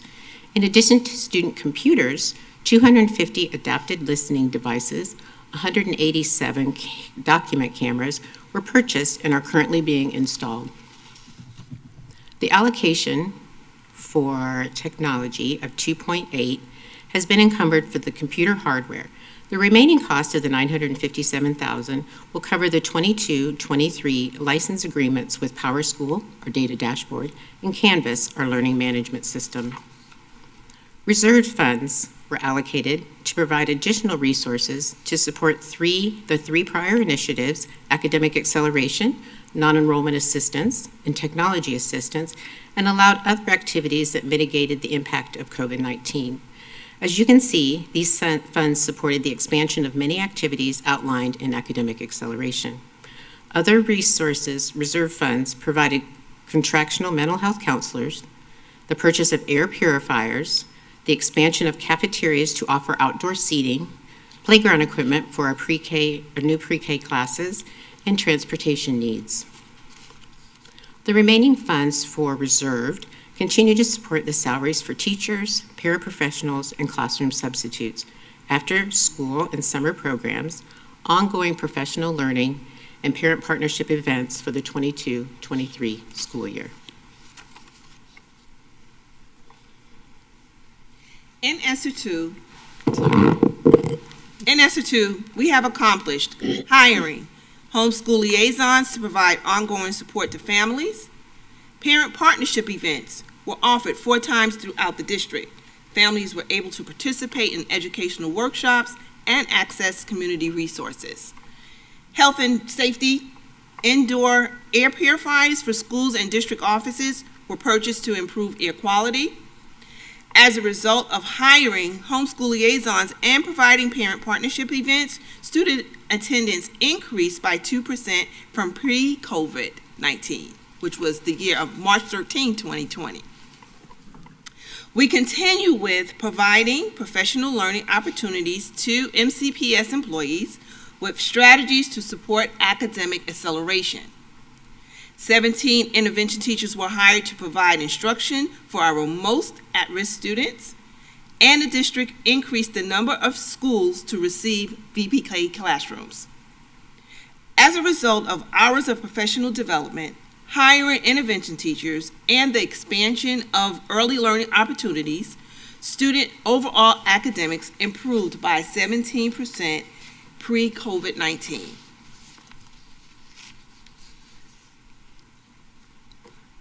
We are in the process of implementing the following: providing professional learning opportunities to gain knowledge and tools needed to implement and/or refine instruction and systems to support academic acceleration, the new Florida benchmarks, new textbooks, new MTSS multi-tiered support system resources, ongoing participation in the National Institute for School Leadership, and summer school. The potential impact for continuous implementation of evidence-based interventions paired with professional learning, extending learning opportunities, and adoption of a new math curriculum is to reach at least 1 year of growth and or learning gains in ELA district-wide from 50% in 2021 to 63% by 2026, and at least 1 year of growth and or learning gains in math from 43% in 2021 to 56% by 2026. Ongoing installation and refresh classrooms provide document cameras and adaptive listening devices to schools. The potential impact of purchasing this additional technology enhances the engagement and interaction between the students and teachers. We are excited to share the following will be coming soon. Installing HVAC systems, enhance the technology infrastructure, contracting mental health services for 48 schools, 3 principals on assignment to provide leadership support to schools. Lastly, our American Rescue Funds supports existing pandemic educational initiatives, and this grant sunsets in 2024 of September. The ESSER 3 fundings were allocated to help meet a wide range of needs arising from COVID-19, including sustaining safe openings, resources to meet students' academic, social, emotional, and mental health needs, and to address the learning gaps that were exacerbated by the pandemic. In addition, these funds have been extended to include repairs, upgrades to improve school building air quality, hiring new employees, and the retention of existing employees. The district's American Recovery Plan outlines the following assurances: academic acceleration, health and safety to include the wraparound services for students, technology, after-school and summer programs, facilities, and maintaining staff. Academic acceleration. The Florida Department of Education required a minimum of 20% of the district's allocation to address learning loss, which would be approximately $25 million. In the development of the American Recovery Plan, over $60 million was identified in response to our students' social, emotional, and academic needs, and addressing the disproportionate impact of COVID-19 on underrepresented student subgroups for the 22-23 and the 23-24 school year. As we are able to analyze state and district data, evaluate the impact of the current instructional strategies, professional learning opportunities, and programs, we will continue to align with students' needs as outlined in our strategic plan. Health and safety. The students' social, emotional well-being has been impacted by the pandemic, and at the request of schools, funds have been allocated for mental health counselors at each school. Our ongoing practices and protocols for sanitizing school campuses will continue, as well as personal protective equipment for provisions for our health clinics and availability of health clinic assistance during extended learning time. Technology funds will continue to pay for licensed software agreements. We have the Power School Data Dashboard and the Canvas Learning Management System. Technology purchases include additional adaptive listening devices, document cameras, and updating interactive flat panels in the classrooms. With the increased need for online platforms, technology has requested approximately $12 million to upgrade the district's computer infrastructure. Summer school tutoring.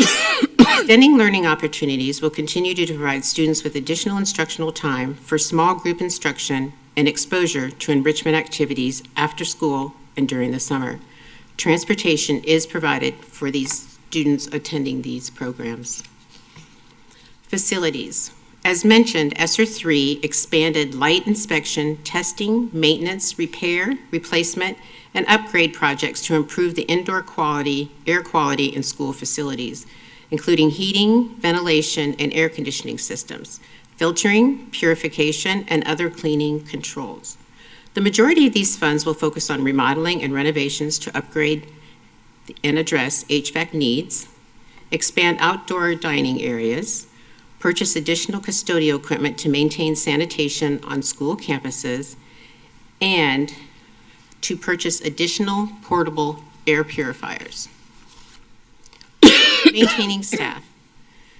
ARP ESSER 3 funds allowed the district to support initiatives for recruitment and retention of existing employees.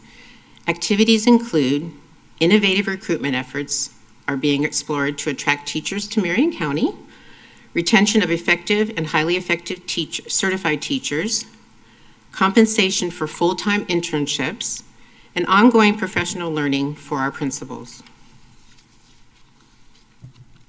This slide provides a summary of the federal funds allocated to the assurances for ARP ESSER 3. Facilities, $13 million. Health and safety, $11.5 million. Administrative costs, $4.5 million. Academic acceleration, $60 million. Maintaining staff, $7.8 million. Summer and after school, $7.5 million. And technology, $22.4 million. The ESSER funds are projected to cover these assurances through the 23-24 school year and will sunset September 30th of 2024.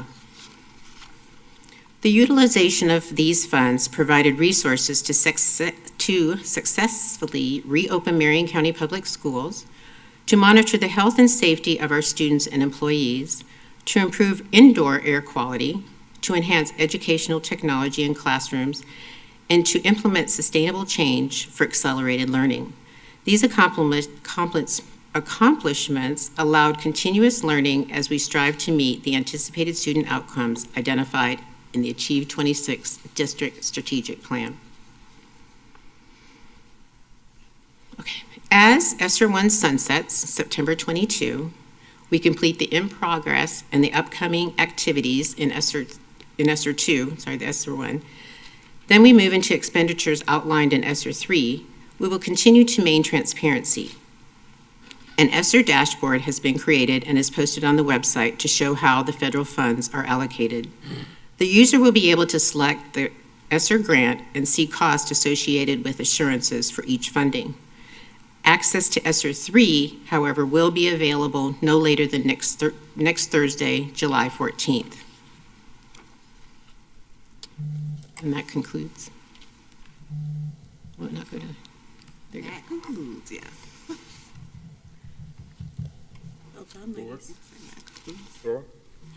Thank you. And thank you very much for that comprehensive presentation. And it's admirable how you made it through 45 slides without even seeming like you were hurrying.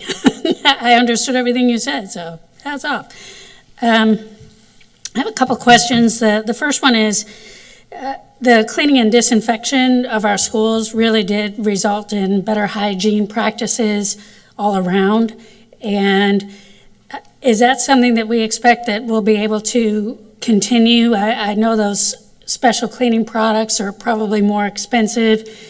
However, from crisis always comes creativity, innovation, and better ways of doing things. And I see that as a huge benefit, just having our buildings being cleaner.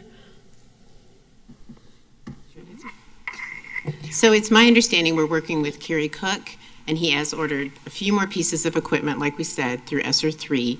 And the one thing about the additional equipment, we have all of those schools, so he has to strategically use them in certain ways throughout the district.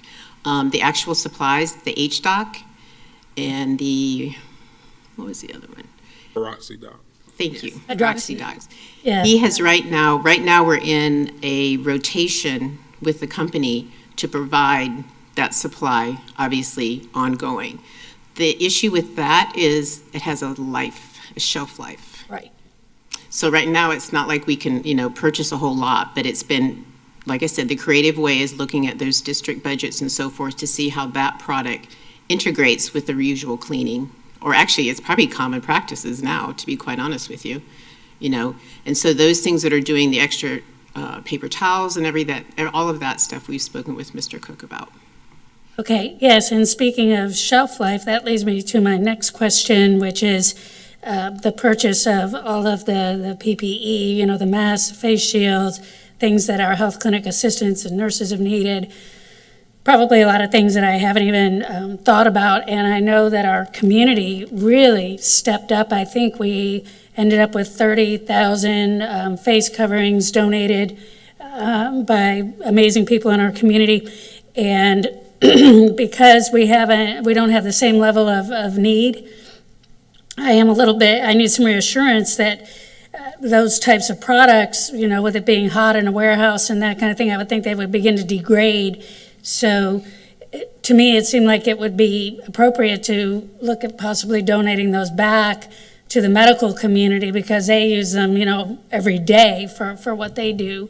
Obviously, we want to keep some on hand, and in my mind's eye, I'm visualizing probably a lot of things in being stored, and maybe that's a visual that's not accurate. But hopefully, you understand, you know, where I'm going with this. Hate to see it just sit there and then degrade, and then have to get rid of it. You're absolutely right. The warehouse does have stock for all the items that you mentioned. Amelia Bray is amazing, and she's been dispersing it based on need at the school.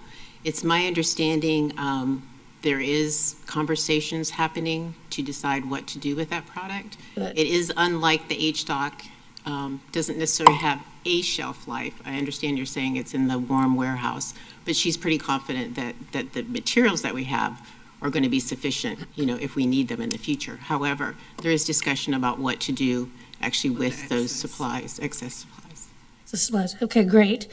And then on the transportation side, and this is something that people just notice in the community, and I remember a day when we had the littler vans, you know, to go out and pick up special kids and things like that. And then I think the vans got old and the economy got bad and it was what it was. But people do notice buses, and again, and their perspective becomes their reality. The bus may be empty at the moment, but it doesn't mean it's not going to be full. But sometimes it is a kid that by necessity is riding with many fewer students on.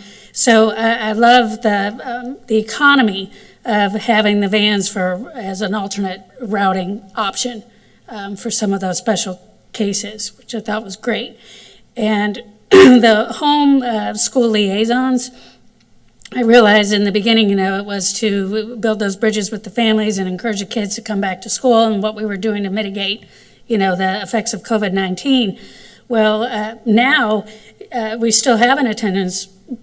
We want to improve in our attendance, so I hope that their role is shifting in that direction. And this is something I'll be coming to the board on, especially our vice chair as our liaison to the legislature. I had a great meeting with a representative a couple weeks ago about attendance and the Georgia model for attendance that has been very successful, and that how we might be able to adjust that to meet our needs in Florida and hopefully make it even better so that we can keep tackling, you know, these ongoing attendance issues. I know kids during COVID either couldn't come to school because of the quarantine, you know, regulations and things like that, or parents being worried, but we do have attendance areas for improvement for a lot of reasons. So I hope that the homeschool liaisons can shift in their utilization. I see Dr. Gullett smiling.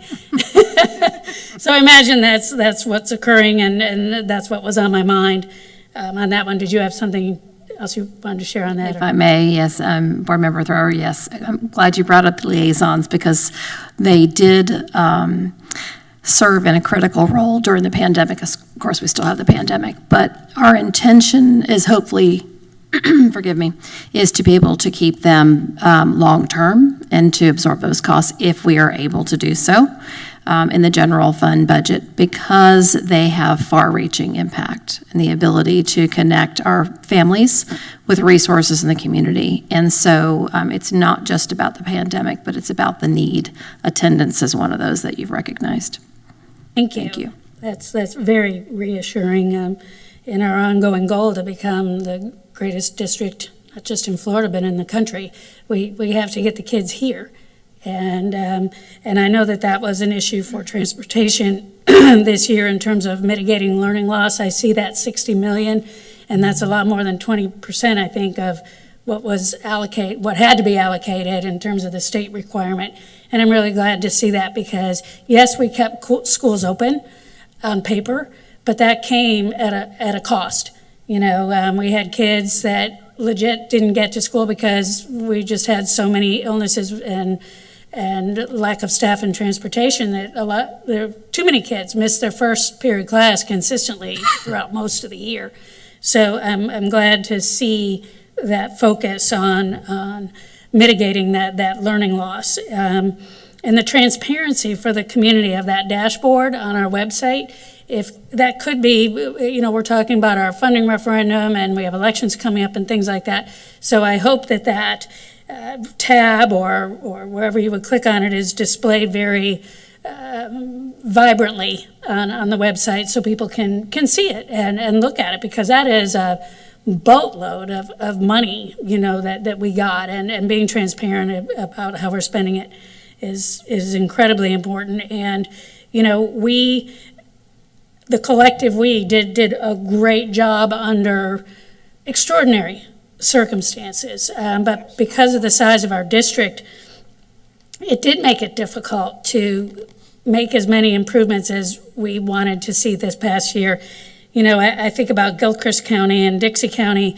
They had, I think, maybe some 8 and 10 point improvements in some areas. And then I looked at the number of schools they had and the population of students, and it got me thinking, a lot of those 2,000 or 4,000 kids, I wonder how many of them really even rode a bus that were counting on the school district to get to school even. So to me, that wasn't exactly an apples to apples comparison. But the point is that, we are where we are, and we survived what we survived, and having that transparency being very available to the public is going to go a long way to helping them understand how in the world, where 156 million went and is going. So thank you very much. This was quite a detailed presentation, and it's super important for the community to know about, and me too. Appreciate it. Sure. Mr. Barney? Yes, thank you. Wow, this is all good information, especially workshop information. Wow. Where to start? That 127 million, I just love that. And I've actually received a plaque for pulling that out of the no discussion when it came across as an item to accept it. It had been buried down in that no discussion consent agreement. It was the largest, apparently, the largest ever to be put into the consent no discussion agenda. And I'm exceptionally proud of that, and every time it gets brought up. Now, these big amounts of money are exciting. I love wealth. I love big money. It's like running the score up. When you run the score up, if you're used to winning, when you run the score up, it's exciting. You get to run in the B team, C team, whatever. Everybody gets to play, and you actually teach your opponents. So I believe that with this opportunity, so often we think of where the money has to be spent as an obstacle, when in fact it's an opportunity to spend money where we would regularly spend money. And so that frees up that general fund. And it is a home run when you get to spend money for items that you would have to just tap the general fund for. There is no restriction. A dollar is a dollar, even though it's been borrowed from the generation we're teaching right now with the national debt at $30 trillion, which takes me to a place, and since this is a workshop, takes me to a place of, if you all Google Venezuela hat and purse makers, they're actually using Venezuelan dollars to weave purses. They're so worthless. And why I bring that up because when government expands, when government controls and expands, and it's like it's free money, boy, isn't this exciting? Wow, look at this. It causes inflation, and it makes everybody poorer, and it devalues the dollar, especially with people with significant pensions coming forward. They're going to be paid in those dollars. And so it's something that we have to pay attention to, and I know the governor is looking at it. Not just this school district, Marion County. We're a leader, especially with Baxley and some of our leadership people. But this is we're in a situation where we can teach the rest of the counties, 66 other counties, where let's just say average $500 million might be going out on average. This is just an enormous, it's like $500 billion once you start pushing these big dollars out. And then if you go past the border into Georgia, into Tennessee, into South Carolina, and all of a sudden, every one of these places is the largest employer in their county. Who knew? So here we are, the largest employer. We got all this money, so we got to spend it really, really carefully. So it isn't like extra dollars. That's the big learn in this, the big educational issue. Then, as we move along to HVAC, and I noticed how often it came up, and it really does matter, and we have missed, I don't know, correct me if I'm wrong, we have missed ionic air cleaning that's used in the hospitals, and it's very inexpensive, but we have missed that at every single opportunity over the last, implementation so far, and it looks like if we don't tag that and we don't understand it, we're going to likely miss it in the future. And hospitals, dental offices, clinics, even Colonel Lugo out at our Veterans Village here in Marion County, the premier, really, Veterans Retirement Village, implemented that before COVID, just because it's a good idea. And they had zero issues with all that adult population out there. So we can really jump into that, and I just bring it to your attention. Let's get all over it.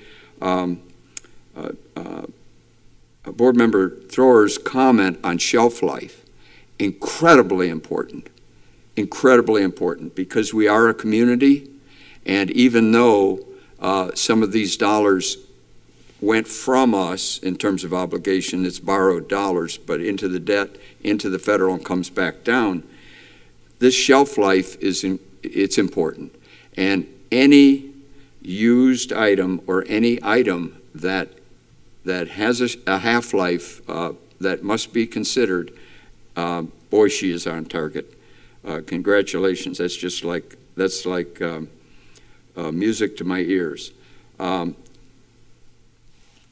The idea of experts, I want to know, if you guys could say how much of this money, instead of going out of the district, out of the state even, for some of these instructional items, how much of it were we able to keep inside with, say, our teachers, our para-pros, our administrative staff even, our home-run people, our incredible people that could provide, and this comes up quite often, we spend money for things, especially if it's like bonus money, we spend it when in fact we could be investing it right here in our own people.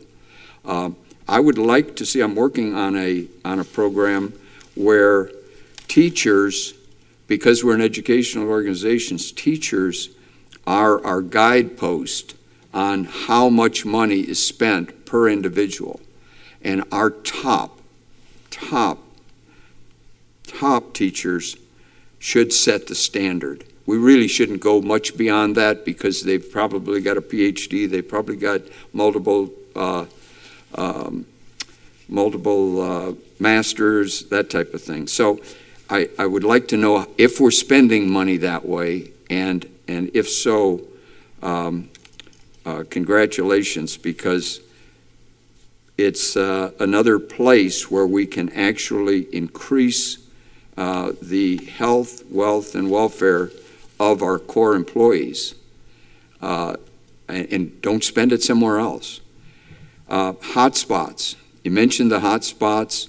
We've got, and I'll invite anyone to participate, we're going to do an unboxing of SpaceX here in probably the next week. It's just waiting for time to handle it. It's the new way for a hotspot. It is the answer. The opportunity is just incredible. So, and we launched them right here, just to our east, out of the Space Center. So that's a whole new area. That old idea of those hotspots is gone. It's an old legacy type situation. I've got a couple other things, but I've really tried everybody's patience in terms of time. But if you could address the idea, did we spend some of that money here with our teachers, for example, bringing them up rather than going to Chicago or Cincinnati or Detroit, and buying things off-site? So stipends were paid to teachers. They received professional learning from those stipends. They provided resources for before and after school sources for their students as well. So it was a balance of both. Resources was purchased, and also our employees were able to utilize and sustain and create and develop for their school sites. So we were able to do it to some extent. To some extent. Yeah, and especially if we're developing something that we're going to use in an instructional sense, if we can develop it in-house, it's good next year. And if we set the contract right, it can just be updated. We don't have to repurchase it. We own it. That type of thing. So I'm even a hard book, for example, in a library. I know libraries are kind of phasing out. But a hard book, you own it. You don't have to keep paying every year. And I love the idea of thrift when I'm spending somebody else's money. So congratulations. That's for me, that's a wonderful answer. So, all right, take this money, and I think we, perhaps take this money, $127 million. Consider $100 million of it a bonus, and we don't have to put a lien on anybody's home, an ad valorem tax for the additional 27. If we're really paying attention to how we spend this, wow! I get calls on this regularly. Why in the world do we need more money when we just got all this money and got all this money in? And I'm saying, well, perhaps with real stewardship and judicious use, we can be way ahead of the game without increasing taxes on people, which ad valorem taxes are the most regressive because renters automatically pay top dollar, and retirees, they don't quite notice it. So it's the people that make the lowest dollars that pay the most. And then finally, I'll just say that this kind of use, real stewardship on this money, we can avoid the problem outcomes. outcome. I hear outcome a lot. And once we hit an outcome, once we establish an outcome, that's the end of the race. That's crossing the finish line. That's at the end. I'm really concerned with the process, how we spend the money, and because that's what we have control over. That's what we can really do something about. Once it's passed, we either won or lost the race, and somebody will judge us. But and our outcomes have not been that great. But our current process, I think we can turn around right now. I think we're turning it around right now. I like what we saw, and I like the excitement. Spending money is always exciting. I know what you're talking about.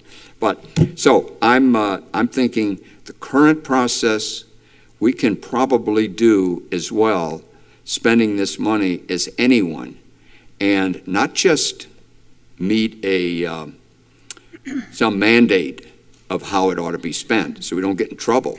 But I mean, make it pay for our goal, which is a process of educating. And then we'll let the outcome figure it out, add up the way it is. We won or lost, that type of thing. Thank you. Thank you. And can I just clarify and add one more thing to what you said, Brownie? All of our grant and the allocations that we received, we also may have to ensure that we are following insurances.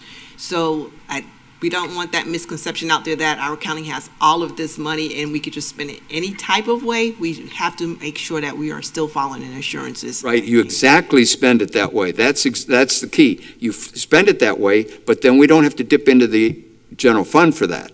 There's the key. That's the key. We do hit the letter of the law and we do nail it. Because if you don't, you know what's going to happen. It's going to be a bad scene. It's going to be a problem. But when we spend it for paper towels, we don't have to spend out of the general fund for paper towels. That's the exciting part. And once we get rolling like that, when this money comes in, it doesn't just have to be blown off on something that has to do with giving people shots or something because it was COVID. It's our regular operational situation often. Sometimes they're a little different, but it's a huge amount of money. It's about $100,000 if we got full funding on the ad valorem, if we got full funding on this thing, and this is like debt. So these kids are going to have to pay it. I won't have to pay it. You probably won't have to pay it. Somebody's going to have to pay it.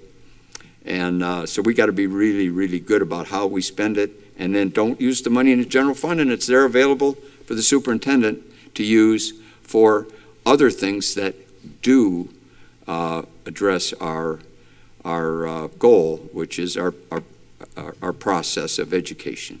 That's the key. Thank you. Dr. Reese and Ms. Hingens, thank you so much for this presentation. Listen, we understand that how these funds came to us. The only reason these funds were ever dispersed was because we were in the midst of a pandemic. Thank you guys for making sure that you gave us a very accurate presentation of how the funds were used to help offset our budget and to make sure that we were operating in a sound fiscal responsible way. So thank you so much for that. We know that these funds are going to expire, have expired pretty much, and we have to still be good stewards and make sure that we, as this body, make sure that we do the things we need to do budgetary-wise so that we can still function and deal with our general budget and as well, because these funds are going to go away, and at some point we're going to be buying paper towels out the general fund again. So just knowing that you guys did the right thing, our superintendent, your leadership, and everybody in the district that have taken part in this. So thank you guys for the presentation. Any public comment? Thank you. Thank you. Excellent presentation. Excellent timing too. Love those. All right, we're at the end with our comments. Attorney Powers, any final comments? Nothing from legal, sir. Thank you. Thank you. Ms. Martinez-Lopez? No, sir. Superintendent? Thank you, Chair. Just briefly, thank you all for your feedback, your input, your questions today. We have a very dedicated team, and committed to improving outcomes for all of our students, and we just appreciate your support. Thank you. Thank you, ma'am. Mr. Browning? Yes, thank you, Chair. Wow, I was excited about the Taekwondo of Miss Gamble. I took boxing, tumbling, and all those things, and wow, what a home run! I was pleased to hear you say that. So, I think we're at a place where we really can advance education in Marion County and in Florida. I would encourage everyone to Google what the legislature has passed this year and what was actually led by our own people, Baxley, McLean, Harding, Perry, and many others. We are in a beautiful position, I think, to be a leader in the state of Florida and in the nation. And every time you turn on the television set or open a newspaper, schools and school boards having problems, dysfunction is the news. And so I think we can really benefit and enjoy by looking. Sometime when you have just a moment, have a cup of tea, and Google, now with this modern system, Google Governor DeSantis signings, and you will get about, and I'm making up a number, but it's over 50 presentations that over half have to do with our schools and this district right here. So it's just like a complete home run. Our House Bill 1557 was our bill, our people, Baxley and Harding, a complete home run in terms of what we're trying to accomplish. And then finally, the teachers, I'm really drilling down, and the superintendent's been kind enough to give me some requested budgeting information. I'm really drilling down on the cost, and I'm just going to make up a number right now, say 60, maybe a little bit more thousand a year for our best teachers, maybe 65. I don't know. Superintendent, what do we pay? What's our top teachers pay? Do we know what the home run, our top 10, our top 50, our top 100 teachers annually? Board Member Browning, I would hate to quote that. I would have to look. Okay, well, I'm just going to throw out 60,000, but the exciting thing is, I believe that we should give as much opportunity as we can to that level to increase their salary and not have a salary, with slight exception, but not have a salary greater than that. And the model that I'm using is out of the free market world, and that is the old legacy operations that have a huge layer up on top, the General Motors or Honeywell, and I hate to mention names, but ones that have been around a long time. They're carrying a huge administrative load, and it's very, very difficult. It's difficult to keep going. And so with this new movement of money, for us to succeed, we have to be competitive, and we've got to be lean and clean in terms of how we spend, which was the theme of today's presentation. So I'm thinking that if we could take our teachers, take that top 10, top 100 teachers, and use that as the goalpost, that nobody really is more important to our effort than that group, and how much we pay for those great services. And so once we do that, perhaps we become lean and clean and more competitive, and we stay important in the game, competitive in the game, so that when a parent is looking at the $17,000 entitlement that they've paid for with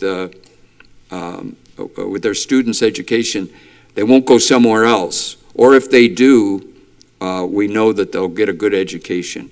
And if we're lean and clean, we can then, in good faith, say, you come to us, we'll give you a good education.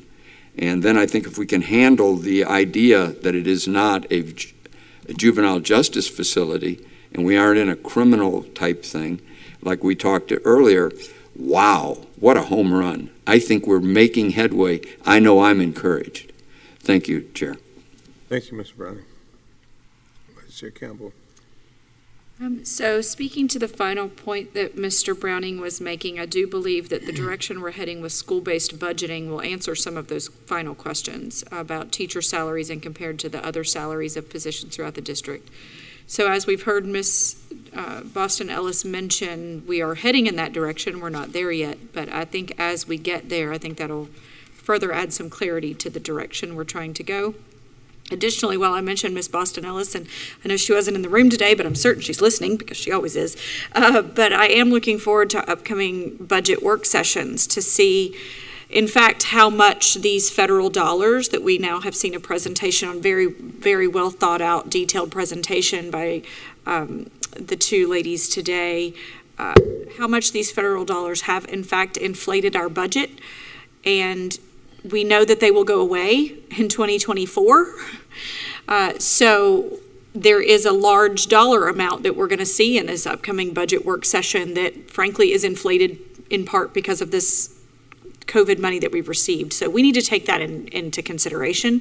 Certainly there will be things that we'll be able to get done with some of these dollars that we might not have been able to, these HVAC systems, things like that potentially were on the 5-year work plan for 5 years down the road, we might be able to accomplish with some of these dollars, and that's terrific if we can move some dollars like that.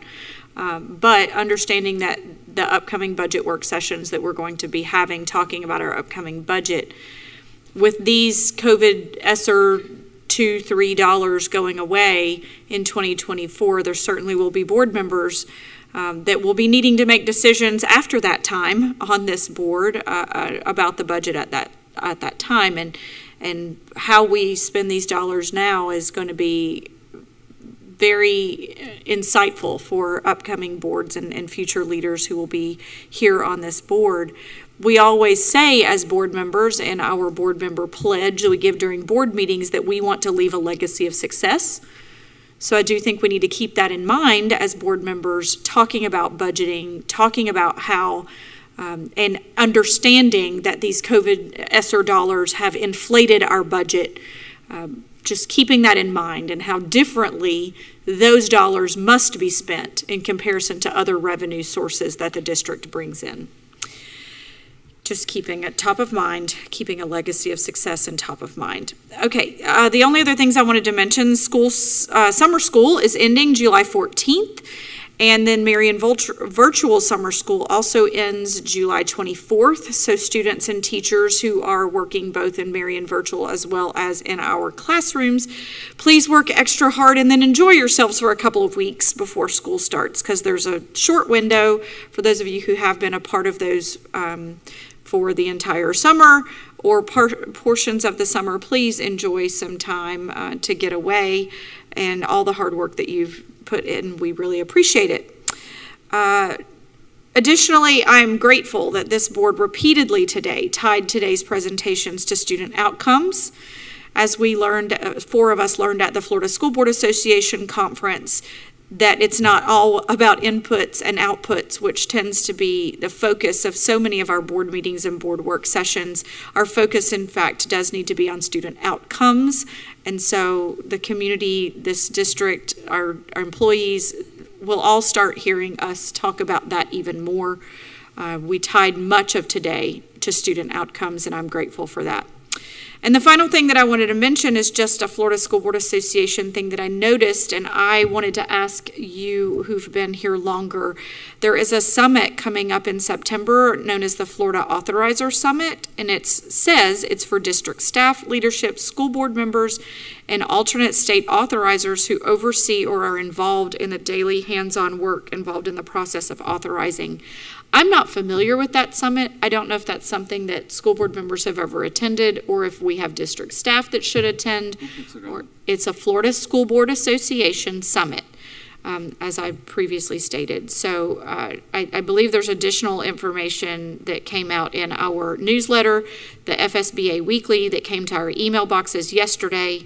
It is not put on by FSBA. It is put on by the Florida Department of Education and the Florida Association of, I can't see who that is, CSA. I'm not sure who that is.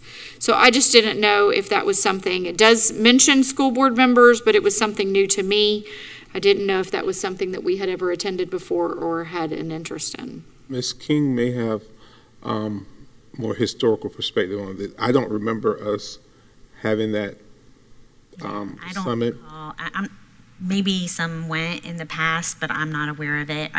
Would you like to go? Or I didn't know anything about it. It just came in our inboxes yesterday. I saw it too, and I was thinking that if it was something that we could go to, because I think it's only one day, correct? It's September 18th and 19th in Lakeland is what it says. It's in Lakeland. It's in our inbox. If you look at your email from yesterday, the Florida School Board Association included it in their weekly resources email, but it says save the date for September.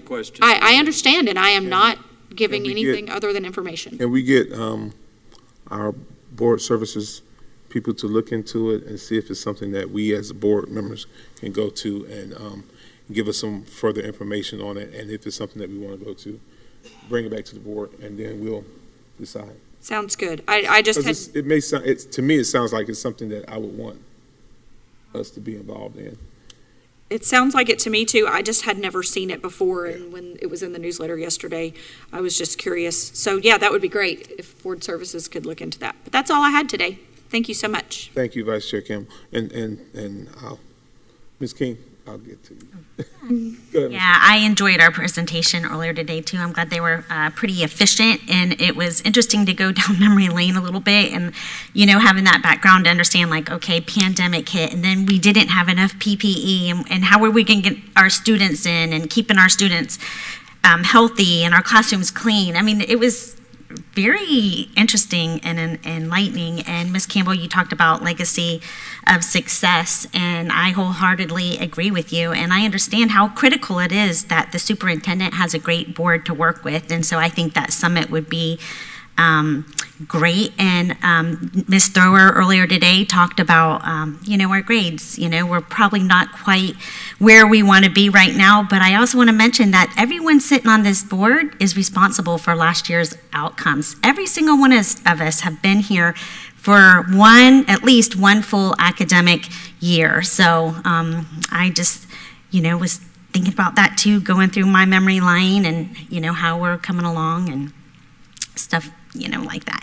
And I would also just like to remind, as we're coming up for our budgets and we do make really difficult and hard decisions sometimes, that we also, as a board member, I think it's important that we remember that our students are people. They are not gadgets. They are not hats. They are not purses. They're people. And I just would like to, as we move forward and make these critical decisions for our students and our community, I always want us to make sure that we keep students first in mind. And that's all I have today. Thank you. Here. Boy, that's a good... Thank you, Ms. King. And thank you to all of you that are here today on the board, on the dais with us, those that came and presented, our community that showed up as well. We've heard some interesting and helpful and useful data in regards to equity, in regards to student discipline, in regards to ESSER spending and where those funds went or are going to. It was interesting because we were living this we were living that moment as we were going into COVID and trying to figure out what we were going to do, and knowing the background of what happened with PPEs and cleaning and all those types of things, and knowing how those funds were being spent. So it is quite remarkable, the things that we were able to get done, and to keep schools open and keep our kids and our staff safe.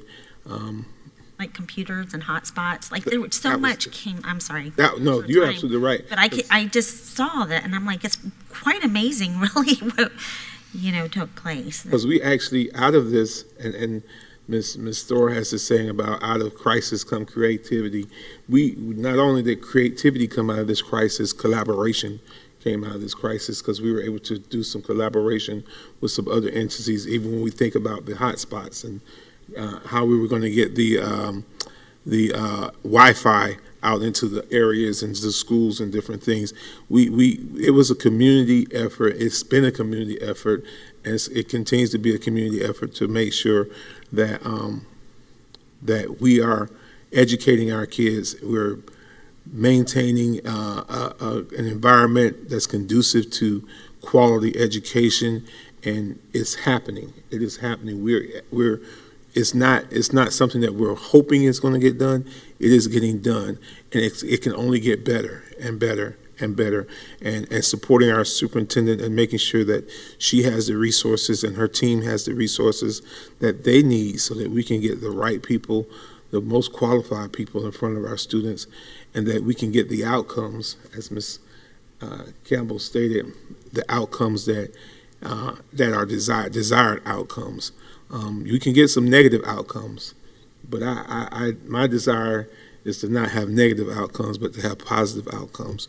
And I think we're heading in that direction. I love the discussion that we've had, not only in this work session, but in the many, many, many other work sessions that we've had in regards to code of student conduct and these other issues as far as equity. I do believe that we have some miles to go on some areas, and making sure that we are in compliance, but we're having an equitable district-wide presence and diverse. So I leave that to our superintendent. I believe her plan is going to work. The things the strategies that I hear that they're going to be implementing, I'm expecting to see that data from that as they go forward. So I'm looking forward to that as well. I do thank you, Ms. Campbell, for bringing up the summit for I think it's September. So if it's something that we can attend, I would hope that we as a board would attend. Anything that's going to make us better, stronger, and make us more of a positive resource for our superintendent. That's what we need to have, that we're going to be a positive resource for our district. Again, if it's going to help us bring about desirable student outcomes, I'm all for it. If it's not going to bring about desirable student outcomes, I don't want to waste the time. I don't want to waste our time, our resources on it. But if it's going to bring about positive, desirable outcomes, then student outcomes, then we need to do those things that we can do to give our kids every advantage of being successful. And with that being said, I got a letter. The superintendent got a letter, and I want to address this because I don't want people to think that our superintendent just sits here and she's a hardworking lady, and she's really trying to move the needle on our district. And I just want to read this letter. This is to officially acknowledge, Dr. Gullett, your successful participation in the Florida Superintendent Leadership Development Program Training Institute titled Daring Leadership in Challenging Times, April 13th through the 15th, 2022. This institute was jointly sponsored by the Florida Association of District School Superintendents and the Department of Education. We wish to inform the school board that pursuant to records maintained by the association on behalf of the Department of Education, your special qualification certification earned under the State Board of Education Rule 6A-1.551 has been extended through May 31st, 2023. So we are so proud of her designation, her receiving this special certification. She's not resting on her laurels, but she's out there in the trenches trying to make a difference and making a difference. So, Dr. Gullett, congratulations on completing that leadership training, and we're looking forward to more from you, and whatever we can do as a board to support our students, to support our schools. That's what we're looking for. We've heard some, last week we heard some news about grades and different things, and how this district is doing, and there's been some growth there. And some people will minimize progress. I don't want to minimize any progress. I want to accentuate the positive and state that we still got a long way to go, and we will get better, and we are getting better. And we're doing it in the midst of all the things that we've endured these past few years. And I just want to say it for the record, Marion County has gone through a lot and is still going through a lot. And we'll go through some more challenges, but I believe that we are fit for duty and that we will get it done. And I believe that our kids are going to be better, our schools are going to be better, and that group that we hardly ever talk about is our staff. They're the ones that are out there in this every day, from the secretaries to everybody that makes Marion County Public School System work. We often just talk about teachers, and they are a vital part of the education process, but there are so many unseen people that are in this business that we're in, making a difference every day. So I appreciate all of them. As always, Mr. Christian, thank you and your team for what you are doing to make sure that this goes out in a great fashion. Summer school is about over. Summer school is about over, and it just seems like summer just started. But I was in a store last night, and they were putting school supplies back on the shelf. I'm saying, my God, how time is flying. So, and I was just somewhere this morning where they were collecting school supplies. So you're going to see a lot of events. I think we have an event on the 2nd with the County Commission. There's going to be a lot of events about collecting school supplies and making sure these kids have what they need, so when they go into school on day one, they have those things in place, and that's just one less stress that they have to deal with. So I'm encouraging everyone to please participate in those back-to-school drives, school supply drives, or whatever they call. There's going to be so many by different names, and I'm grateful for all what the community does in making sure our kids have the supplies that they need. And I guess I want to start welcoming back our staff, because some of them come back to work Monday, and so welcome back to those that are coming back Monday. I know it was a short-lived vacation, but welcome back, and we look forward to starting another year, a better year, and each year should get higher, get better, and better, and better. And we're looking forward to that as well. Dr. Gullett, I'm also hoping that we kind of get some movement on where we are with our Safe Schools Department, because I got some questions about, with the climate of the nation, with all these shootings and stuff. What are we doing with our Safe Schools Department? And just making sure that we are. I'm grateful to our sheriff and our chiefs of the police that we just signed contracts with them, but we want to make sure that we empower our folk as well, so that when day one comes, that we're doing what we need to do, and we're not missing any gaps when it comes to anything. So I'm grateful. Thank you to all of you guys. I hope you all had a wonderful celebration of the birth of this nation, and happy birthday to the United States. I guess that's what it would be, and I hope you had a great holiday. So with that being said, I have no further comments, and meeting is going to be adjourned at 2:18 p.m. Give a